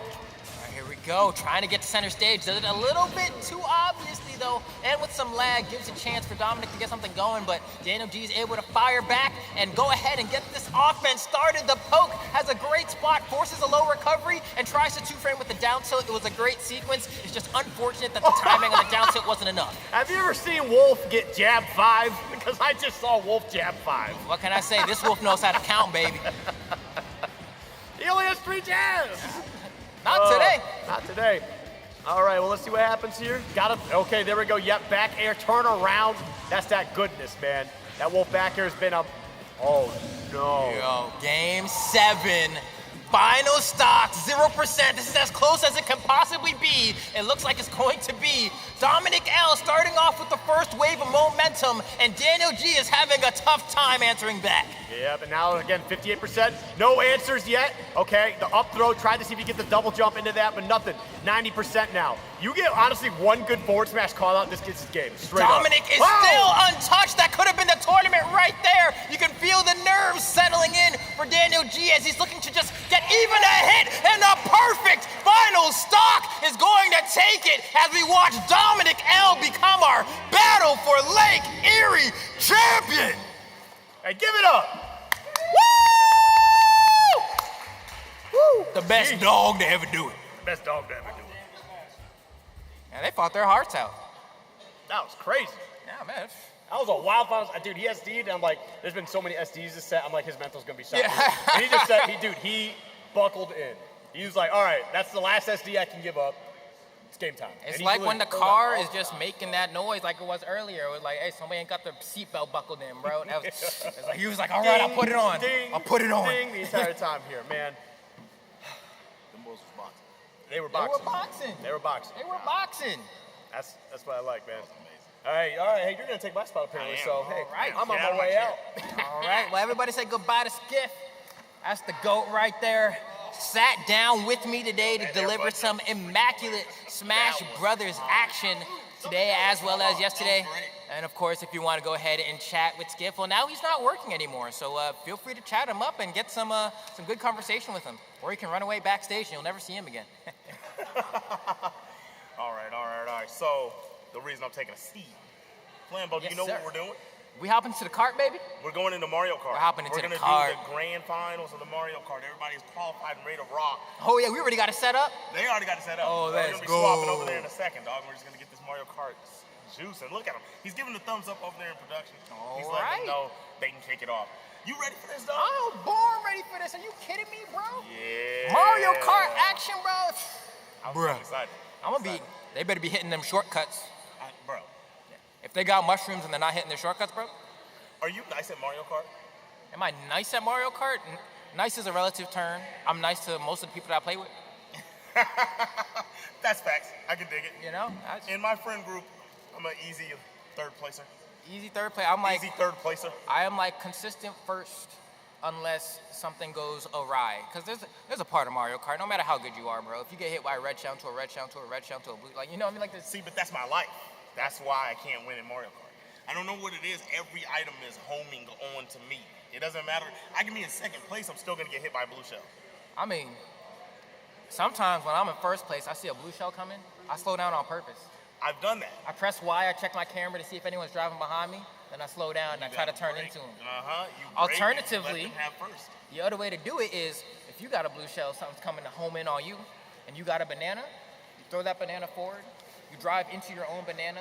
You're going to get slowed down, but you're going to be out of the race for less time than you would if you got hit by the blue shell. Sometimes I drive off the map on purpose. You know, there's ways.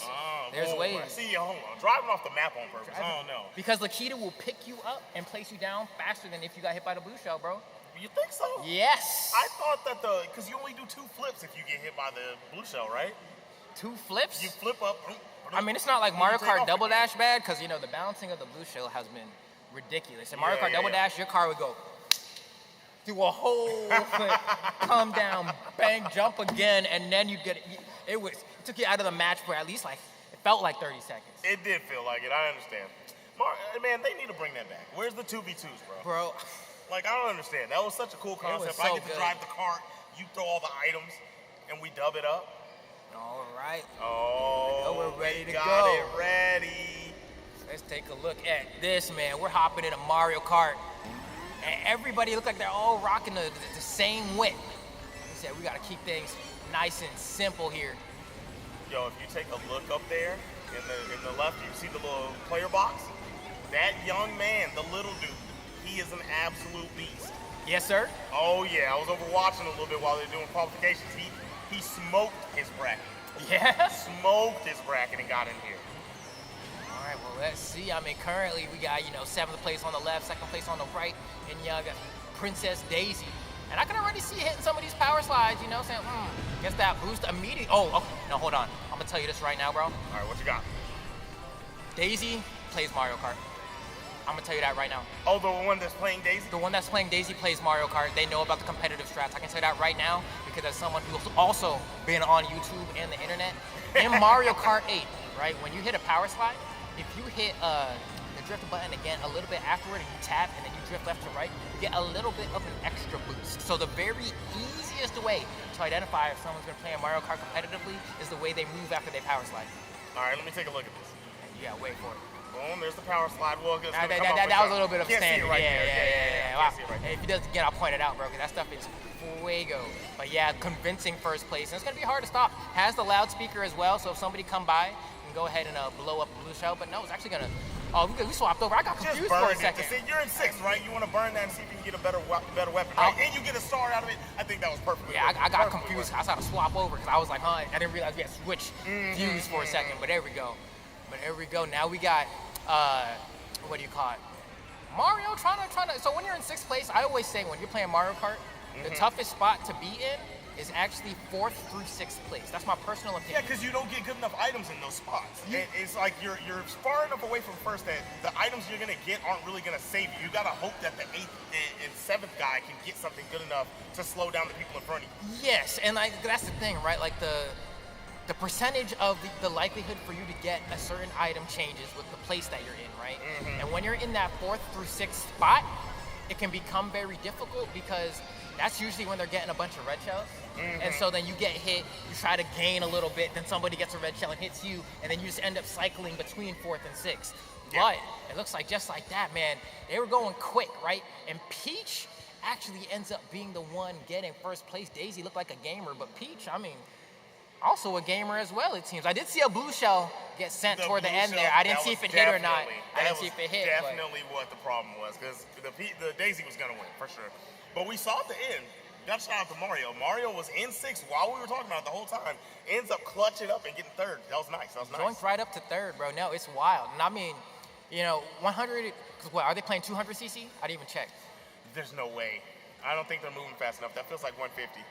It's 150? Yeah, okay, I was about to say. If it was 200, though? Bro. If it was 200, though? I'm a 200 fiend, bro. Oh, man. And when I'm at home, I play 200, but it does not look this clean. I promise you that. It doesn't look this clean in the slightest. Because I think the main difference between 200 and 150 is that in 150, you never have to slow down. Right. Yeah, exactly. That's the biggest thing. You never have to slow down. a lot of control in 200cc. In 200, you don't have to slow down, but you have to memorize maps to know how early you got to turn because you can't sight read the map anymore. Oh no. You can't react turns. Yes, exactly. Yeah, you're gonna fly. You have to just know the turn's coming.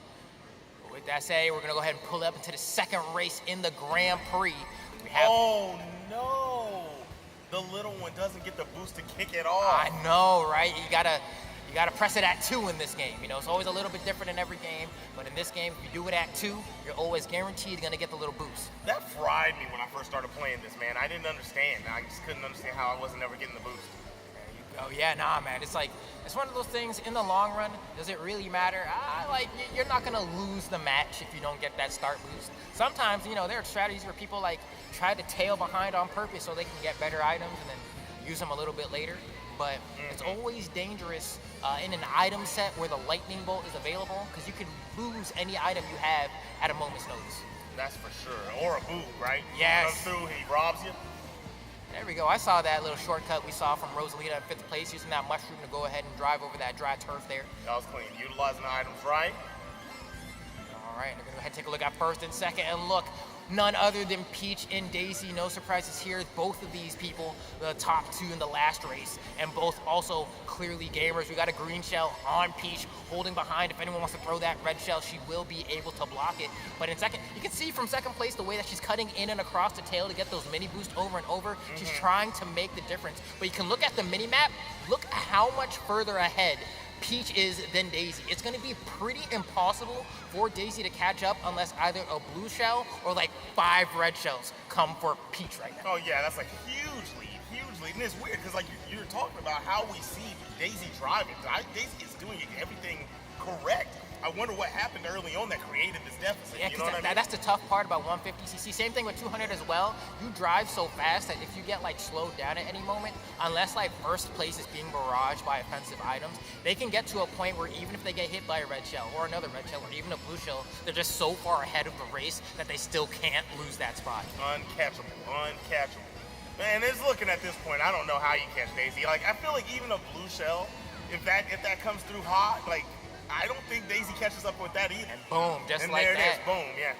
Race done, first place going to Peach, coming in, bam. Daisy for the second place. And so, so we got to see more of the Peach racing style because you're telling me all the techniques of Daisy, everything that's coming out, all the tricks of the trade.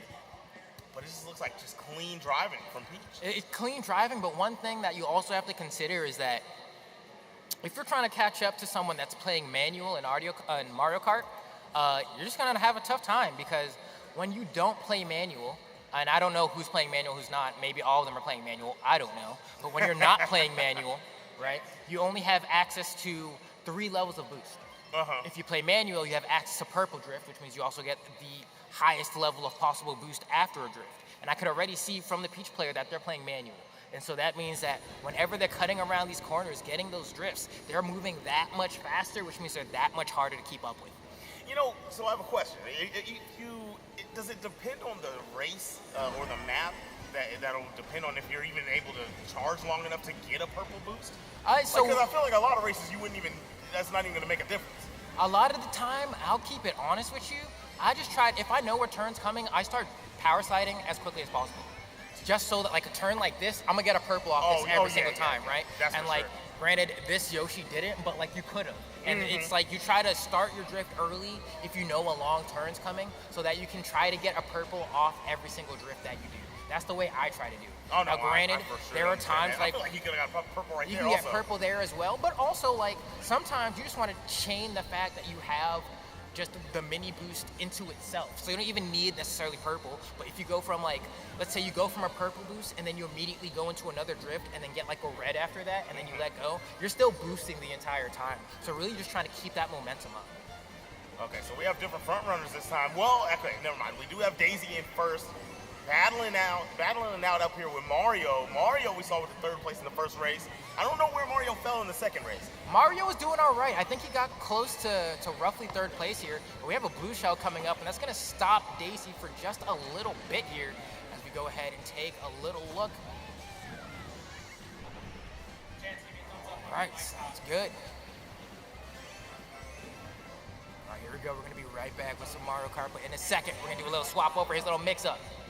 There we go. All right, cool. So we just want to announce our Rocket League champions. These guys, come on up, guys. They have to go to another meeting, probably play some more video games, I think. Yes, sir. So I think they're going to an esports meeting, so I want to congratulate Colton, Aiden, congratulations, and Daniel for winning the first annual Battle of Lake Erie Flagship City Esports Rocket League tournament. So congrats, gentlemen.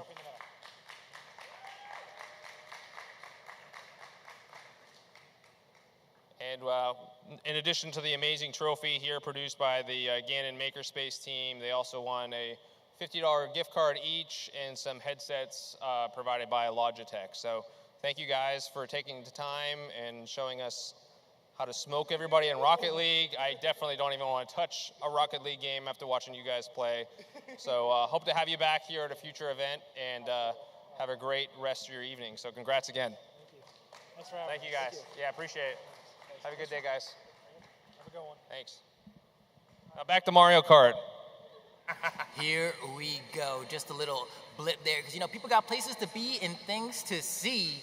And, I do want to give a personal shout out to the Rocket League players there. You're all filthy. I saw all of your triple, quadruple, flip, reset, double tap musties into the top right corner. Y'all are the best Rocket players to ever do it. Respect to y'all.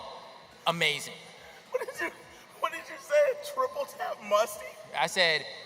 From the top right corner, what is that? Quadruple, flip, reset, triple tap musty into the top right corner, bro. That sounds like somebody's special move on Tony Hawk Pro Skater. I'll explain it to you later, because explaining how that mechanic, there's too many things happening there to explain in like 5 seconds. But let me just say it's swag. Here we go. We're on the final race of the Grand Prix, though. This is going to determine who's going to come out on top. We did not get to see who were the front runners for that last race, but just based off of the people in the spawn here, we can already tell that Peach and Daisy are still the top 2 contendants in the Grand Prix, and so it's probably likely going to be a toss-up between these two in terms of who our champion's going to be, unless one of them places really terribly, and let's say maybe Mario or Yoshi is able to swag a first-place finish here. I didn't get to look at the points, though, so that may not be possible. But either way, we have eyes on Peach and Daisy neck and neck. Look at these guys go. Look at these power slides. Boom, around the corner, avoiding the oil slick, and having that banana peel on the back to defend as well. So we do gotta wonder, because we didn't quite get to see the end of the last race, if Mario plays well in that one and he can clutch out a first in this one, he'd actually be able to make his way up into the upper rankings and be a winner. I don't know. Because he got third, if he plays well in the last one.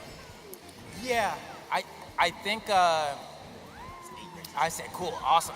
So with that said, I think it would be potentially possible. I mean, it's going to be a best of 8 different races, right? So that's he definitely effectively 2 Grand Prix, right? And granted, right now, Peach is dusting everyone. And Daisy is trying to catch up, but it's a hard spot to be in, right? Because, she has the red shell, but if she throws it, it doesn't matter. Peach has something on the back of her car to deflect it. And so it's you need to, at some point when the next item box spawn, maybe throw it and see if you can get another offensive item to force the flow. I figured it out. She's going to keep it. I figured it out. A small factor that people don't pay attention to, and what Daisy's not paying attention to. If you look down there in the bottom left on Peach's screen, she had the 10 coins the whole game. Always. Daisy did not have the coins, so no matter if they're using the same card, they're pretty similar in stats, and she's never going to catch up. It's facts. That's never going to catch up. So that was the difference in that race. But the 10 coins make all the difference, of course. Every time you pick up a coin in Mario Kart, you get a really, really mini boost. It's almost unnoticeable. I had to look that up. I had no idea that was a thing. But also, it increases your ability to, your max speed. What your max speed can possibly be. It's like switching gears in a car, right? And so if you don't have 10 out of 10 coins and somebody else does, they're going to be able to pass you at some point. If it's 9 to 10 coins, okay, it might take them a little bit longer to catch up because your top speeds aren't that different. But if it's 6 coins to 10, then suddenly they're gonna be dusting you. You're gonna be like, what happened here? Exactly, that's what we saw. Yeah, because when I initially noticed, Daisy was down 5 coins, and that's without being hit. We were watching the whole race. Daisy wasn't even getting hit by anything, so it's just not picking up the coins. I saw moments where Daisy was just dropping straight past. So that's a huge factor right there. Starting this one off, Daisy's going to be back in 6th place, and we see Peach taking her homeland space over in first. What? Oh, never mind. You like that cut? Shortcut. Yes, if you go right through, I wanted to call it the library. I don't even know if there's books in there, but there is a little shortcut you can take with the mushroom in this stage to go ahead and cut through and get a little bit of a boost. Honestly, the shortcut isn't that great as far as shortcuts go. There are other shortcuts in this game that give you much more of a lead in terms of how much space you're really making. Oh. Little tough for Peach there. And when you have that glider, if you pull back, you're able to get a little bit higher. Just wasn't quite able to make the reach there. Oh, that's gonna be tough for Peach as well. He's falling in the ranks right now, down into 5th. Daisy looking pretty comfortable up in 1st place, but there's a lot of items on deck. A lot can happen in the next 2 laps, actually, right? So we got a lap and a half, if you will, for everyone to catch up. But Daisy looking really good right now. Here we go. We're swapping over to see how the other members of the race are doing. Mario trying to get back into these standings. Judging by the way Mario drives, I believe they are rocking on automatic. and so they're getting a little bit of assistance with these turns on these corners here, which means they don't have access to the same top speed, but they do have a little bit more ease navigating through some of the tougher turns, and as well, oh man, that stinks. That stinks. And you try to get back into it with the mushroom, and then immediately you run into someone who has the star, and then I think there's like, another shell or like a banana peel as well, and that's how the game can be sometimes. That's what we were talking about earlier. That's my life. When I play this game, if I get touched by one thing, I'm getting touched by 6. And I'm going all the way back in the rings. But gets a star, gonna hit the shortcut, clean play. Making it back to 5th. Nice, all right, so making a swift move through the ranks, coming up into 4th, cutting through into 3rd, and Mario with a good succession of items, making all the way up to the top. We got Yoshi over here stuck in 8th place, gonna have to deal with all these items. The gold mushroom, not as good an item as you would like it to be, right? I agree. It's one of those things where it's like, graded on 150, it can be a little bit easier to control. On 200, it can feel like it's not even helpful. Terrible item in 150. 200. You're just going too fast. Yep, you're going way too fast. All right, so there's the finish on that one. We got our normal 2 front runners. Mario fell back behind. I don't know what happened to him there. Yeah, and it's a little bit tough because if there's anything I'm noticing, I don't know if all the players currently playing this Grand Prix know that, and this is going to sound like, I don't know, like really rudimentary to veteran Mario Kart players, but if you hold down the item button when you're using an item that can be carried on the back of your car, you will hold the item on the back of your car. And so, there are some people who are, getting targeted by red shells, and they have a green shell or a red shell of their own, and they're just not holding the item buttons to block the attack that's coming in for them. If you just hold the button for whether it's bomb-oms are a little bit more terrifying because they can explode. So if you're on a turn and something hits the back of your car, you'll get caught in the radius, but if you're driving straight, you won't. But if you're using a bomb-om, a shell, a banana, or any shell, doesn't matter, red or green, then you can deflect things, and that's extremely useful for staying alive. Same thing with the loudspeaker. That's the best tool in the game, honestly. Yes. You can get all the good items you want, but being able to defend yourself against red shells, that's one of the most powerful and repeatable items in the game. Yes. So if you can defend against the red shells, you're in a good space. And that's why with the way that this game is balanced, if you're in first place, you can only gain access to certain items unless you're running a custom moveset. Also, check out the 6 shortcut from Daisy there. I never see people do that shortcut really when you're playing just kind of casually, but clearly Purple Drift as well. Yeah, we got a game. I didn't even know it existed. Yeah. I didn't know that shortcut existed, to be honest. This is what I'm talking about. You're in first place, you're Daisy here, right? And this is the item that you want, right? Anything comes for you, you can just let that loudspeaker go and you'll break any red shell, any green shell. And this also destroys the blue shells as well. It's the only item in the game that'll do that. So as far as I'm concerned, the only part that sucks about this is that with this item combination, you can't swap the order of your items, right? And so I'd want to use that coin to get rid of it and replace it with a banana peel or a shell. So in case I have to use the loudspeaker, here's a shortcut again, bang, right over. That I don't have to effectively, waste. Gonna have to spend it here, right? Gonna have to spend it. Hopefully, hopefully the blue shell doesn't come in hot in a moment. But going into lap number 3, we saw a huge fall from grace for Peach in this race. But wow, never mind. What happened? I was gonna say how Peach worked her way back to 4th place, but back into 8th once again, going into lap number 3. Yeah, we got a little bit of a swap here, right? No, that's a swap. Yeah, we got a swap. Yeah. We got Rosalina on the right, and then we got the swap over to Yoshi on the left, who struggled making that turn a little bit. But that's kind of the difference between playing manual and automatic yet again. Granted, on stages like Rainbow Road, where a lot of it is not sheltered in, you can't always get the super assistance. For some maps, they'll do the turn for you, but when it's a stage like this, they're like, it's Rainbow Road, bro. You got to be able to drive off. Right. Yeah, how do you reference automatic? Automatic's kind of like when you go bowling and you can put the bumpers on. Yeah, that's a good way of explaining it, I think, right? Because it's you don't have the capability of I'll put it this way. It's if every time you got to swing a baseball, if you got to have your coach tell you what pitch was coming and also adjust your batting form before every time you had to swing. That's effectively...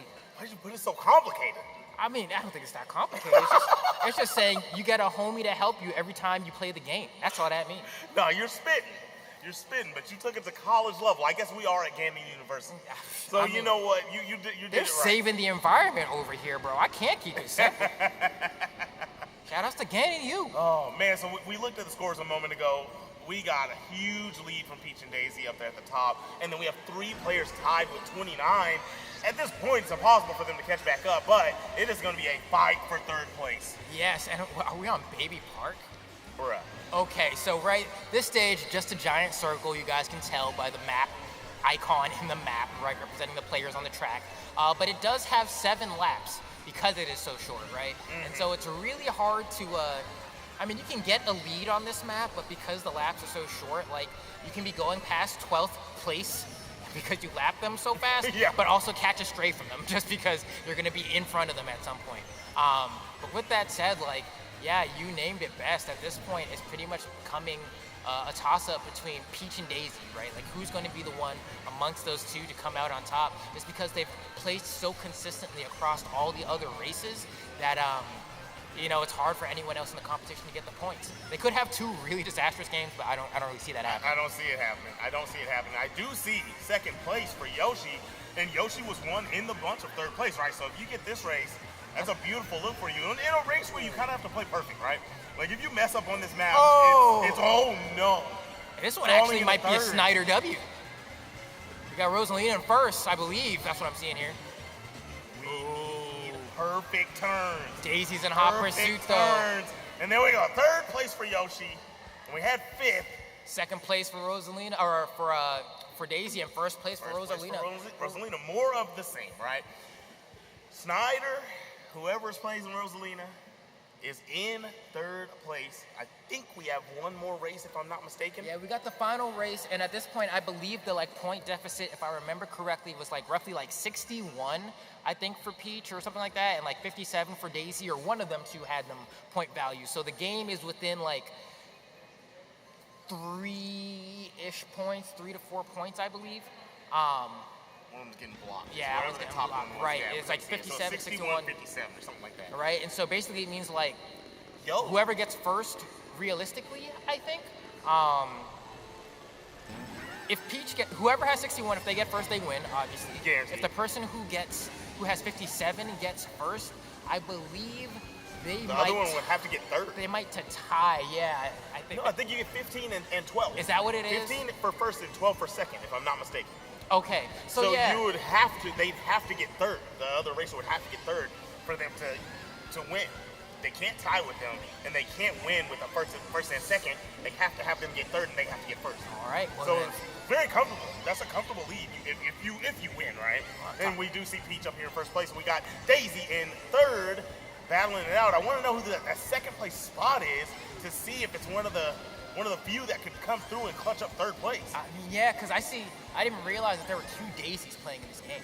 But it looks there's 2? Yeah, I mean, I'm just looking at the mini map to see who's in what place, and you can see that. I do see it. I see Peach it now.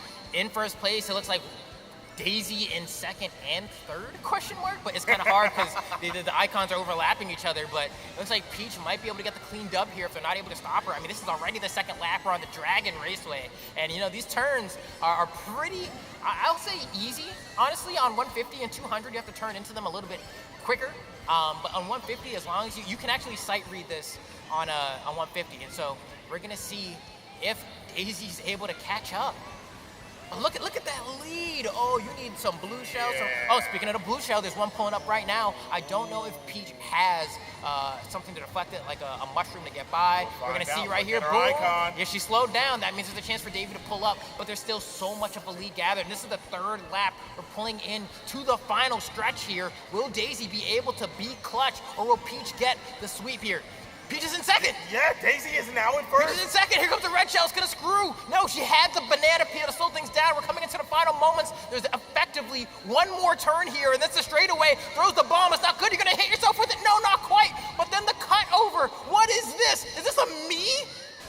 What? And there it is. Okay, so 1st and 2nd place. Now, this is determining. I think that Peach had the 67. So did Daisy do it? I don't know. I think I don't know if they... So you think Peach had the 57? Yeah. No. I'm sorry. 61. 61. So, and there it is. I told you. Oh, no. Oh, the first place wasn't enough. You needed someone to come through and clutch up second for you. Unfortunate, but it did lock in second place. And I can't see. Looks like Snyder third, or Snyder whoever was third, rocking slash Rosalina. Rosalina. And then it looks like we got the whole spread right there, right? So like insanely close. What the heck? That was good. That was good. Man. Hold on, production's tapping in. I couldn't.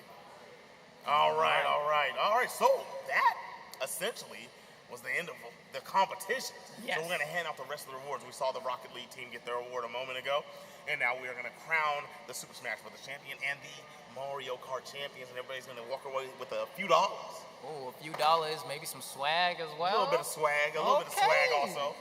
Yeah, buddy. So hold on. Do I need to get up?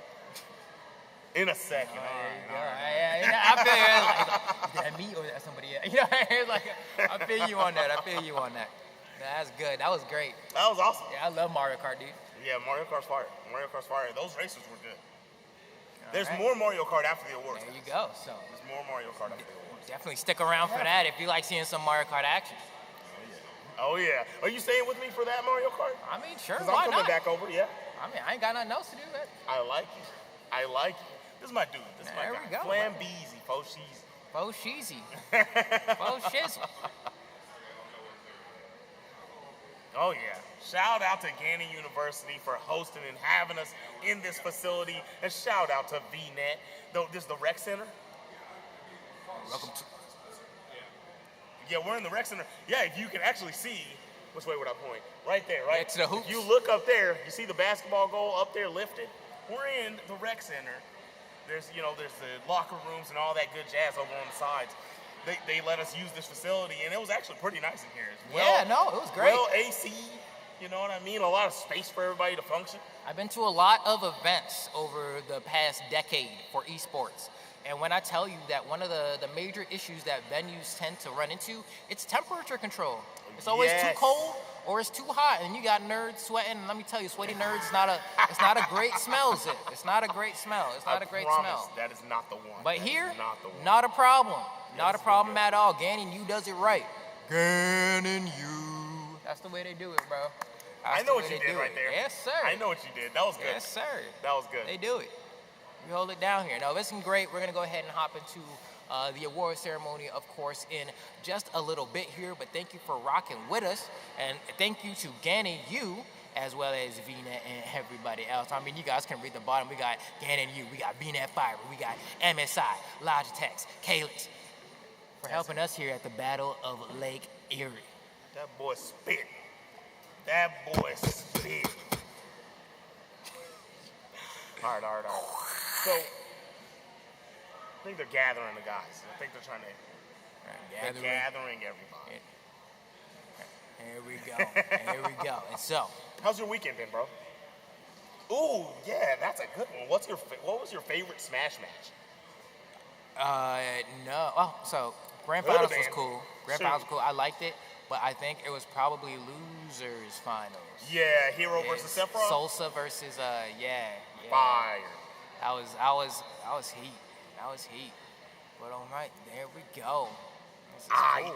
All right. So with that said, man, looks like we're getting ready to go ahead and get this ceremony popping. You can see Bitbastard Blex running up to the top of the stage to get ready to crown some champion. Zip, go ahead and let people know what's good.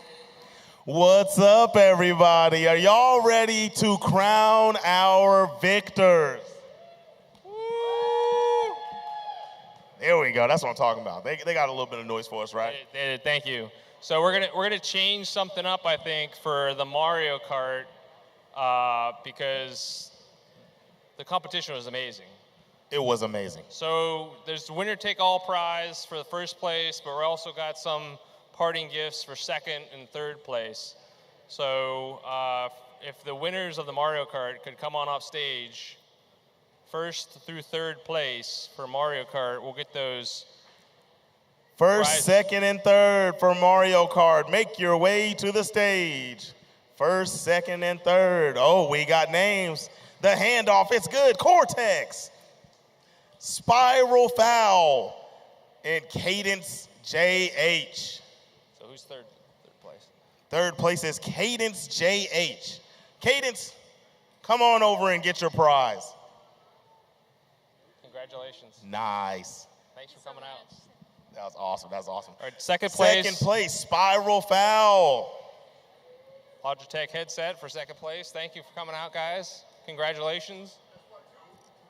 That man won our Smash yesterday, and he did very well in the tournament today, and then gets another headset from winning. He's cleaning up. He's got second. MSI from head to toe. He's got some headsets going on. This guy's cleaning up. He's cleaning up. I don't know. We might have to restrict him next year. No, that's awesome. Congrats. And to our first place, Cortex. Thank you. Congrats. Thanks for coming out. Great competition. Thank you guys so much. Love it. That was so good. I enjoyed watching it, man. Yeah, they was were awesome. so good. So now we're going to do the, oh, I forgot the trophy. Holy crap. Mario Kart trophy, first place. Come on back first up here, Cortex, bud. come get your trophy. I'm so excited handing out all these gifts. Here you go.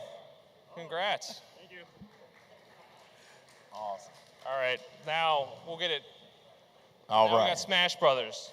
We are moving into the Smash Bros. Top three. Top three, come up here and get your awards.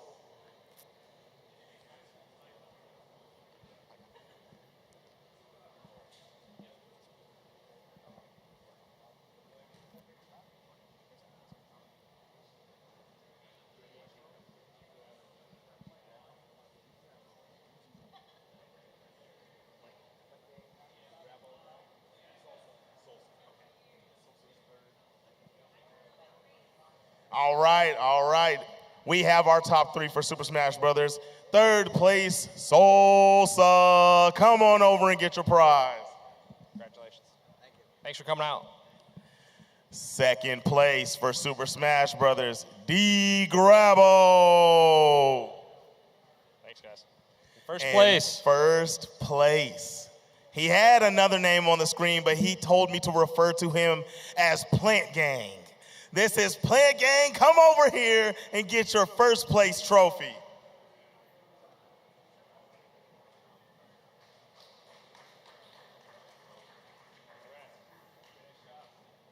Love it, love it. Isn't this guy, he could have hosted the whole event himself, right? Isn't he so photogenic? I don't want to take your job, man. I need a hat like yours. You know what?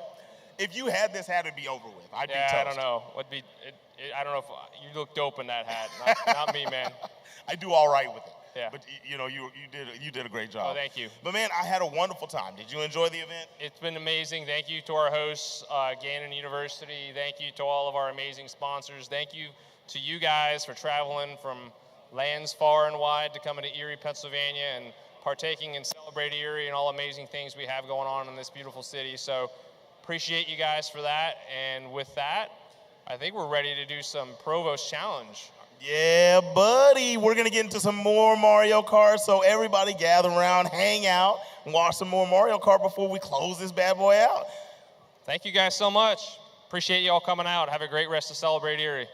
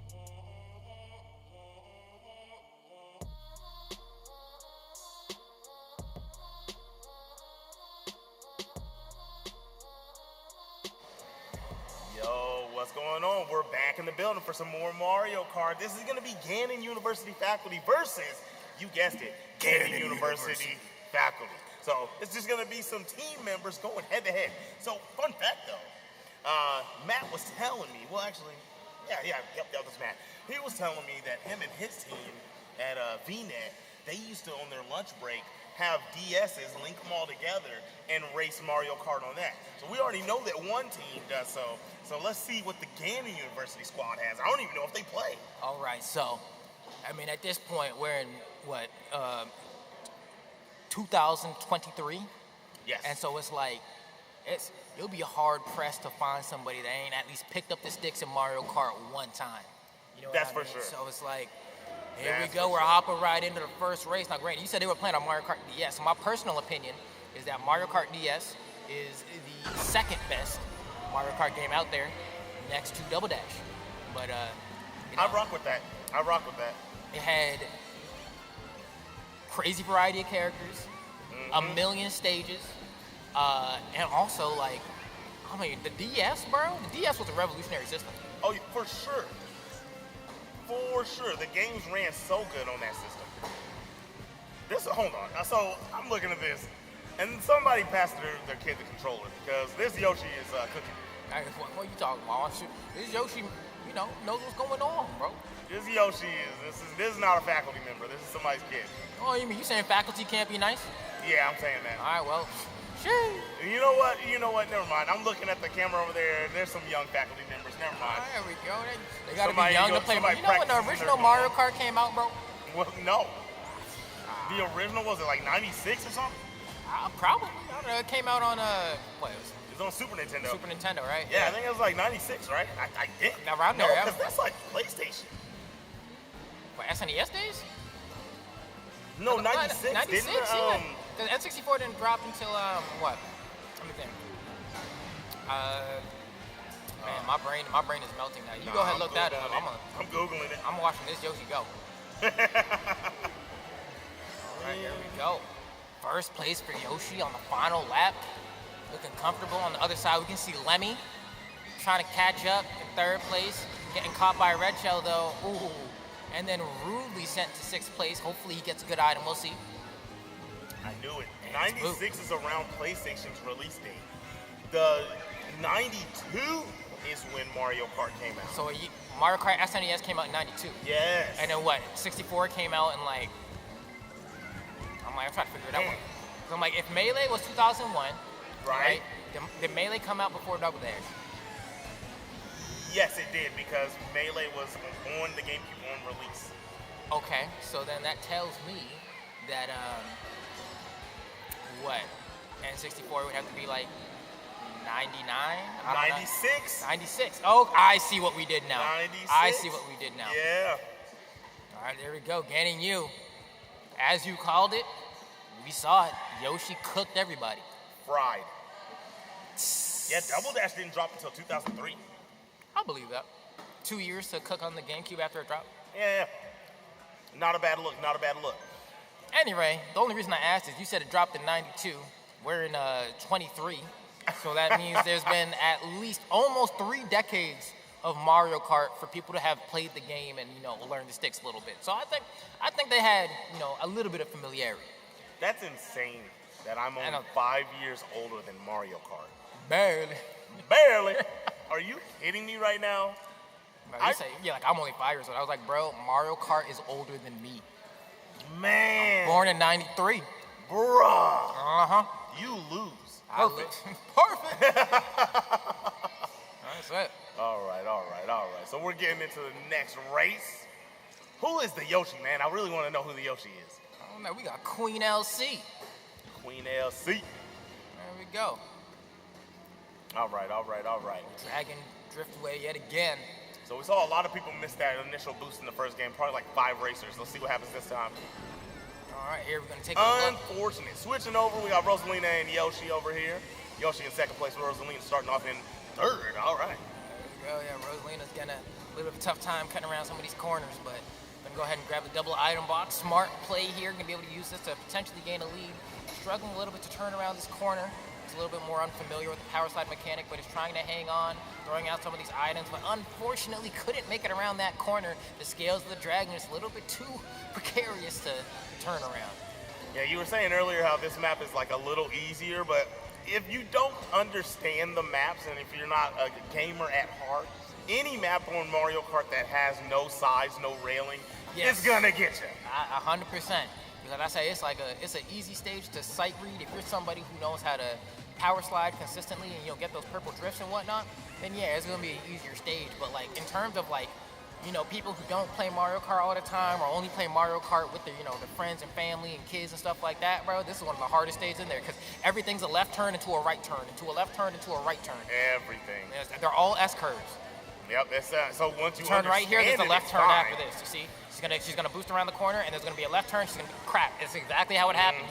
That's how it happens. And the cool part is once you understand this map, it's the railing is on the part that you should fall off of. You know what I mean? Yeah. You turn against the curve, so you turn against the part without the railing. So it's a safer map than Star Road for sure, but it's still a little difficult if you don't know what's coming.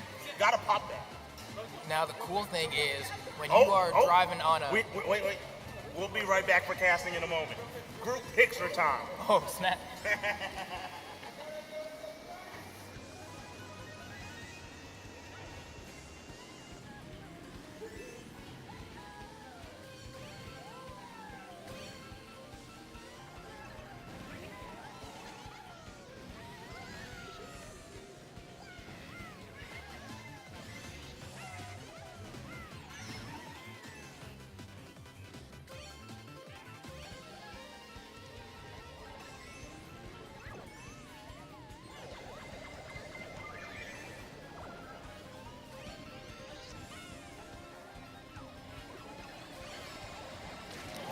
All right, we're back in the building, We got to take a group picture with all the folks, all the friends, all the staff.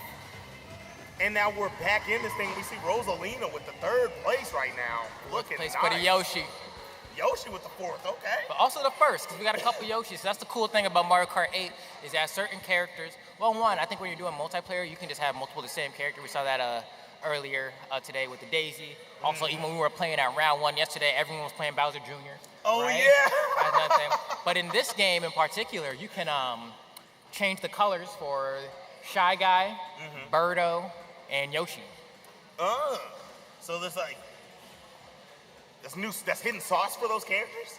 I don't know if I call it hidden sauce. You just press A on them when you select them, and then it gives you a menu of like blue, white, black, orange, red. You're right. Yeah. Yes, because when I pick Shy Guy, I always have to be the yellow or the black one. I'm always black Shy Guy, always black Yoshi.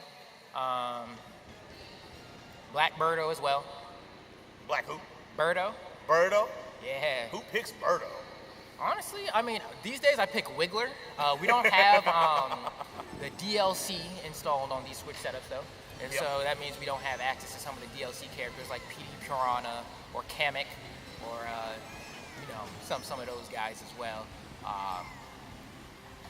But I mean, the base roster, this is one of my favorite maps. Excite Fight Arena. One of the simpler stages. It's kind of like the one we were talking about a moment ago where it's just a full circle, but this one has a few obstacles. You see those mud pits, a little bit of jumps, some grass, you know what I'm saying? And you mess up a little bit, And the reason I just like pressing the bumpers, bro. I just like hitting these ramps and then just getting the mini boost over and over and over again. It feels like you're always zooming. Yeah, this is a family-friendly fun map, bro. You get everything you need in a Mario Kart race in one. Boost action. Go off this ramp. There we go. Hold on. Baby Rosalina trying to put in that work. White Yoshi, on the other hand, trying to see if maybe can get this little ramp. Oh, just missed the ramp. That's unfortunate, but gets the mini boost off the mini ramp. You know, there's something I forgot about this game. Now I just gotta make sure I'm right. In Double Dash, if somebody has, or even in Mario 2, Mario NES. Yes. If somebody has a mushroom circling themselves, if I drive up beside them, I can steal it, yes, right? you pull up and it's yours now. But you can't do that in this one. What? Can you? Yeah. I swear I've tried it and it never works. You can swag their mushroom, you can also swag their shell and then feel bad. Really? That happens. Yeah, if you drive next to somebody who got 3 shells or 3 bananas, you get hit. If you drive next to someone who got the mushroom, you snag that. Okay. Well, I knew that you could do it with the other ones. I didn't know you could do it with the, I knew you could get hit by the item. I could be capping, but I believe that to be the way. I ran into the mushroom and never got it. That's me. That's why whenever I played it, granted, like in this game, it does be a little, what do you call it? You know, it's not, they base it, I'll put it this way. I believe the mushrooms to have their own hitbox as opposed to being linked to collision with the cart itself. Right. And so, like, you know, if it's on the right side, if you hit somebody, you're not gonna get it. It's how I understand it. But Right. I gotcha. So, like, the mushroom itself has to touch it. Yeah, Well, I mean, that's what I thought. I want to see it right now, because, like, I swear I've tried this before. And that's the other thing. Because of that exact reason, I always end up just using it the moment I get it. Yeah, I mean, you should. You should. It makes perfect sense. Queen LC falling. All right, Blue Yoshi kind of running them pockets right now. So, yeah, because, wait, hold on. Didn't Queen LC win the first race? Am I tripping? I don't know if they won the first race. They were just the one name that I saw that I was like was actually a name in comparison to, you know, player 3, 4, 5. So I know I said it, but I don't believe that they actually won. I gotcha. That makes sense. No, yeah, you're right, because you can't change characters in between races, and Yoshi won, so I'm definitely spitting some nonsense. Imagine if you could, though. Counterpick. You know? That'd be cool. But that's the thing, like, Mario Kart's so interesting just because, you know, from a competitive standpoint, which most people don't play it that way.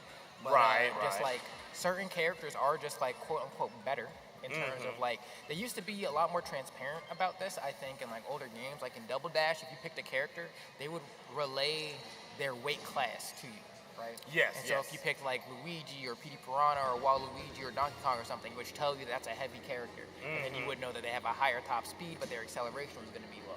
In this game, it's the same thing, but they don't explicitly say that to you in character select screen. When you go to pick your cart and you're looking at the stats, you'll notice they'll be different, but you won't understand why. Right, especially because you'll start switching between all the parts on the cart also, right? And you're really like, I don't know what's causing this, my acceleration to be so bad, but I'm just gonna keep tweaking stuff until I get it. Exactly. And sometimes it's like, no matter, like, if I pick a character like Bowser, it doesn't really matter. Like, you can take the Azure rollers, you know, any of the baby cart wheels for, like, you know, the little baby, you know, what is it called? Strollers. Any of the strollers, you know, always give acceleration. And also the airplane glider and the cloud glider will give you acceleration. But, like, outside of that, there ain't much else you can do. So sometimes if you just want acceleration, you just got to pick a lighter character. That's why I always pick Bowser Jr. Because I always want acceleration as my most important stat. Because in a game like Mario Kart, you're going to catch strays no matter what. And I think it's more important to be able to get back into the race quicker than be able to just drive really fast. I know, for sure. You can't go all speed. You can't do that. But yeah, I always go Shy Guy, man. Shy Guy is definitely my main character in this joint. And like sometimes if I already know I'm just getting washed for the night and I just want to pick characters, I pick Bowser. Just because I like Bowser. I don't blame you. Bowser's my dude. I don't pick Bowser. I pick Dry Bones sometimes, you know. Dry Bones, it's okay. He's always surprising to me because he's heavy. I said Dry Bone. I meant Dry Bowser. That's what I meant. I meant Dry Bowser. Oh. Dry Bowser. Because Dry Bone's just like the skeleton Koopa, but I'm talking about the King Koopa, like the skull version. Because I'm like, that dude too raw, bro. Yeah, I got you. Too raw. What if there was like Dry Donkey? No, one thing that always made me upset is that in Mario Kart Wii, you could unlock Funky Kong as a playable character, but in no other game, except maybe like Mario Kart Tour for your phone or something, has he ever been a playable character again. I'm like, give me back Funky Kong, bro. I'm trying to pull up with my shades and the bandana, you know? You don't even know who that is. Bro, you are well versed in the gaming world, my boy. Well, you know Funky Kong. No, I don't know Funky Kong. Is he from Donkey Kong? He's from Donkey Kong. I don't know Donkey Kong games like that, but I'm gonna say yes. I never finished Donkey Kong 64. I played Donkey Kong 64 a little bit, and I played Tropical Freeze, and that's it. I know this Diddy Kong, Dixie Kong, Funky Kong, Cranky Kong, and my man, Funky Kong. It's crazy. I know every one of those that you just named except for Funky Kong. But he's the coolest one, bro. He's the swagged out one. Bro, who is this man? I know, Cranky Kong might be the best one. You don't know this dude? Nope, I don't know who that guy is. He looks like bootleg Donkey Kong. He looks like Donkey Kong that just got off a bid. But what does that even mean? Donkey Kong is just an ape, bro. Like, all the Kongs look like Donkey Kong. Nah, they got their own facial structure. They got their own look. I don't know about the facial structure. Literally, it's like, this one's a monkey that's skinny with a hat and a red shirt. This one's a monkey with a pink shirt and a blonde. I don't even know what to call Dixie Kong's hair. Is it a wig? Does her hair just grow in blonde? I don't know what to call that. Right? You know, that's a good question. That might be a wig. Cranky it really Kong might is be a wig. just a monkey bending over with a beard and a cane. But they all look the same. It's like you took one monkey model and then you just put it in different outfits. You know, that's definitely probably the case like back in like a 1995 Yeah, it's like Nintendo Reptile, magazine. Scorpion, You know they're all the same Sub-Zero, person. Those Ermac. are definitely the same guys. Those are the same guys, and you just took a different one out of the Crayola box. Smoke, you know, like smoke. That's gray, I guess. Wow.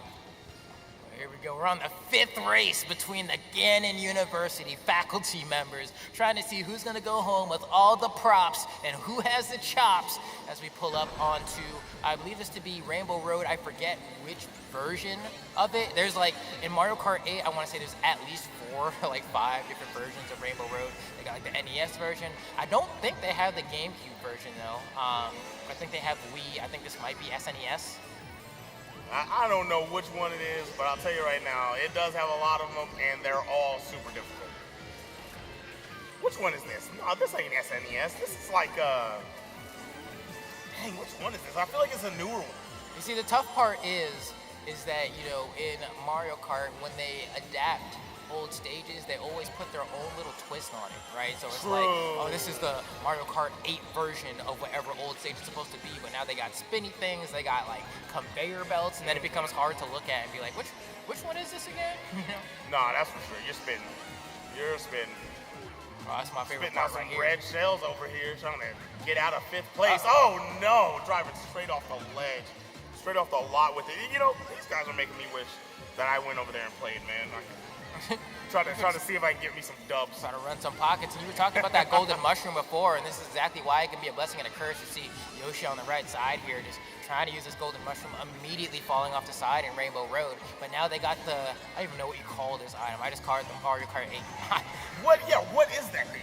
Because it's just supposed to be like, you get like, not one of everything, but kind of, I think you get like a banana peel, you get a red shell, a green shell, a bomb-bomb, maybe like a star, you know, a mushroom. It's just a sprinkle of everything, but no bullet bill.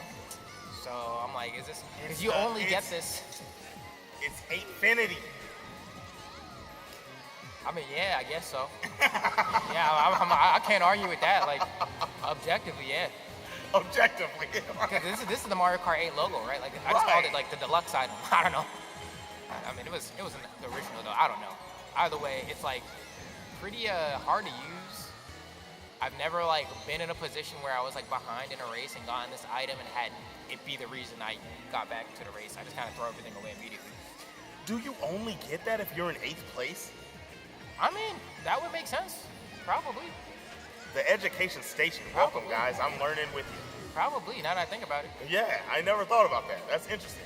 But yeah, it makes sense though, because like, you know, what you were saying about getting that item and getting out of last place, like it doesn't. It's like, yeah, you get one of everything, but like half the items you get are not gonna help you in 8th place. Yeah, no, I feel you. It's like I feel like once you're below a certain place, you're really just fishing for item boxes to get a bullet bill to get somewhere where you're like can be more competitive. Yeah. Or alternatively, you get a lightning bolt to mess up other people. You get a blue shell, at least you're stopping first place. But like the 8 always kind of ends up being difficult. My favorite item that you don't get enough is actually the Piranha Plant. That was a new addition in this game. I love the Piranha Plant. That is one of my favorite items in Mario Kart history. Like, it's so fun.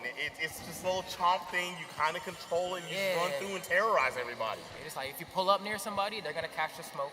Yeah. And that's always nice. And then you get like those mini boosts as well. Mm-hmm. And it's just nice, you know. It's nice to have. I feel like they don't give it out super often, which is kind of a pain. I feel like it's one of the more fun items in the game. And the mini boosts it give you aren't too distracting. You know, like if you're driving and you're turning and you're drifting, that mini boost isn't gonna mess up your turn. Unlike like you know trying to use a golden mushroom and then just like, it's like I'm good on that. I feel like the Piranha Plant is somewhere. I don't know if I'm right on this, right? But I feel like that's a 5th and 4th place item. Yeah, like around you there. Get it right I in think there. you might get it in 6th, but I don't think any later than that. I think more so when you're in 6, it's just probably possible, but I think in 6 is when you start to get bullet bill. Yeah. I wouldn't say 6. No, bullet bill. Well, I'm thinking about if you're playing 8 people, because obviously you can get bullet bill if it's 4 people, right? Yes. You can get it, you know what I mean? But generally, like if you're playing 8 people, somewhere around 5th and 6th is when you'll start to get bullet bill, Which is tough because the balancing of items is always like very interesting to me, just from like a balancing perspective, because I'm never going to be someone who cares really about the item balance, and Mario Kart is Mario Kart. I'm not playing this for like the most balanced experience. Right. Mario Kart Wii was pretty egregious in terms of what the balancing for items were. And so you could get the bullet bill like any place, bro. And it went extraordinarily far, like that's ridiculously far. And so it was really interesting to watch how they nerfed the bullet bill going into Mario Kart 8 Deluxe, because it was just like, dang, like I used to be able to get this in 4th place, bro. And you would zoom, but yeah, that's not. They had to reel it in. That's not okay. You can't have that in 4th place. They had to reel it in. No. That was lit, bro. Everyone was getting it. No, put that away. Here we go. We got Lemmy on the side here with the triple green shell. The green shell, I think, is probably, I won't say my favorite item in the game, but I think in terms of like ability to show skill expression, I think it's the one that has a top tier in that regard, right? Nah, for sure. Because I be whipping out the protractor with the green shell a lot of the time. You know what I mean? I'm like, hold on, let me get this angle right. If I bounce it off this corner, this dude's gonna turn in at this time, bang, right? And that's always satisfying. Oh yeah, when you land something like that, it feels good, bro. You think you're American Sniper, you know what I mean? Well, like anyone with a brain just lost the red cell instead. Yeah, you gotta have the red instead, but you catch somebody that on a pin that you like, I'm just gonna angle this and you catch them. Oh my gosh, the most wonderful feeling in the game. And sometimes, if you're pulling up on somewhere where it's gonna be like a 90-degree turn, you're gonna get like a straight up just harsh turn. You can throw it in front of you and then know that's gonna bounce off the wall and go backwards. Yeah. And then just turn and hit someone that's tailgating you. That stuff, like, it's just respectful. The BM can get wild in this game. Oh yeah, you ain't lying.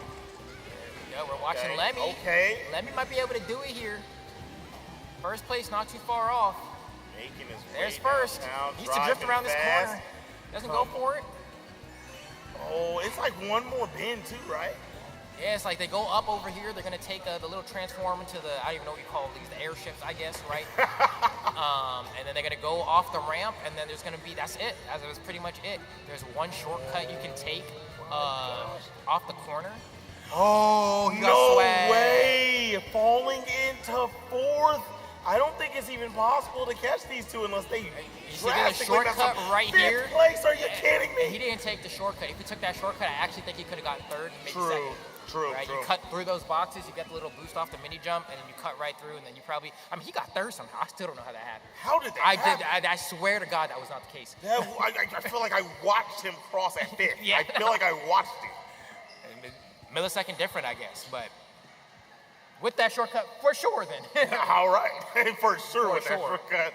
Somehow, with the sorcery we just saw, if he went to the shortcut, he would have won. Yes, exactly. That's what I'm saying, right? Like, the small optimizations like that can really, because you got to think about it. Like, these people are turning in and they're driving around a huge curve to cross over the finish line when you can just, you learn this in geometry class, whatever grade you take that in. For me, I think it was 10th grade.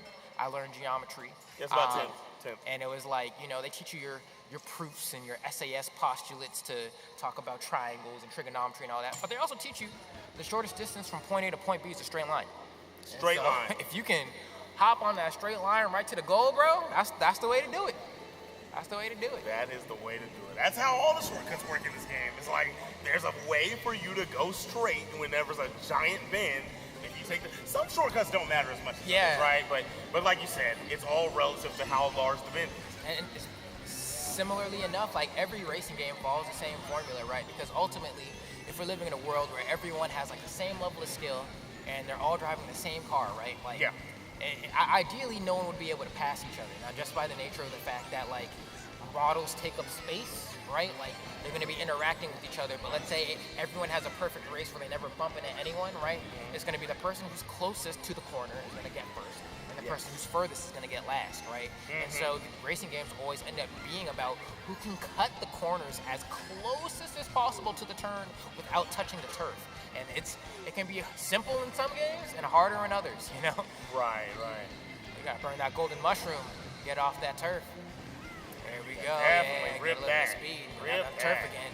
And you got the other mushrooms to back it up too, right? Yeah, this should be able to cover a lot of space, get you in the game. The wall here, but you got another mushroom to save. Smack it! Smack the mushroom! But it's tough because the issue they're trying to dodge is they don't want to cut through and then get to the other side with the turf. And since they aren't very accustomed to the power slide mechanic, there's no way they're going to be able to make that turn. So it's actually a smart decision when playing in terms of what you're familiar with. You know, this Yoshi, I'll take a drive with them anyway. You see how safe they're driving? They're following all the rules. If they had that safe driver thing you plug into your car, they're getting discounted rates every single month, I promise you. And definitely, one part about being a good driver is adhering to the speed limit. You know, it's not great when you're a racer, admittedly, but when you're a driver, you know, if the speed limit's saying, hey, it's 35 and you're driving 20, you know, there is sometimes something to be said about, you know, driving too slow. It's like those people that are on the highway and they're driving dummy slow. Yeah. It's like, well, now you're a safety hazard to everyone else on the highway because we're all, you know, subscribing to we're going to be driving at a certain speed. And if you're going below that speed, you're making it a safety hazard for everyone else on the road. But outside of that, you know, you go at a nice controlled pace. You look at the turns. You look both ways before you make a turn. You know, that's the way to do it. You check your rearview mirror, bro. You're clean to go. You're clean. You're good to go. Me personally, I Uber. I drive, but I hate driving. I'll drive in Mario Kart. In real life, get me away from that vehicle. I don't feel like it. I don't want to do it. And I don't want to see Yoshi get 8th place. But unfortunately, somebody's got to do it. 5th place over on the side right there. And in the top, Snyder, which is not actually the Snyder, you know what I'm saying? But he, the Donkey Kong, is now in 1st place. Who started off winning this? The other Yoshi, right? That's what my memory says. Yeah. At least game 1. I don't know if it was a consistent top placings, to be honest, but I guess the results will show. The way I always end up checking these is I wait for the next map to load, and then I just look at the order of the cars. Because then the person who's at the top of the scoreboard is going to get seated, quote unquote, in the first player spot, right? So then it's like, all right, if I look down the line, I can see roughly how well everyone's been doing. Okay. Attention to detail. He has an understanding. All right, here we go. We also got the scoreboard here, but it's not in order, which makes it a little bit wonkier to look at. That throws me off too, right? Why is that not in order? So who is that? Donkey Kong in 1st. 2nd, we got, it looks like, that Baby Rosalina, and then 3rd, Waluigi. 4th, Daisy. 5th, Lemmy. And then it looks like they start from the other side from there. So, not bad at all. Not bad at all. Wait, what is this little homie's name right here on the left? Lemmy. Or is it Lenny? It's Lemmy or Lenny? I forget. He's a Bowser, right? He's a Koopa kid, yeah. So, because he got, there's Roy, Wendy, Lemmy, Ludwig, and then, see, this is the tough part because there is, I'm like, is it Lemmy and Lenny? Is that what it is? Because there's this guy who got the rainbow mohawk, and then there's a dude who just got a blue one. Yep. I know what you're talking about. You know, the only one I know the name of that, but I've listened to you name all those names. The only one I know is Ludwig. Is who? Ludwig. That's the only one. Ludwig's the only one you know? That's the only one. You gotta know Roy, bro. The other ones to me are just they're just those little Koopa guys. Because Roy got the sunglasses. He's a swole one. That's why I like Roy. Okay. He's a swole one. He got the 2 teeth hanging out the side of his mouth. He's swole. And then Wendy's like the only one that's a girl. And so she's just kind of easy to remember, right? Ludwig looks like he should be working for Eggman or something. Here we go, right on the highway. Trying to weave in between these cars and these buses and this dude who got a surfboard on the back of his truck. There we go, swapping over the view as well, taking a look at 1st, 2nd place. We got Yoshi back in the king spot. Yep, so okay, this is the Yoshi I was talking about. He won the first game, but it looked like he fell from grace because you were just giving the breakdown of the placements, and I feel like, what was it, Yoshi was in 5th, right? Or 4th, or Something like that, 5th yeah. or 6th, I feel like. I mean, hey, you look back at the screen and it's like, hold on. Well, back in the 5th in the race itself, we have Rosalina in first place. I think Has a Baby red shell Rosalina on was in that, 3rd. too. Yeah, That's I think so. good stuff. And so that means, you know, if I'm Baby Rosalina right now, I'm just putting that red shell in the back of my car. Right, for sure. Because you can still throw it forward if you're holding it on the back. See, but they end up Oh, throwing it. Yeah, you got to throwing it. hold down the button and just keep holding it to keep it on the back of your car. Yeah, it's a bit of a, it's weird to get used to, admittedly, because like it feels weird to just be driving than having to hold down another button the entire time while you're driving. Right. But that is how you keep it on the back of your car. They got swag at the last second there. Yo, the very last second. What in the world happened? And look at Yoshi. Yoshi was cooking, was in first, talking about how Yoshi won the first race. And while we talked about Rosalina, Yoshi falls all the way to 8th place. Are you joking? I mean, there's this Tyler Perry movie called The Fall from Grace. Yeah. It's bad. You didn't even have to tell me that. You didn't have to tell me Don't watch that. it, but it only felt applicable here for the name and name only. That was it, right? That was the last race? Yep, that was it. Wow, there we have it then. I hope they had fun. Yeah, no, I mean, ain't nothing but a good time playing Mario Kart.